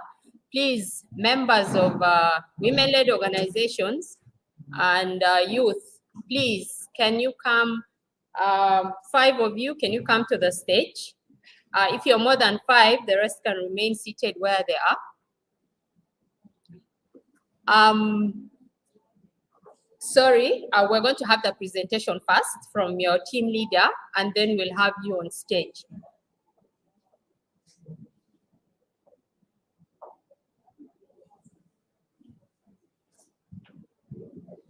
We all know that women-led organizations are the first responders to victims or to survivors of be it conflict, be it GBV. So it is very important that we are very attentive to their presentation and prepare your questions for them. Thank you. You're welcome. Thank you so much. I hope I'm audible. Okay, thank you so much. I'm here representing my team, civil society organization, women-led organization, and the youth. First of all, I would like to thank all of you, and then my team members also for the effort. We are here to, we can go to the first slide. First, I would like to say, we talked about how, what is a civil society organization and then the explanation. And then we mentioned that a civil society organization is a group of people who works in the community in a unique way, directly with the community compared to the government. The civil society represent the interests of and the will of the community or the citizen to the government. They are non-governmental organization and non-partisan that advocate for the rights of voiceless and vulnerable community members.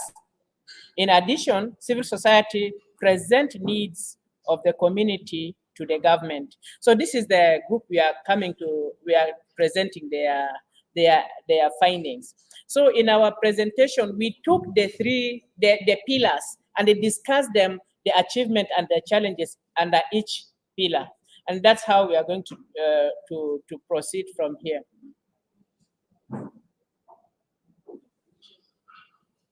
Next slide, please. We took the participation as a whole and we discussed what were the achievements that we did under participation as civil society, women-led and youth organization. We discovered that women and youth participated in Addis Ababa Peace Act negotiation and were signatory to the ARCS. So you all know that we were part of the signatory. There was a question about people were rotating, women were dancing in the AU building in Addis Ababa so that they can be included into the negotiation. And then after all, they were part of it, and then women were included, and then they were part of the signatory to that. And that's one achievement that we have done so far. Women-led organization and youth created awareness on the importance of peace and peaceful coexistence among community members. This is what is ongoing until now. The issue about peaceful coexistence is one of the priority that the women-led organization, the youth, are always advocating and creating awareness at community level. Youth forums were formed to raise awareness among youth. Youth are sometimes like they are so vigilant, and then they are also ambassador to the rest of the youth who are always in the forefront of maybe affected by the conflict. So they form themselves into their groups and start creating awareness to other youth. Youth has been in forefront lobbying non-violence and the youth engagement in conflict. So they always lobby for the not for the young people to engage in conflict.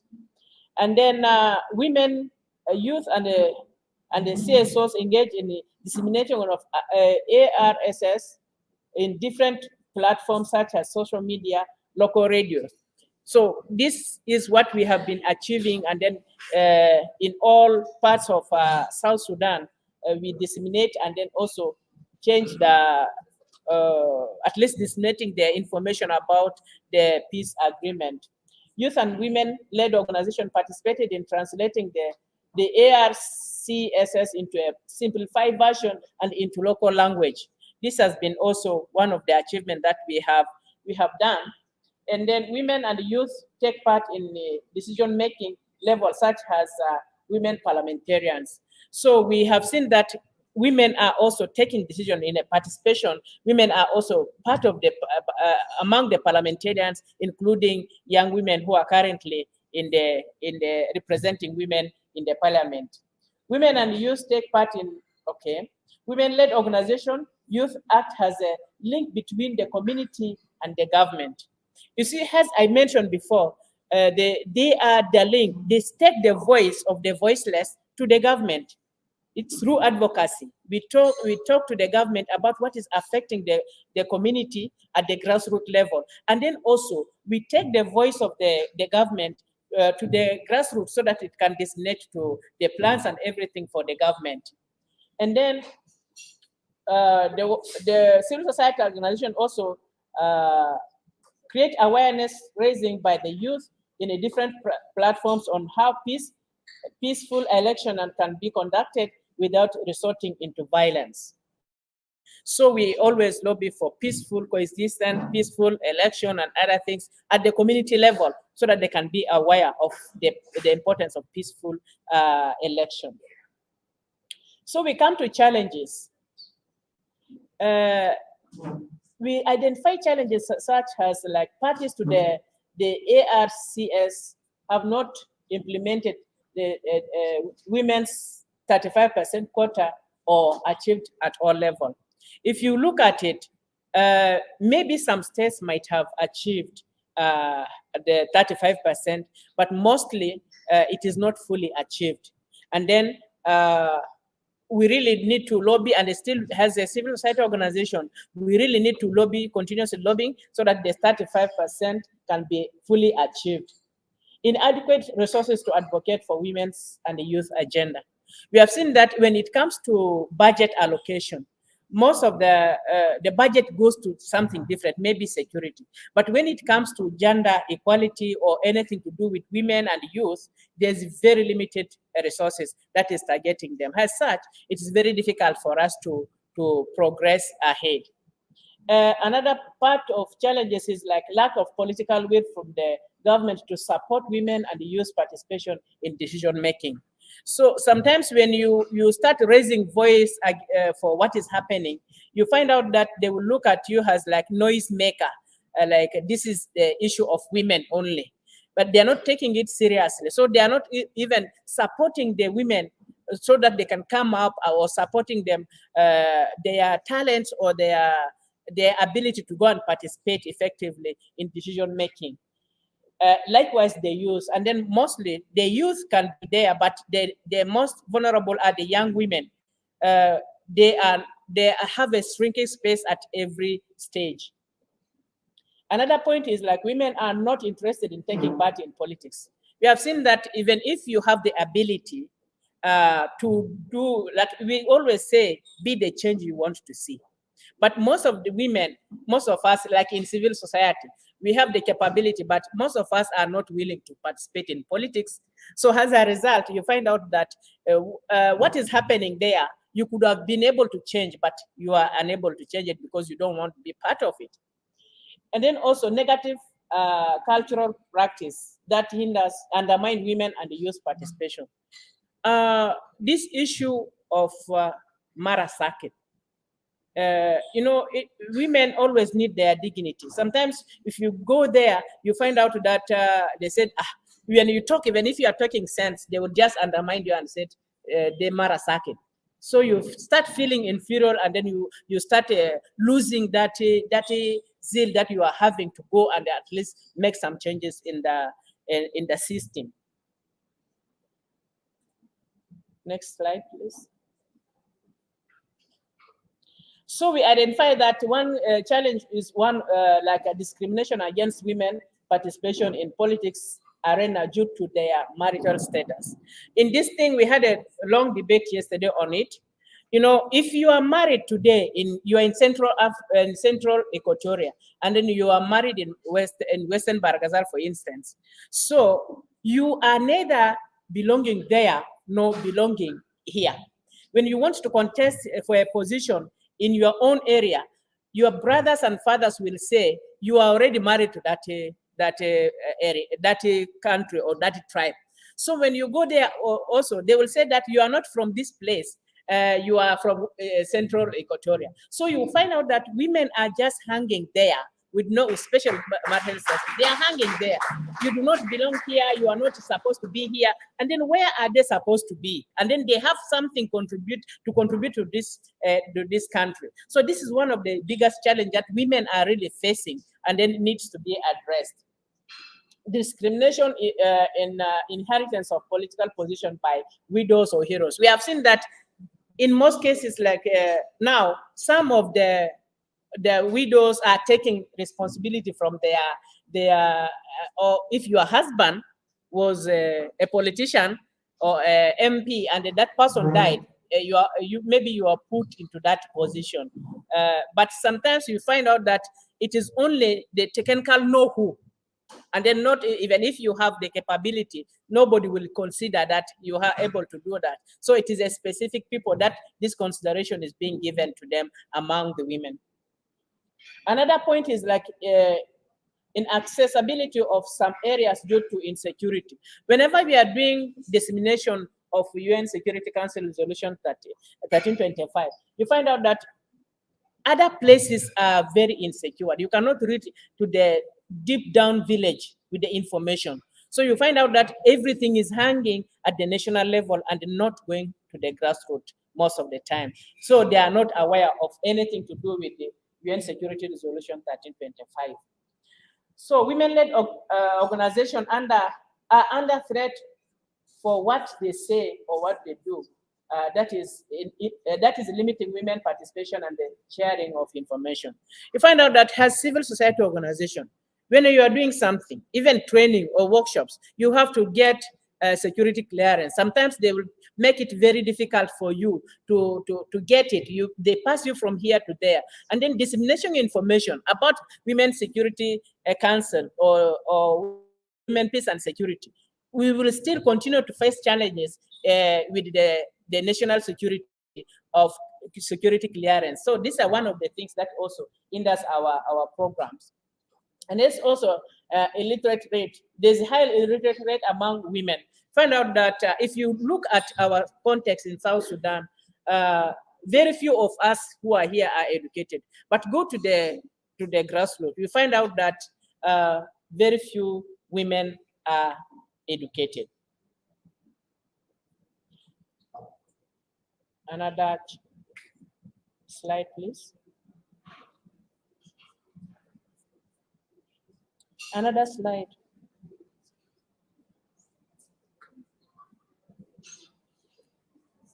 Who is changing the slide?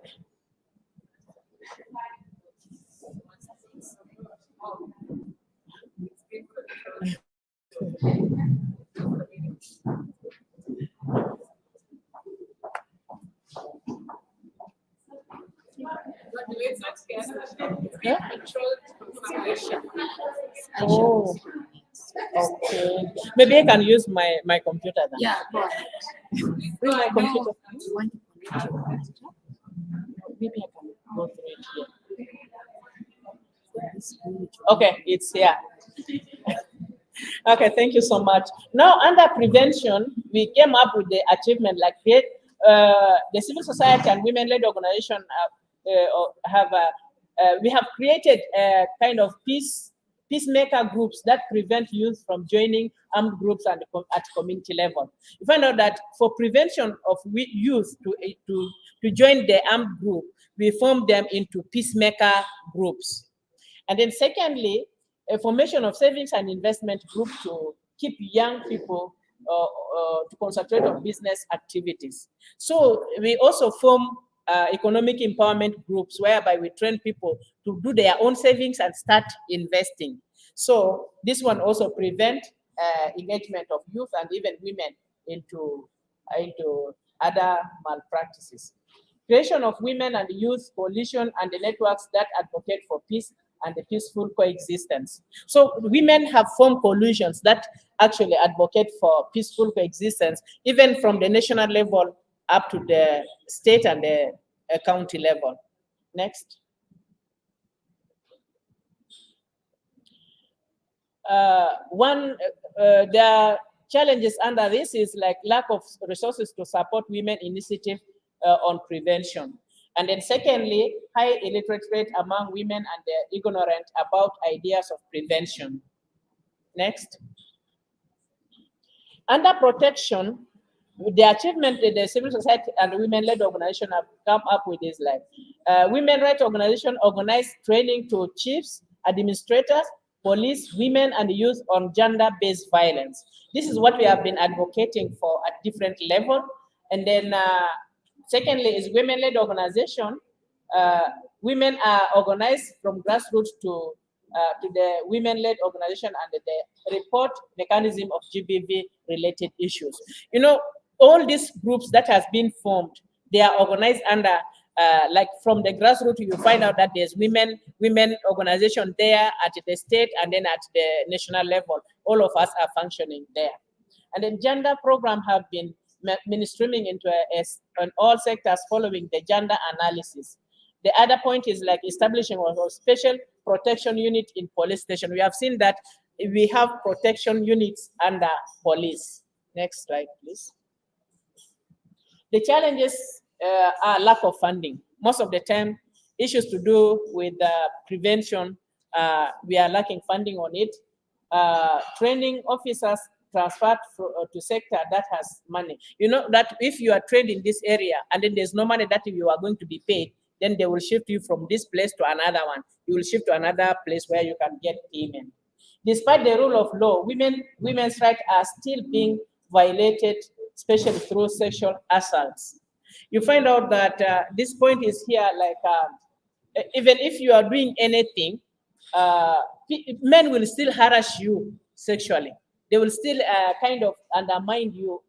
And then, like for instance, they are kind of saying, even if you have a capability, they will say you are not capable. Maybe you go to the position because you might have slept with the boss in that place.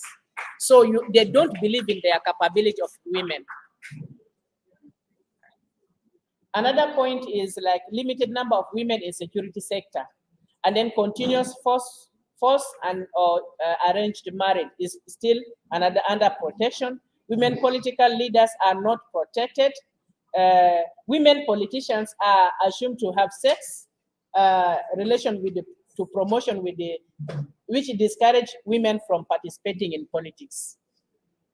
Next.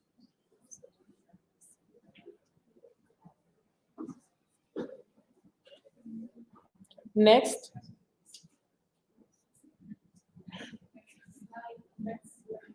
Next slide, please.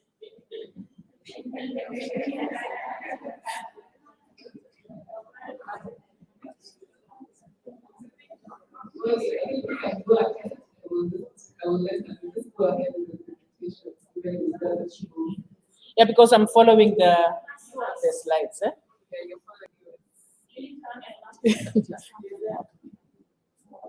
Okay, under recovery, women are actively engaged in business activities.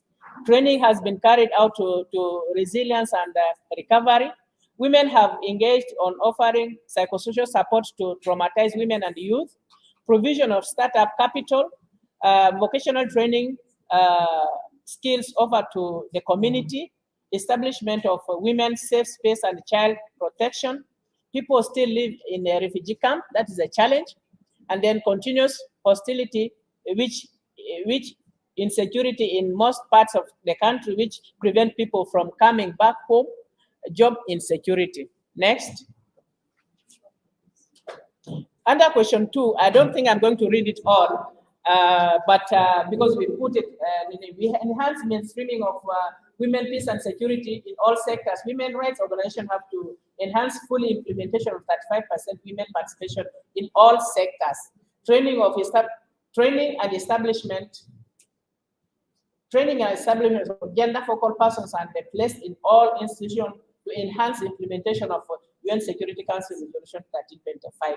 Women-led organizations use and have to disseminate information on 1325 in every training and workshops. Introduction of UN Security Council in schools curriculum. Involve men as champion of women, peace and security. Next.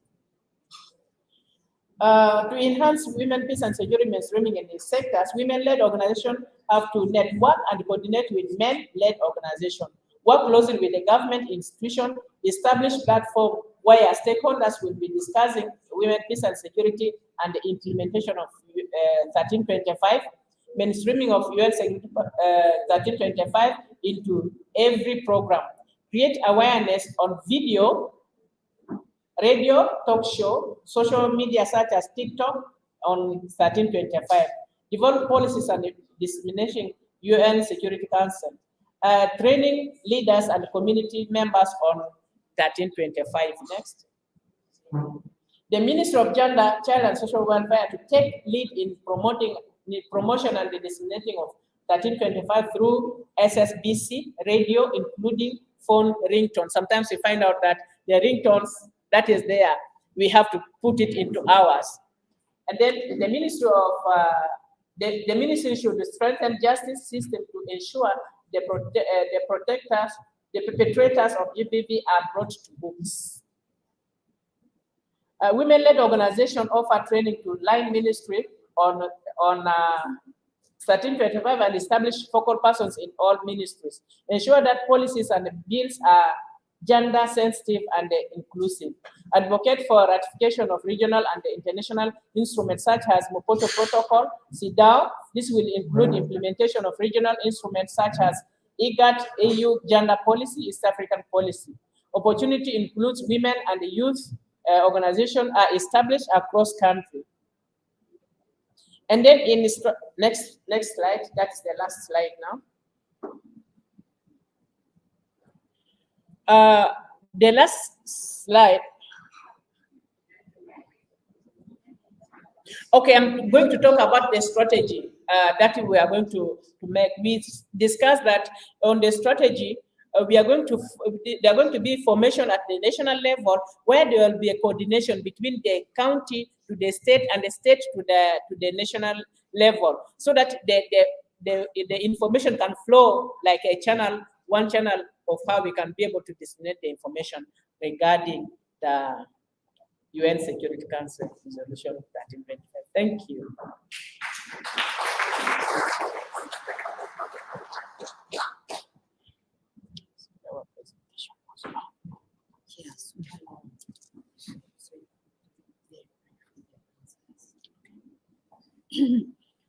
Thank you so much to the women-led organization and youth group.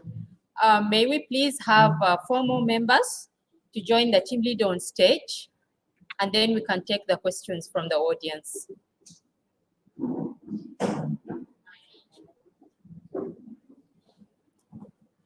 If you are part of the youth, civil society, women-led organizations, please.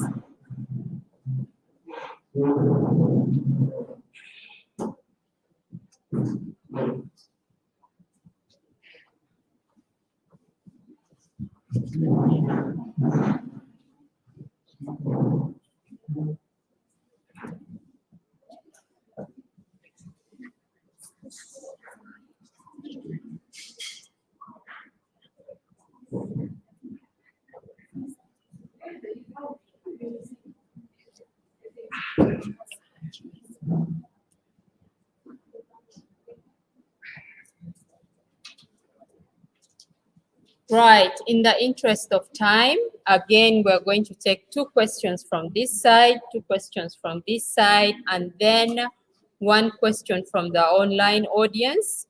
And please, this is to the women-led organization, youth and COS team. Please try to be brief with your answers. We're really against time. So, the volunteers, somebody please come and take the mic. Right, okay, just bring the mic to Honorable Victoria.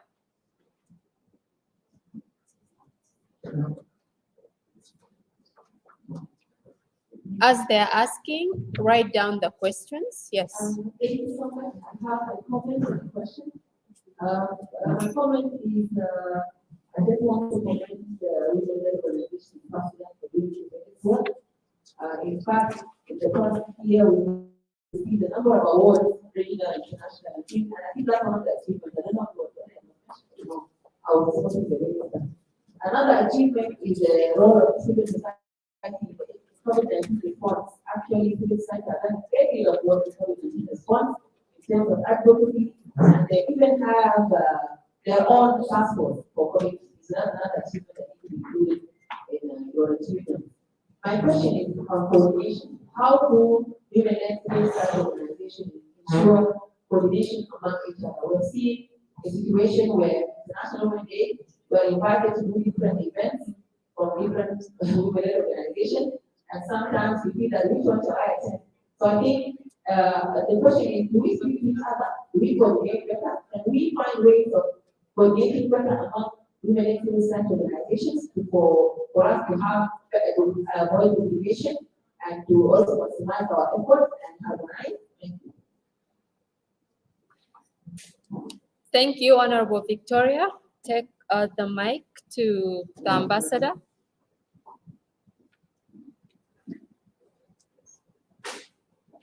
Thank you. My question goes directly to first of all, I would like to appreciate this group for the work well done. My question reads, what plan or policies do you and civil organizations put in place to reconstruct and end the use of South Sudan,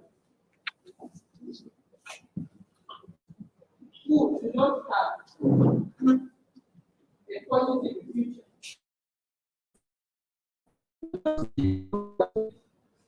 future?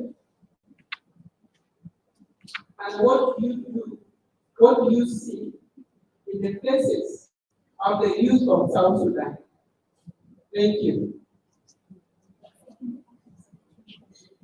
No, sorry.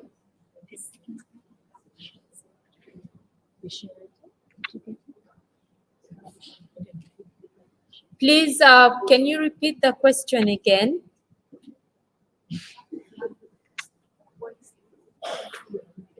She's going to repeat it. What plans or policies do you put in place as civil organizations to reconstruct, mentor the current situation of South Sudan youth? What do you see as a positive future to continue the destruction that is caused by the youth of South Sudan? And the second one is, do you see anything in the present, or have you read the problems of South Sudan youth in another way around? Thank you. Thank you so much, Ambassador. Let's move to this side of the room. Do we have a question from this side of the room?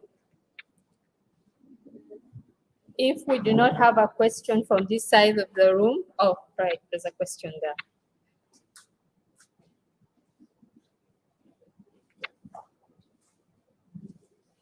Thank you. My name is Sswi.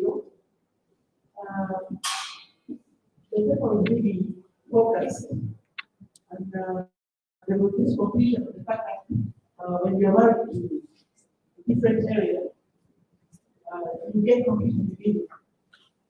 It seems you don't have an identity, you belong to it. But I think this is not correct, because nowhere is it written that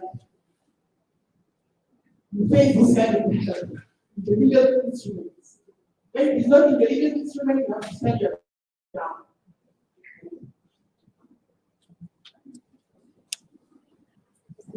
Thank you for that comment or remark.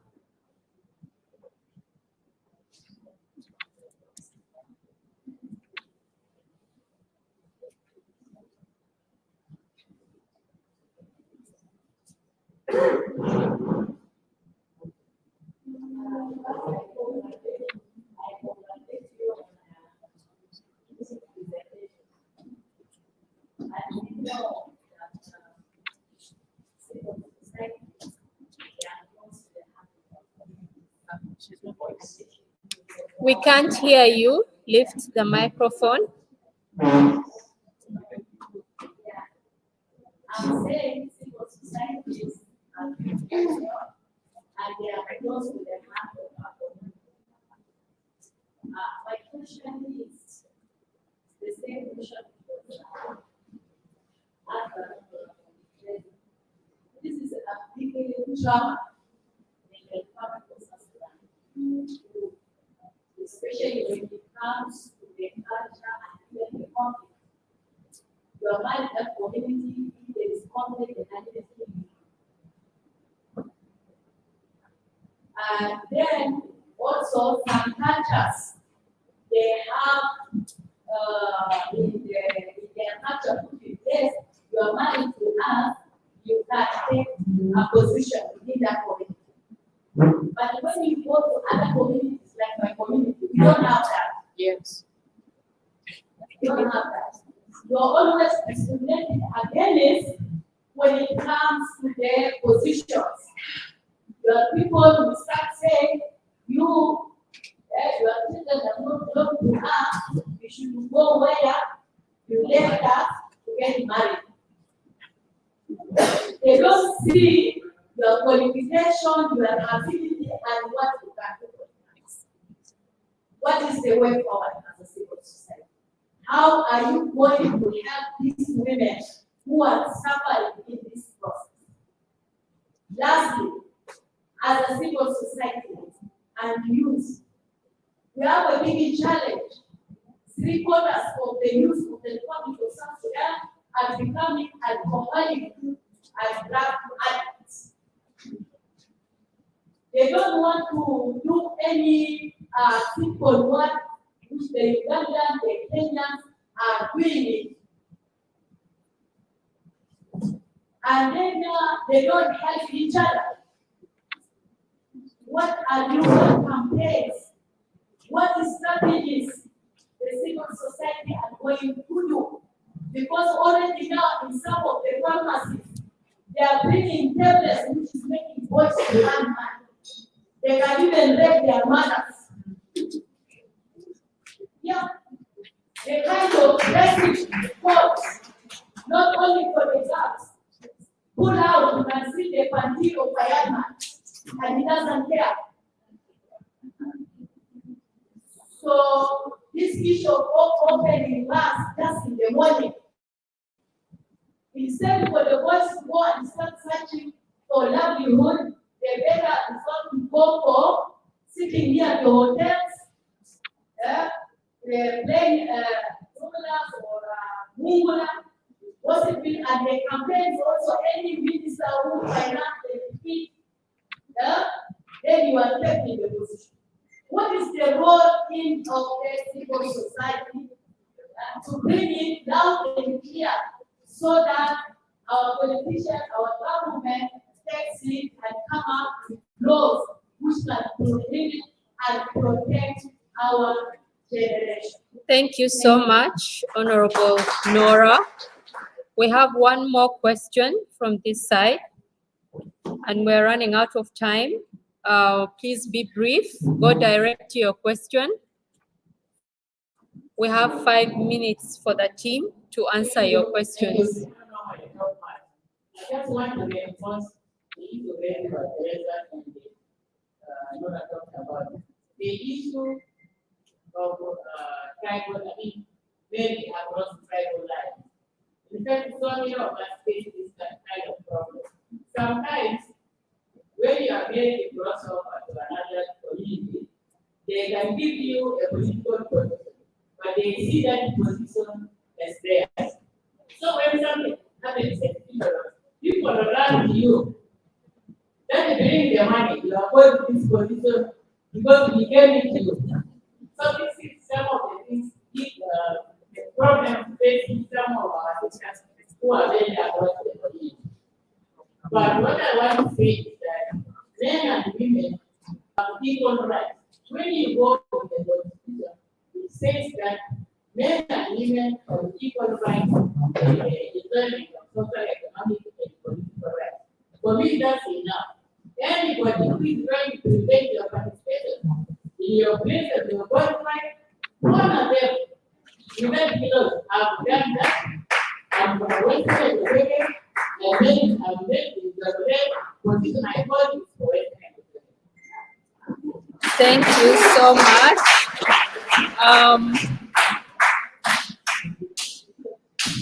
I think those are 4 questions, or there are 3? Sorry? No, one person, okay, had like 2 questions, but we are counting 4. Right, so I'm going to just give you the 5th question from our online audience. And the question is,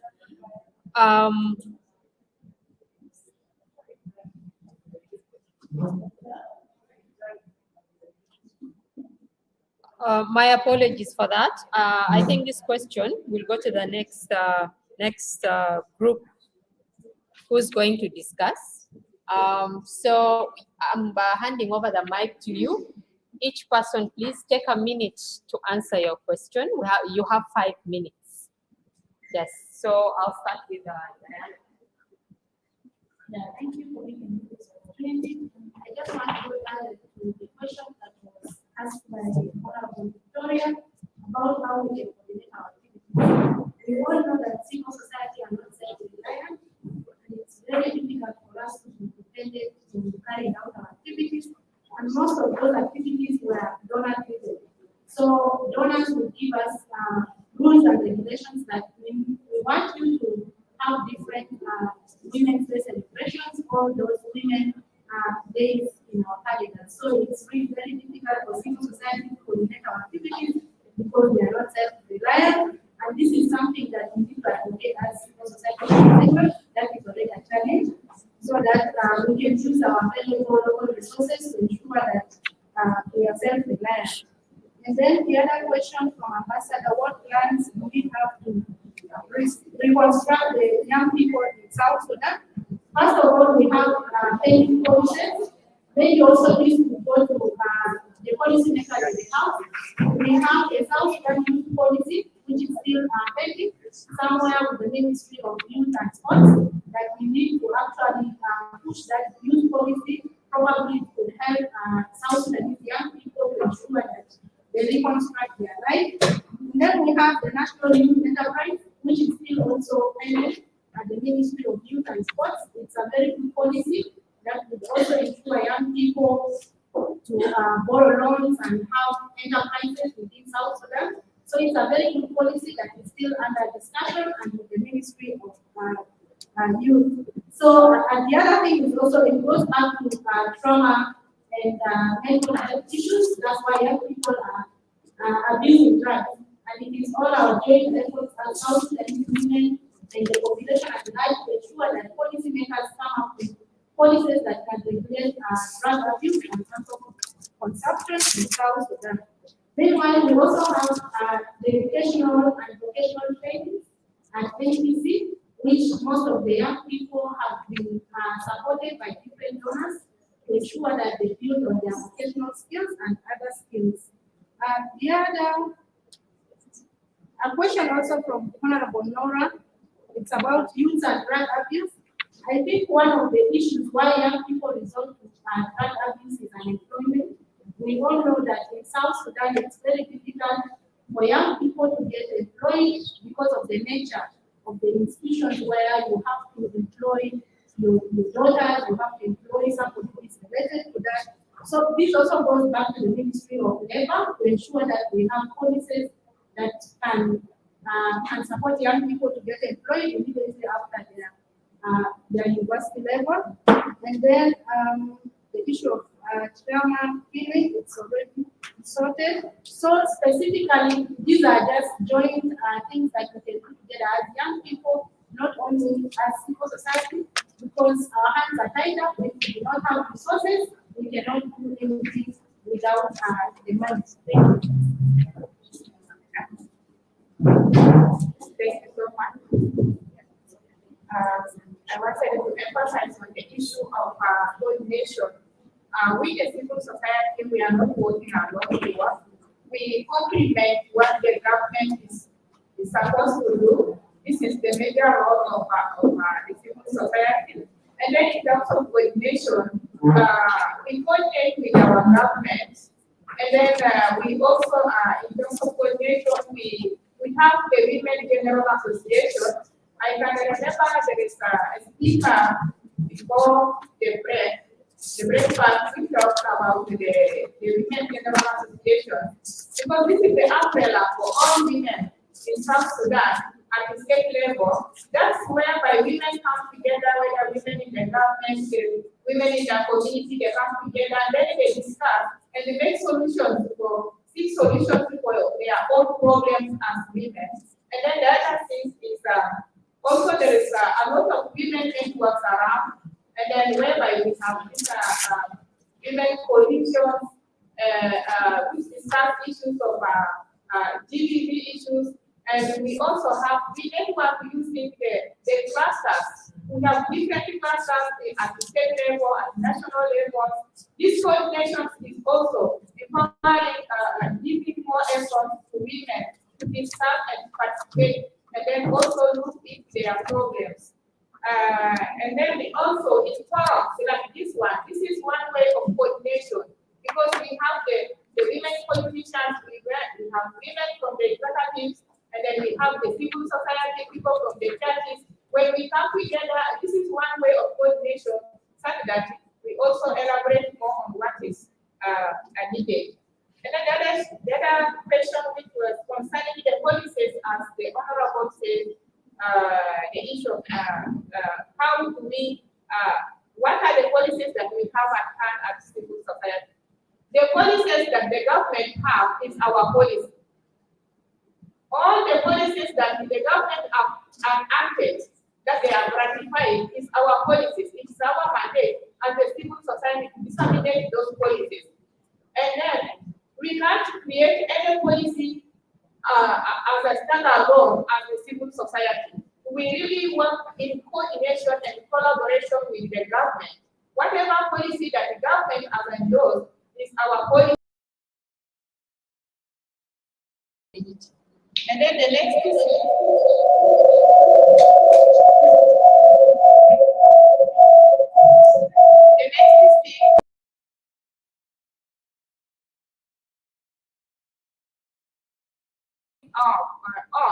like for instance now we have come to as a civil society, we are really trying to coordinate and also to prevent violence before it occurs. And then this issue of preventing violence extremism. I remember there were 3 women representatives from this country went to discuss with the regional women at IGAD in Djibouti. And then this is also one way of us to discuss with other fellow women and see how we can be able to prevent our young people from joining violence against the current government. So these are the things that we are looking at on how we can prevent our young people and make them self-reliant. These job creators rather than job seekers. These are the way that we are looking at to sensitize them, to give them more information on how they can be self-reliant, their dependence. I think, yeah, thank you. Mine are just a woman of few words. Way forward for loss of identity during marriage. Just a way forward for loss of identity. I just summarize it. It's just we are in the constitution making process. We need to put it that clear in the constitution. And in the constitution, the Bill of Rights says that anyone has the right to contest and be elected anywhere in South Sudan. So when that happens, it is a violation of rights. My lawyers in this house will help me on that. And as we are moving, as the constitution making process in the right, women in Jama, let us stand up and shout all our voices to see that anything that is starting us, let us put it in the constitution to stop all these discriminations. If we keep silent or we are silent now, we'll keep on silent forever and keep our breath. Can we stand up and say no to all these discriminations? Yes. Yeah, we say no to all these discriminations and to stand up for our rights. And our rights will be enshrined in the constitution. The constitution is the matter of all those in South Sudan. Thank you.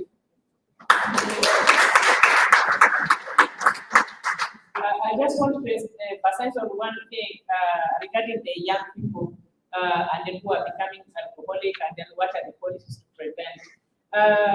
This is a collective effort from each and every sector, being it education, being it health, being it gender, whatever. All of us have to contribute, have to make sure that we highlight and they advocate for the young people to get employment, to advocate for the young people so that they can be able to leave all the misbehaviors and everything. So I think it is a collective responsibility, not only for the civil society organization. Thank you.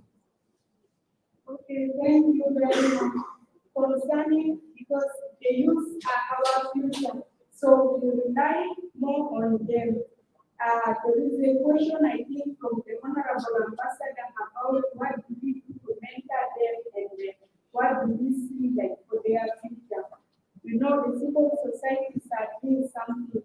For example, the South Sudan Council of Churches have a coordination desk for the youth, where they are mentoring the youth, and now as we are talking that for youth that are sent to South Africa for exchange program to mentor them. They are also using the sports for the youth, and also there is economic activity at different levels. Those who cannot go to school, they help them do farming, do business, and then those who can keep trace of the entrepreneurship skills. And this project is being run under the 1325, the project which is being run by the South Sudan Council of Churches. So like all of us in our different capacities, we can do these smaller things for the youth. Even we have the Center for Counseling and trauma healing, and we have a toll-free number whereby the youth are encouraged to call or come physically to the council to be counseled. Thank you. Thank you so much to this team. We're not going to be able to take more questions. Please send your questions to the forum. It's, sorry?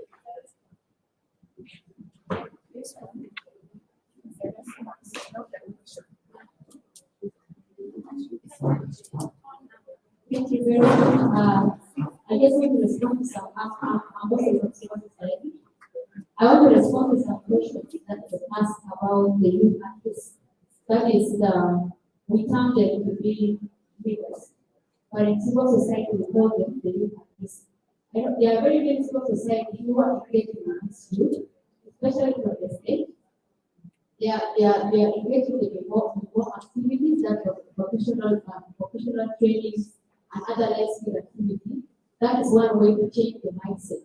For example, in WOW, there are a lot of these activities. I know if I don't cover all of them, but at least we have seen changes in those youth artists.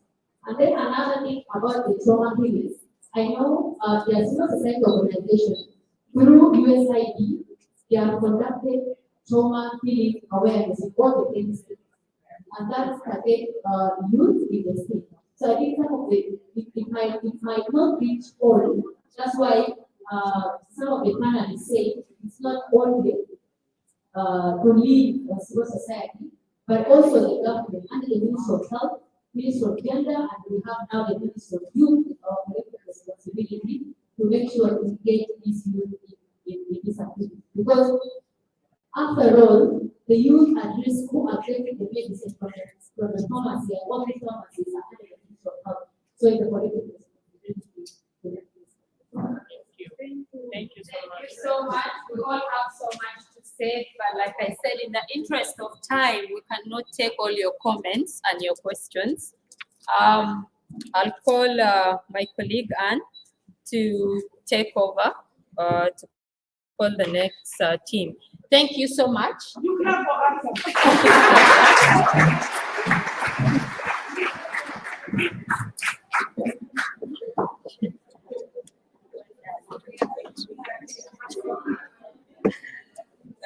Thank you so much, Zara, Modi, and team.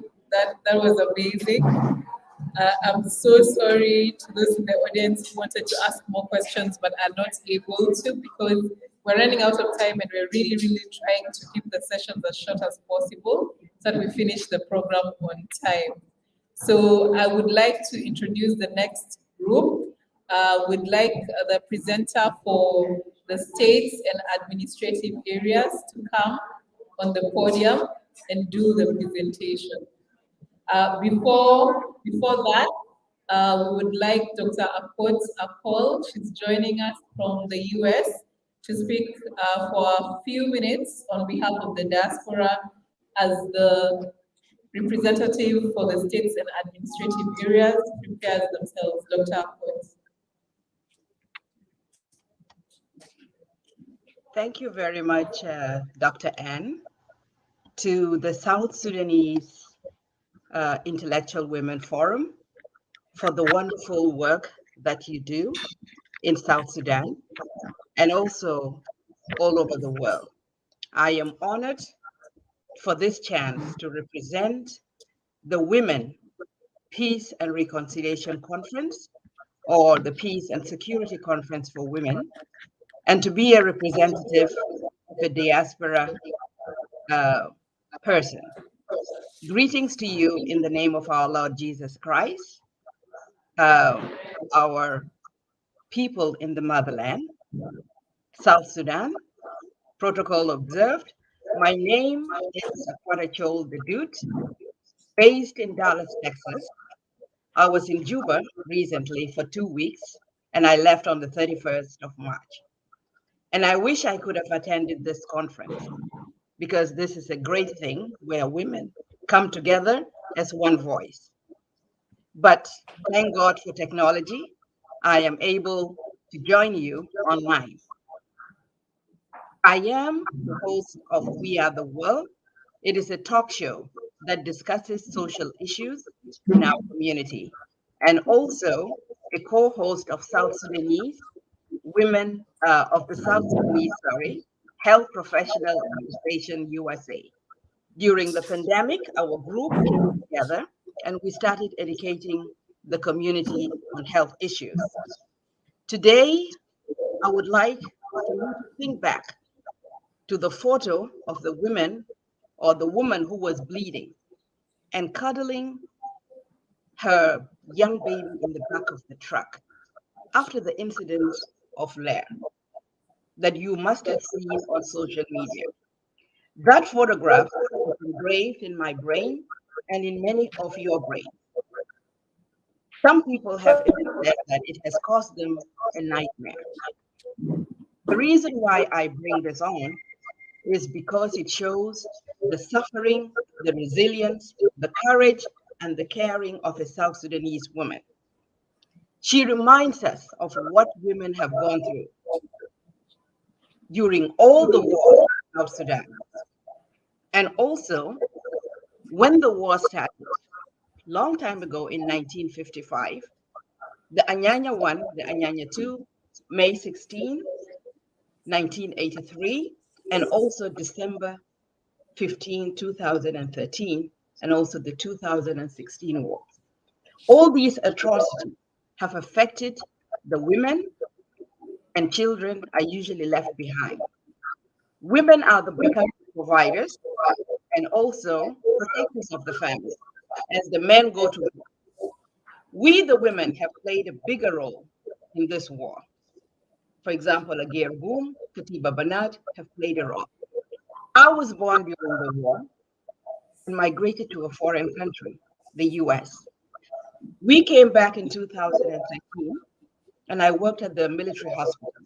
But unfortunately, because of the December 15 event, we had to be evacuated from the country.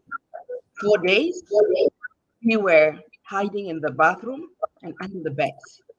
The sounds of guns have remained as a traumatic event in my life. Till today, I cannot go for fireworks. And that is why it is time for us to call for peace and security. This time, women in this room and all over the world are tired of the war, death and instability. We need peace. We need security. We need reconciliation. All this war has affected us in so many ways. And that is why we have a poor healthcare system. I will discuss how the healthcare system has been affected. When I was in Juba, I had seen children and even adults who are malnourished, poor sanitation, trash everywhere, unclean water, leading to preventable diseases, for example, diarrhea, hepatitis, typhoid, and even malaria. High mortality rate when I worked at the military hospital. High rate of teen pregnancy. Lack of proper equipment and life-saving care facilities. We are a true community. Mental health is a huge problem seen in our behavior, even for those of you who go to social media.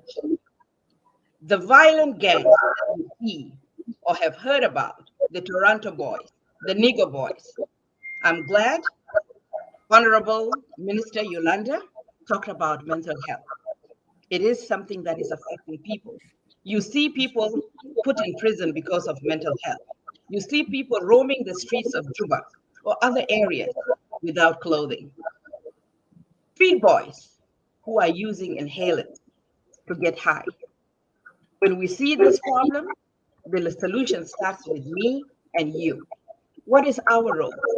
I'm glad Dr. Anit was here today, and she mentioned something about educating the community.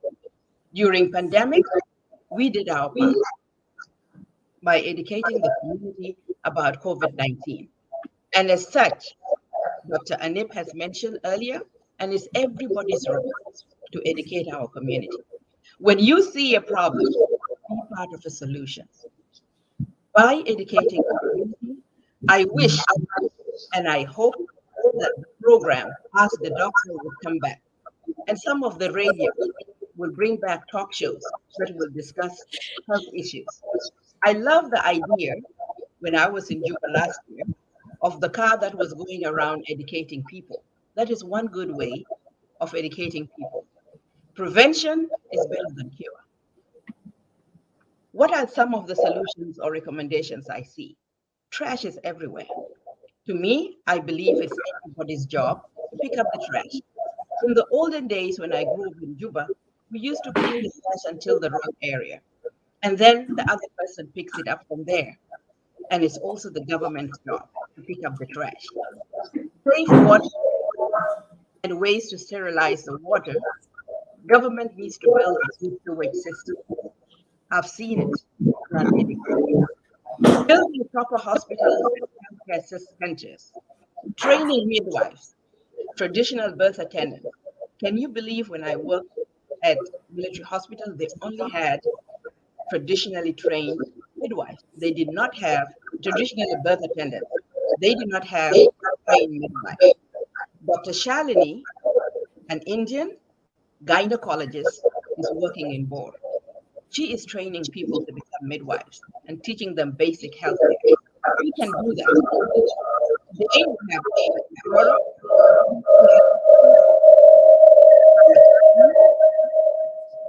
obstetric and gynecologist in oncology.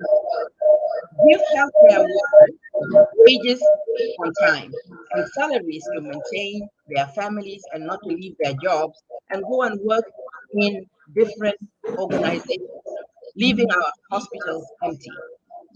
We, the ones in diaspora, we can do our part by helping to bring medical equipment. I have done that, and I believe you can do that. When you see the CNN heroes who make a difference in communities, they are people like me and you. Senate repairs that we had talked about earlier. This is something that was started by one of the South Sudanese girls in Australia. And I heard recently that that program is also in Bor. Lastly, peace cannot come if I do not love Fiji. If I do not love and well, Nyadak, Kwani, Atiai, and Atiai. And not to look at our system at tribes level. Our tribes are our diversity and strength. We are one tribe. My tribe is South Sudan. The 64 tribes of South Sudan form one nation. Peace can only come if I and you love each other. Divided, we fall, and we can kill each other. But if we are united, and we say no to tribalism, then we are all equal and children of God. If we want peace, we by us praying, by us speaking and acting in love, being kind to one another, and also being tolerant. If you are a believer, you should love your neighbor. From Dinka, from Muru, from Nuer, from Azandi, from Acholi, Latuko, and Anuak. Peace starts here in this room. Now is the time for action. Do everything in love and unity. If Rwanda can do it, I can do it. I am sure we, Sudan, can do that. May God bless you. May God bless the women of South Sudan. My prayer is that God will hear the cry and the prayers of the South Sudanese women. May peace reign in South Sudan. Amen and amen. May God see the suffering of the women, the children, and the mothers. We do not want war anymore. We want peace in South Sudan. And I believe we are the change that we need to bring peace and reconciliation. And with this, I salute all the women who have come to attend this conference. May God bless you, and may God bless the Republic of South Sudan. Thank you.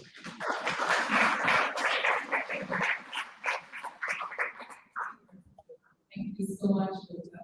Thank you for taking your time to be present with us today in Juba and to give us those remarks. And yes, may God bless us all and help us achieve the unity that we seek to achieve. I would like to request the representative from the states and administrative areas to come on stage. We want to break for lunch by 2, so you have about 14 minutes. So try and do your presentation quite fast, and then we'll take only 5 questions. Thank you. Welcome. Thank you.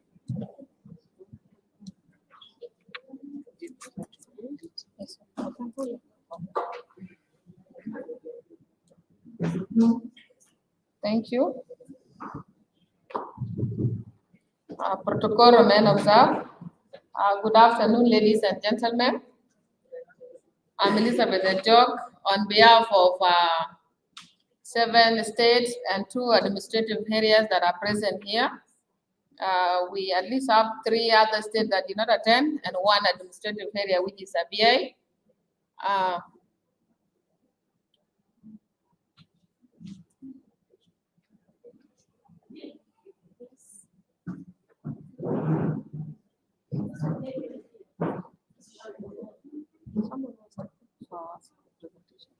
Did you say it? Yeah, last night. She can just go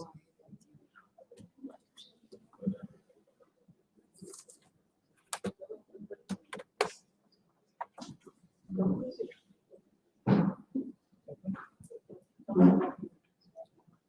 She'll just go on with the presentation from her laptop, but Aisha will put the presentation here.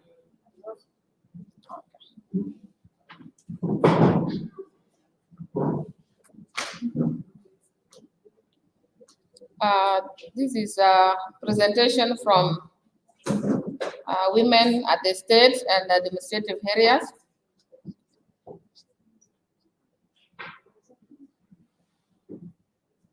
Some of the major achievements that have been done so far concerning women, peace, and security at the states and the administrative areas are as follows. 1, women have been recognized at higher level of decision making in the states, and that's why we have a female governor of Western Barakazal states as a 3rd female governor in the Republic of South Sudan. And we also, women at the states are holding other higher political positions like speakers, deputy speakers, deputy governors at various states in the Republic of South Sudan. Like in the state of Leyte and Northern Barakazal, the speaker and the deputy speaker are women. We have seen also there are more women in the decision making, like in holding position of advisors, ministerial positions, head and deputy chairperson of independent commissions at the state level.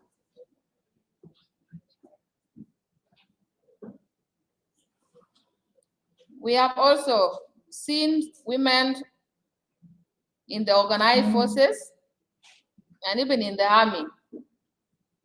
We have also seen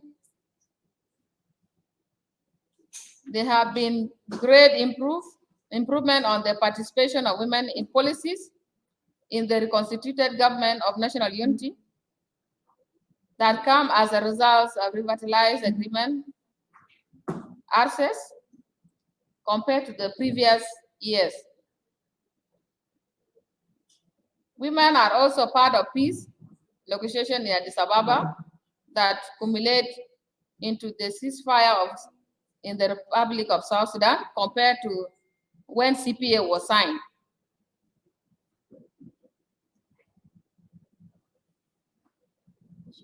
The women are currently signatories to the 2018 peace agreement that brought about the revitalized government of national unity. Other achievements, there are special protection units at the state level that assist survivors of GBV at different states, at different locations, and even counties. At the state, we have seen the improvement in some states, like security, like in Lake and even Warab, we have seen security have improved in most part of the state, and therefore life of women has also improved. Challenges facing women in terms of women peace and security. The great challenge is the 35% affirmative actions stimulated in the access has not been implemented at all levels or sections of the government and even at the private sectors. In as such as the improvement in women participation in policies, no any government level have reached 35%, either at the national, at the state, and even at the local government level. Women in the private sectors are still under representation due to lack of awareness about the UN Security Council Resolution 1325, which require women participation at all levels. Some of women have been included in the hierarchy for the sake of representing women, but not really given the chance to make decisions together with their counterparts men. Like in the local government, you'll find a female chief and has no tree where she can handle cases compared to other men who are paramount chief, they have places and they have influence within the communities. The other challenge is there are no women that are heading the military divisions in the state or even the commissioners of police at all the states.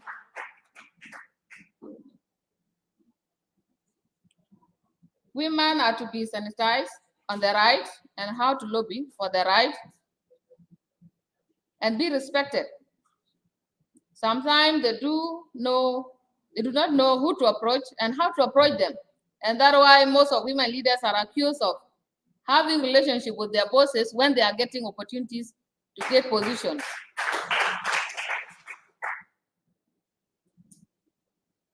Insecurity have significantly destabilized people, and the most affected are women and young girls and boys and elderly.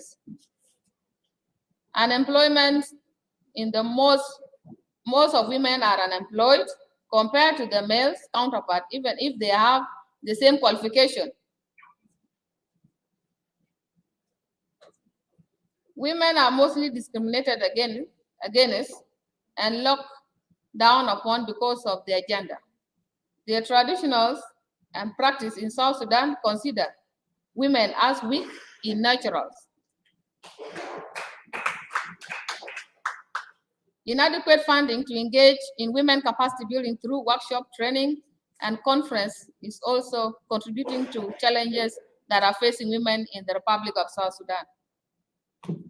Low literacy rate among most women that hinder them from getting enlightened about their rights as women, including the women at the grassroots levels. Other challenge is women are relieved from political positions and replaced with men. Even in our state, we are seeing them. Women are ignored about the important roles they have and the decisions they make when they are given opportunities.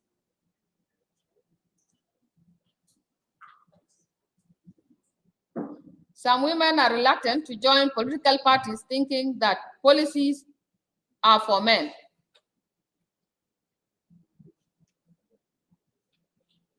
Few women lobby and advocates group are the ones that are lobbying on behalf of women that make their sound not to be heard by all men at all levels. Cultural practice that hided women from participating in leadership positions is also a challenge. Inadequate women investigators in the police station to investigate cases of GBV in most areas at the counties and the level that make women not feel free to go and report some of the things that they are going through, because they will go and see other men who are just like the perpetrators that they met. So it's very difficult for women to report cases of GBV at different police stations.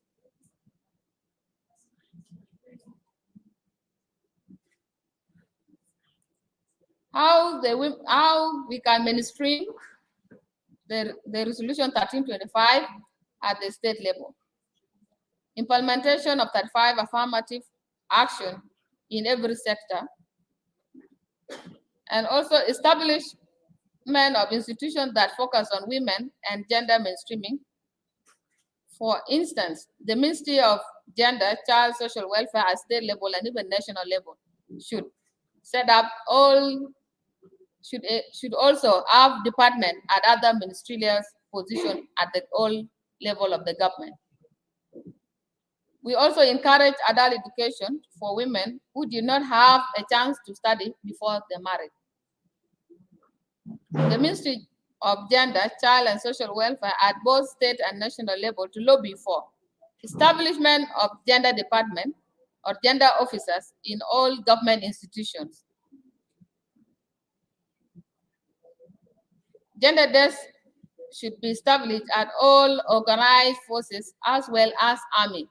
We have women in uniform, they are suffering, but their voice will never be heard when they have no place to express their issues.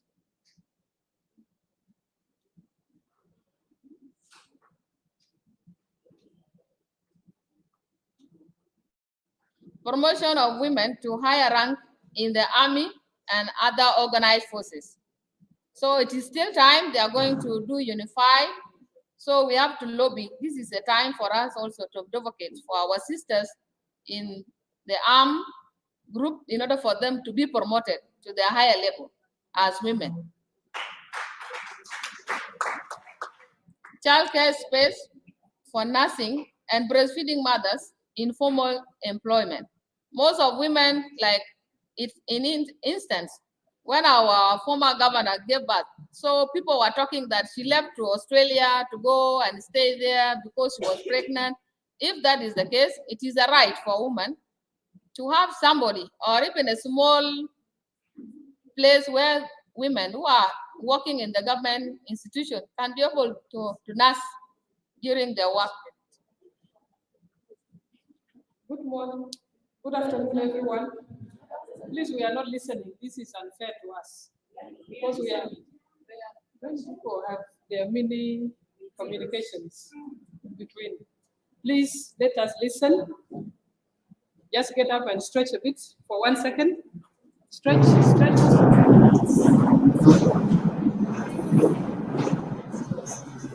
Yes, stretch out. Stretch out, stretch out. Okay, that is enough. You can sit and please listen, because we also need you to answer the questions. And you know, state is not a sector. It combines all your sectors that you have been discussing because they are all in the states.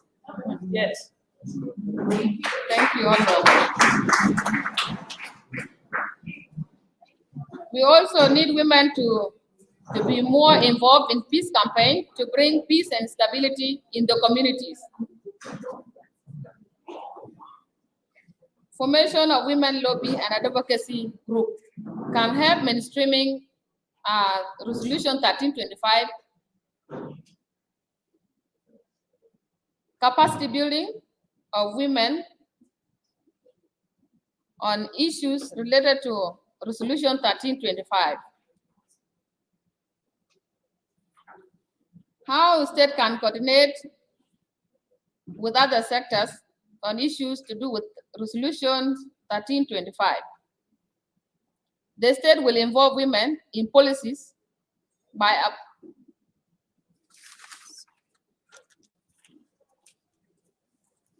appointing and even electing capable women into decision-making positions. For instance, when the political parties when the reconstituted government of national unity was to be formed, all women participated, including myself. I recommended some women to go to different various positions. That means we have a capacity as women at our level to recommend for whoever to come and hold any position. Enroll and train women on gender mainstreaming in organized forces.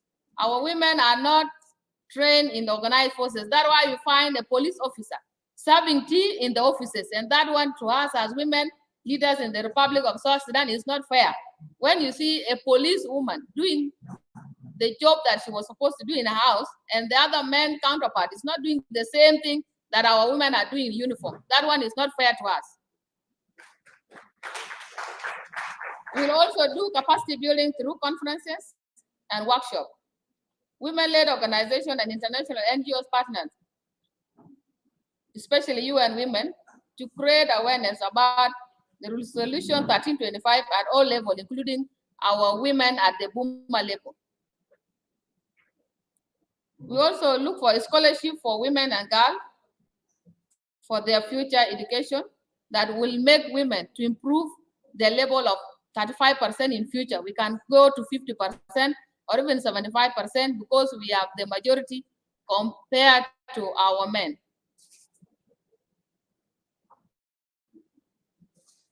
Women at the State Legislative Assembly to lobby and push for gender mainstreaming laws on women and girls at the state levels. The Ministry of Gender, Child and Social Welfare at both levels to spread the gender mainstreaming awareness and capacity building activities at all levels. Women should lobby, the state will lobby for donor support to implement the gender mainstreaming activities.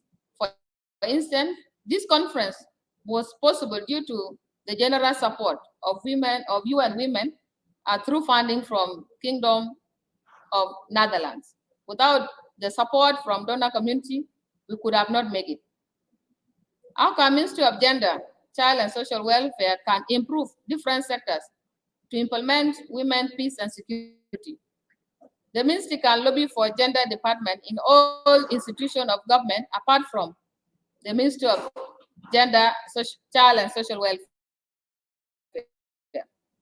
The ministry also can involve other sectors in workshop, conference, training concerning women issues and gender mainstreaming. The ministry can lobby and advocate for the implementation of available law on women, like Maputo Agreement and UN Security Council Resolution 1325. The ministry can also push for the enactment of family laws, because our culture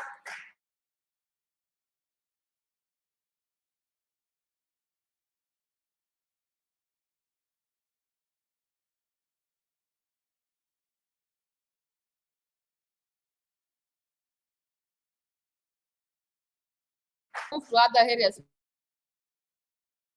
Issues like GBB against women and girls. Establishment of safe house or safe space for victims of GBB. Provision special medication sector for treatment of victims of gender-based violence in their health facilities. Like clinical management of rape are only done at the main headquarters at the states, but at the Payam and the counties, you will not get the provisions.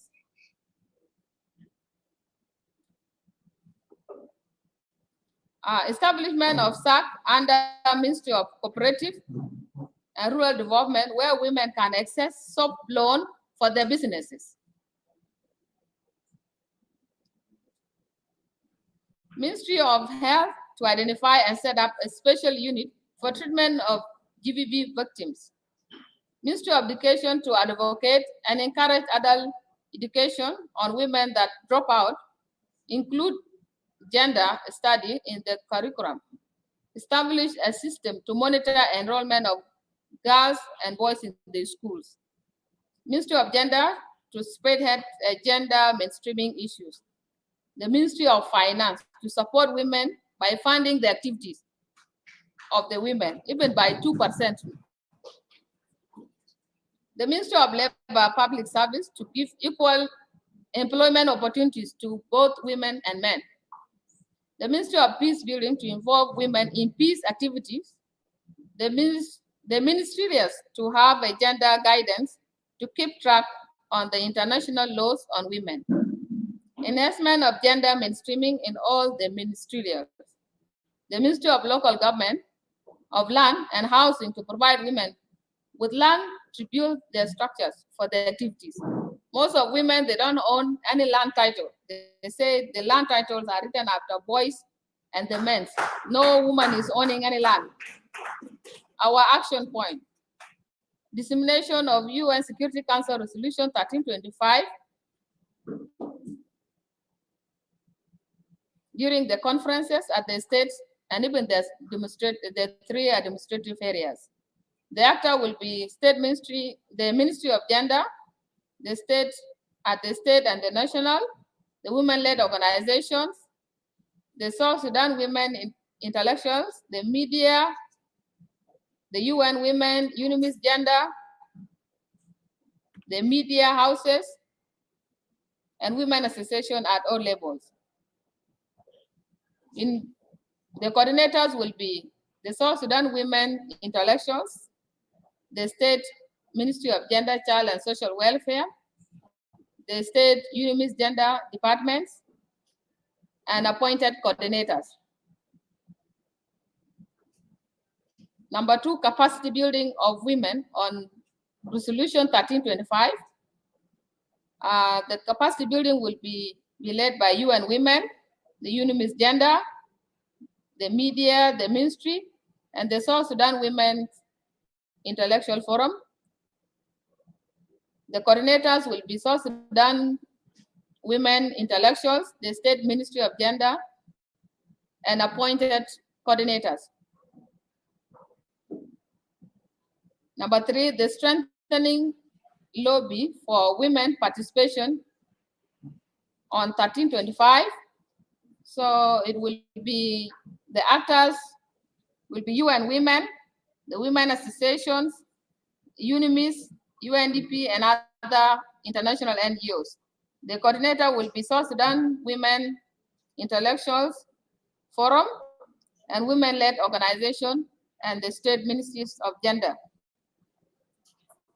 Number 4, the use of media, talk show on women issues, drama. On Resolution 1325, dissemination will be headed by South Sudan Women Intellectuals, UN Women, UNIMIS, women leaders at all levels, including the faith-based organization and political parties. Number 5, formation of women lobby and advocacy group.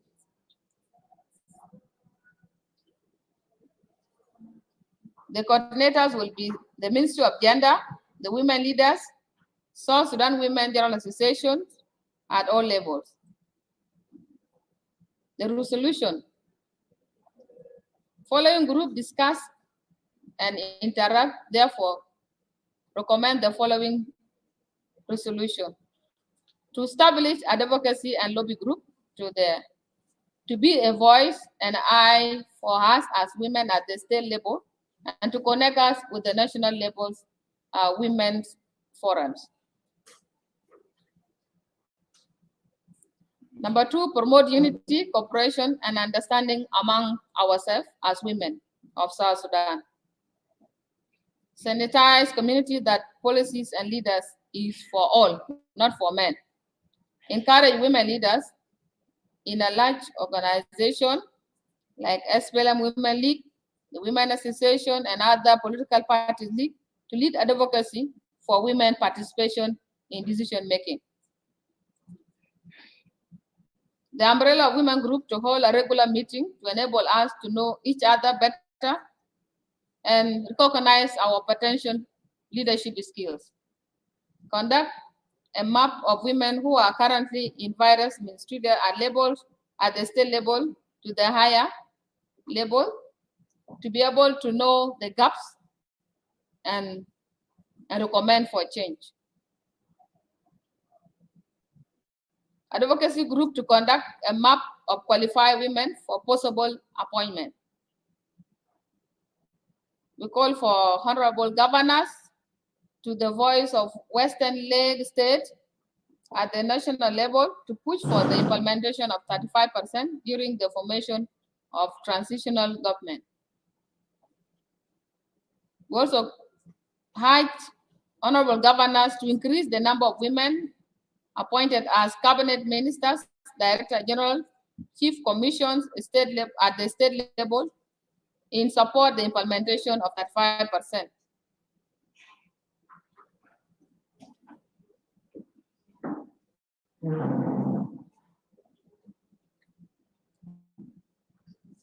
The South Sudan Women Intellectual Forum, the UN Women, and international partners to provide technical and operational support to advocates and lobby group to enhance them to perform their roles and implement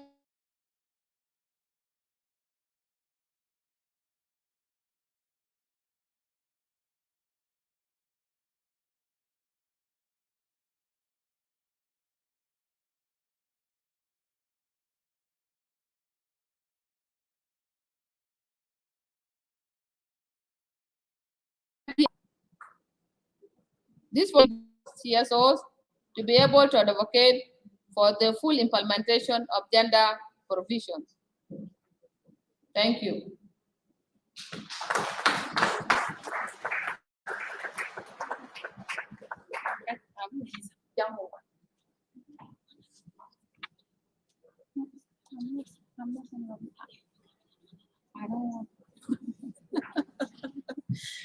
Okay. Thank you so much, Madam Elizabeth, for that very, very great presentation. I think you could discuss almost everything. Very comprehensive. Thank you so much. Thank you. Now, in the interest of time, we would like to release the delegates for lunch. Then when we come back, then we'll be able to give the questions to the panel. So I would advise the rest of the participants to please write down your questions because at least it's fresh right now. So that when we come back, then we can ask. And then the other thing is that I would request Honorable Madam Teresia Atian to have lunch with us because after lunch she will be giving a short remark before we head into the questions for the states in the administrative areas. So thank you so much for your patience. And please come back after lunch so that the rest of the groups can also have an audience that will be able to ask them a few questions. And then we hope to end this second day of the conference by 5 latest. The Honorable Minister for Gender, Child and Social Welfare will be joining us at around 4:30. So we look forward to that. And we look forward to the rest of the presentations that are still pending. And thank you so much for being a great audience since morning and being very patient with us. So I would like to release everyone. Please,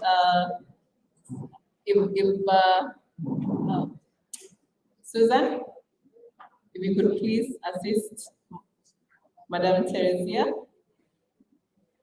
and just walk with her to the restaurant.